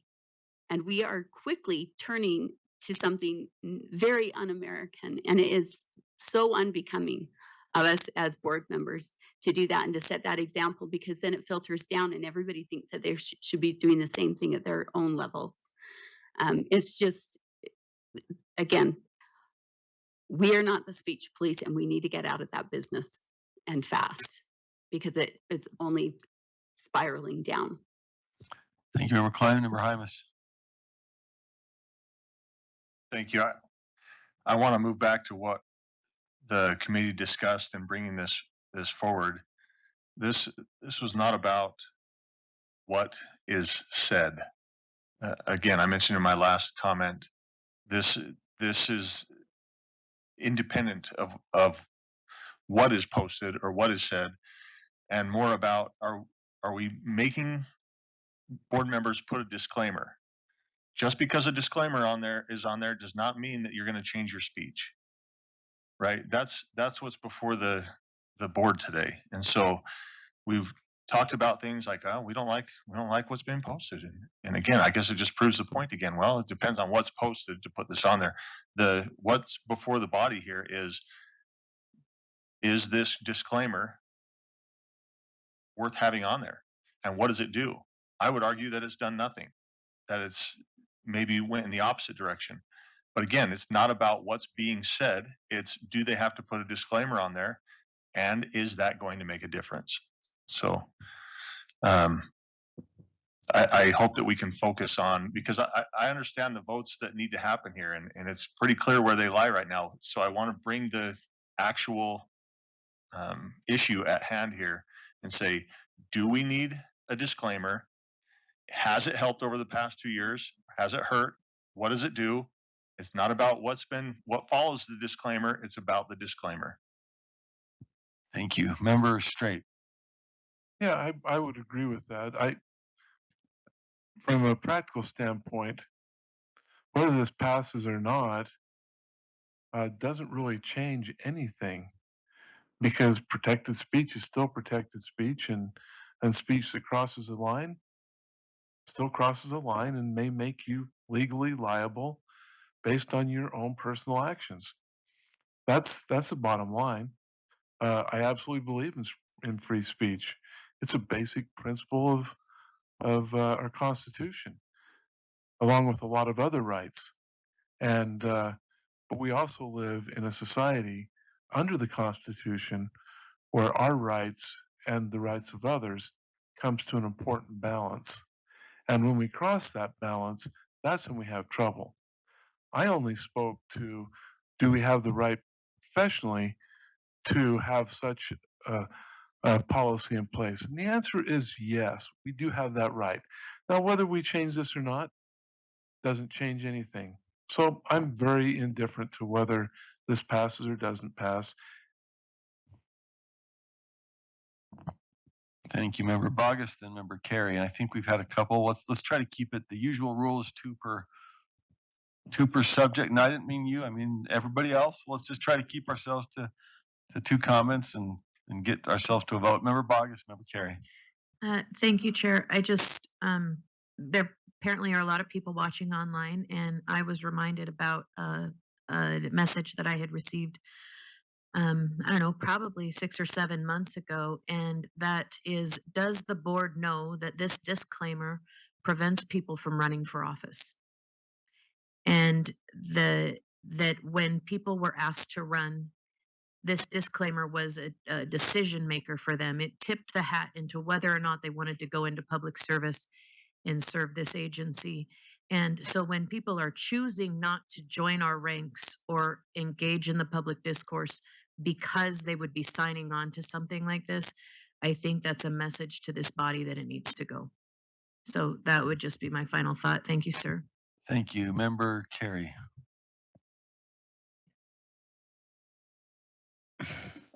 Thanks. I would just like to say, it's been suggested that whether this passes or not, it may be of no consequence. It's difficult for me to understand that, given that I think we had 3 board members tell us today that they don't post. They don't post because of this rule. And so to say whether we have it or not, it doesn't matter, that flies in the face of 3 board members who just said, we don't post as often because we don't want to take the risk that they violate this particular provision. And I do believe that speech is something that we should promote. The more that we share our beliefs and our opinions and our positions, our constituents know exactly where we stand. We don't want elected officials afraid to post and share because then, some people, they may like what we're saying. If you talk to the woman who was yelling at me at Costco this weekend, some don't like what we say. But that's true. Carol has the yeah. That wasn't my mother. Right. It was. No. So I just think that but whether they like what we're saying or they don't like what we're saying, they know where we stand. And I think that's the power of speech. But when you have board members, elected public officials, reticent or afraid or refusing to post because you see that there's a chilling effect, and I do have issues with it being compelled as well. We shouldn't be forced to say things that we don't want to say. Thank you, Chair.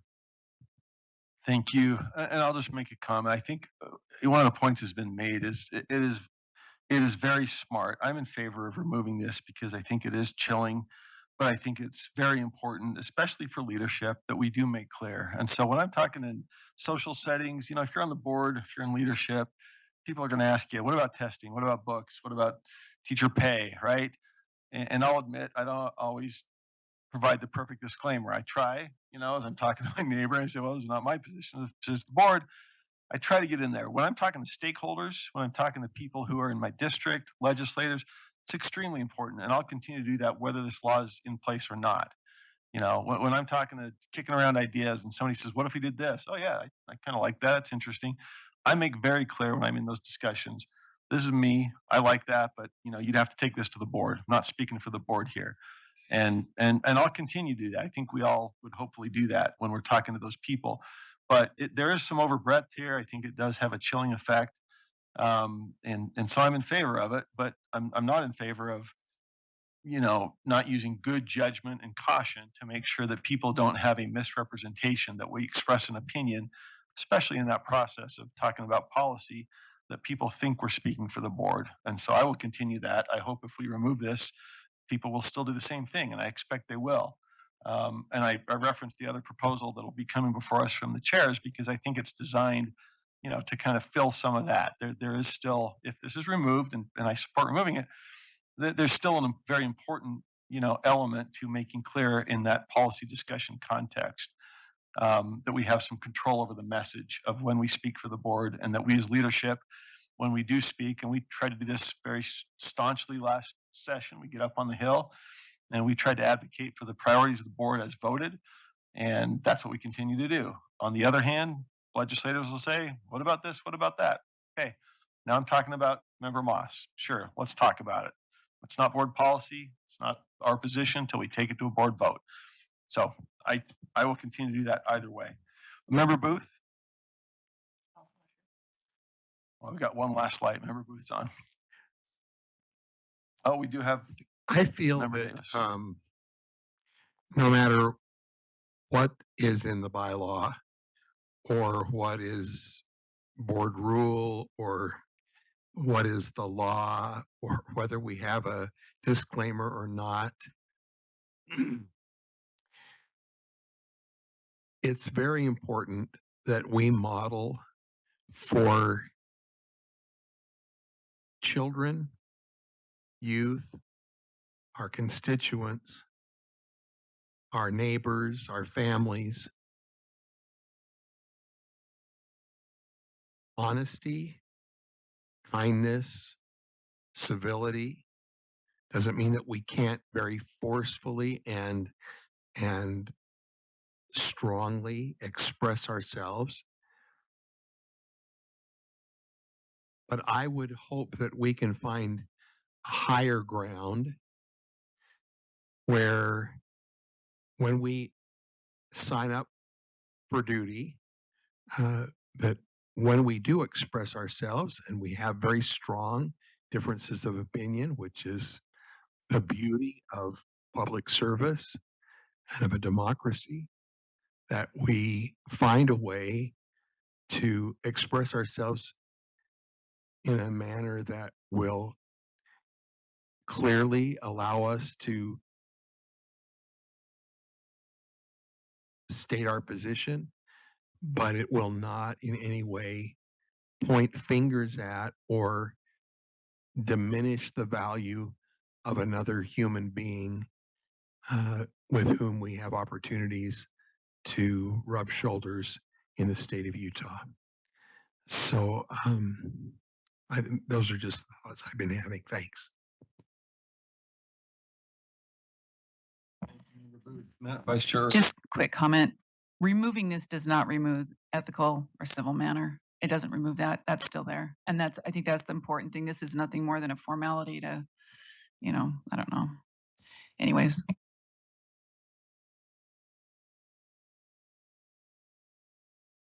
Your input.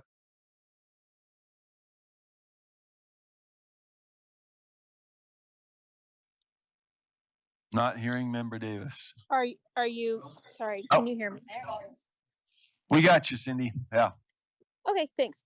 I just think when we post things that are not board position, I think it's been helpful, honestly, to kind of clarify, oh, look, that's not the board position, so it's an opinion. I don't think the disclaimer does anything to regulate speech. I think people can say whatever they want to say and but if we're going to take the transparency away from the public to say, but this isn't the board's position, I'm kind of speaking contrary to that, then I think that we need to step up a little bit as board leadership and as a board and in our communication and on our own, social media pages to present what is the board position when inaccurate information goes out, especially information that's coming up on an agenda. For example, one happened a while back where some inaccurate information went out as if it was a substantive matter changing substantive services, and in fact it was a clerical change. And so it caused all of us time because we had to take all these calls of angry people when the information that went out wasn't actually accurate. So I think no matter how this comes out today, everybody's gonna be fine. But if there are 10 votes to take this disclaimer away and remove that transparency of what is and isn't a board position, then I think we may need to step up a little more as far as just clearly communicating what is the board position on a variety of things. Thanks. Good point. Thank you. Final Member Klein.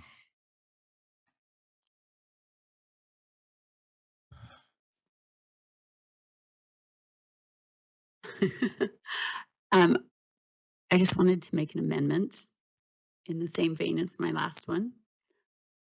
But instead of striking shall, we would add the word strive to instead of shall.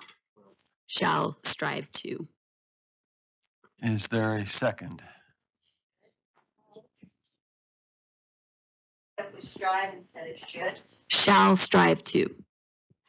Instead of should. So instead of should, yes. Saying, Brian, where are you?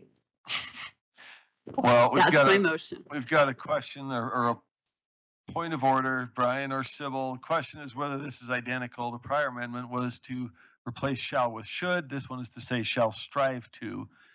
I don't see that as the same, but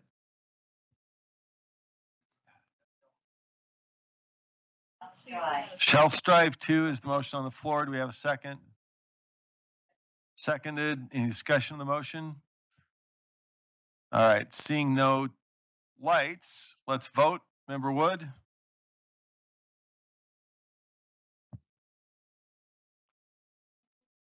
Me. Oh. No. Oh, I'm sorry.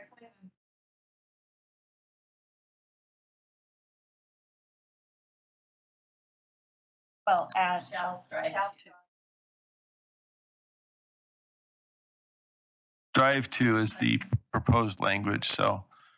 Okay, did we get Member Wood's vote? You voted no? Okay, Member Straight? No. This is the motion to replace with or add shall strive to. Member Reel? No. No. Member Norton? No. Member Lear? No. Member Carey? Yes. Member Hymas? Yes. Member Vice Chair Hart? Yes. Member Green, Yes. Member Earl, Yes. Member Davis, No. Member Klein, Yes. Member Booth, No. Member Bogus. You're a yes? Yes, yes, Okay. sir. Member Moss is a no.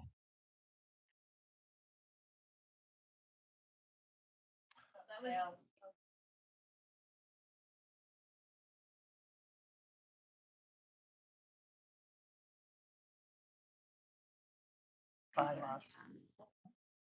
Is that right?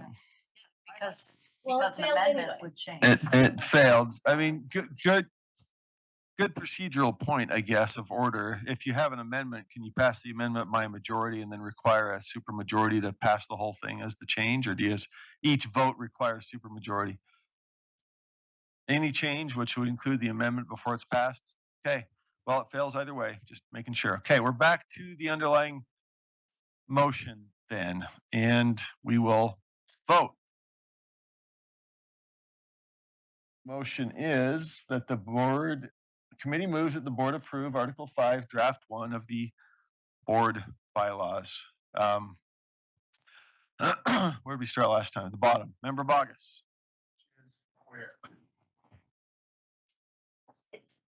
So these are the two changes then yeah, let's put those back up.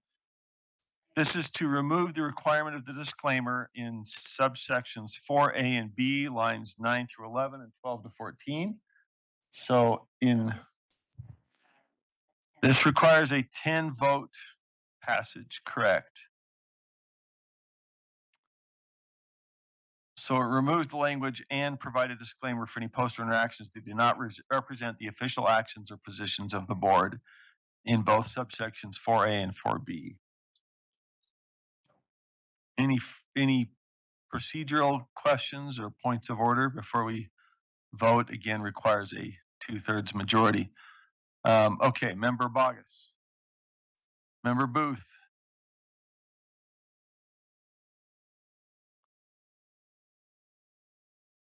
Oh. Yes, I can.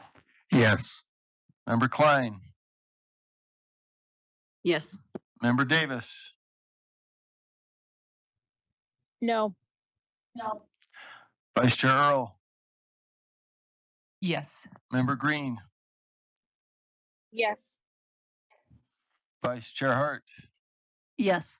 Member Hymas. Yes. Member Carey. Yes.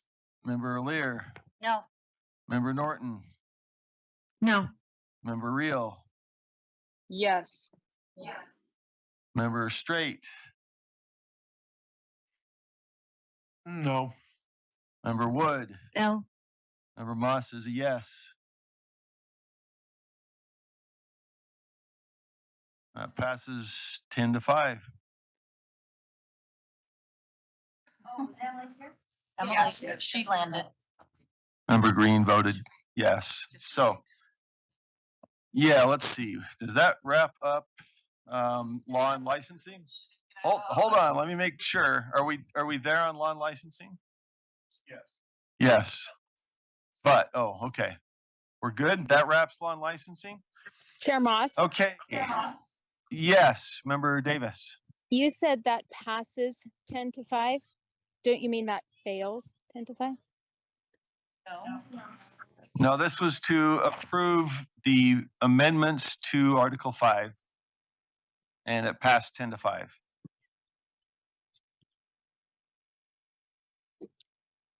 So It passed, so yes. there's no more disclaimer? Correct. Well, I think, okay. So wherever you are. All right. Wherever I am, I may have heard it wrong. Thanks.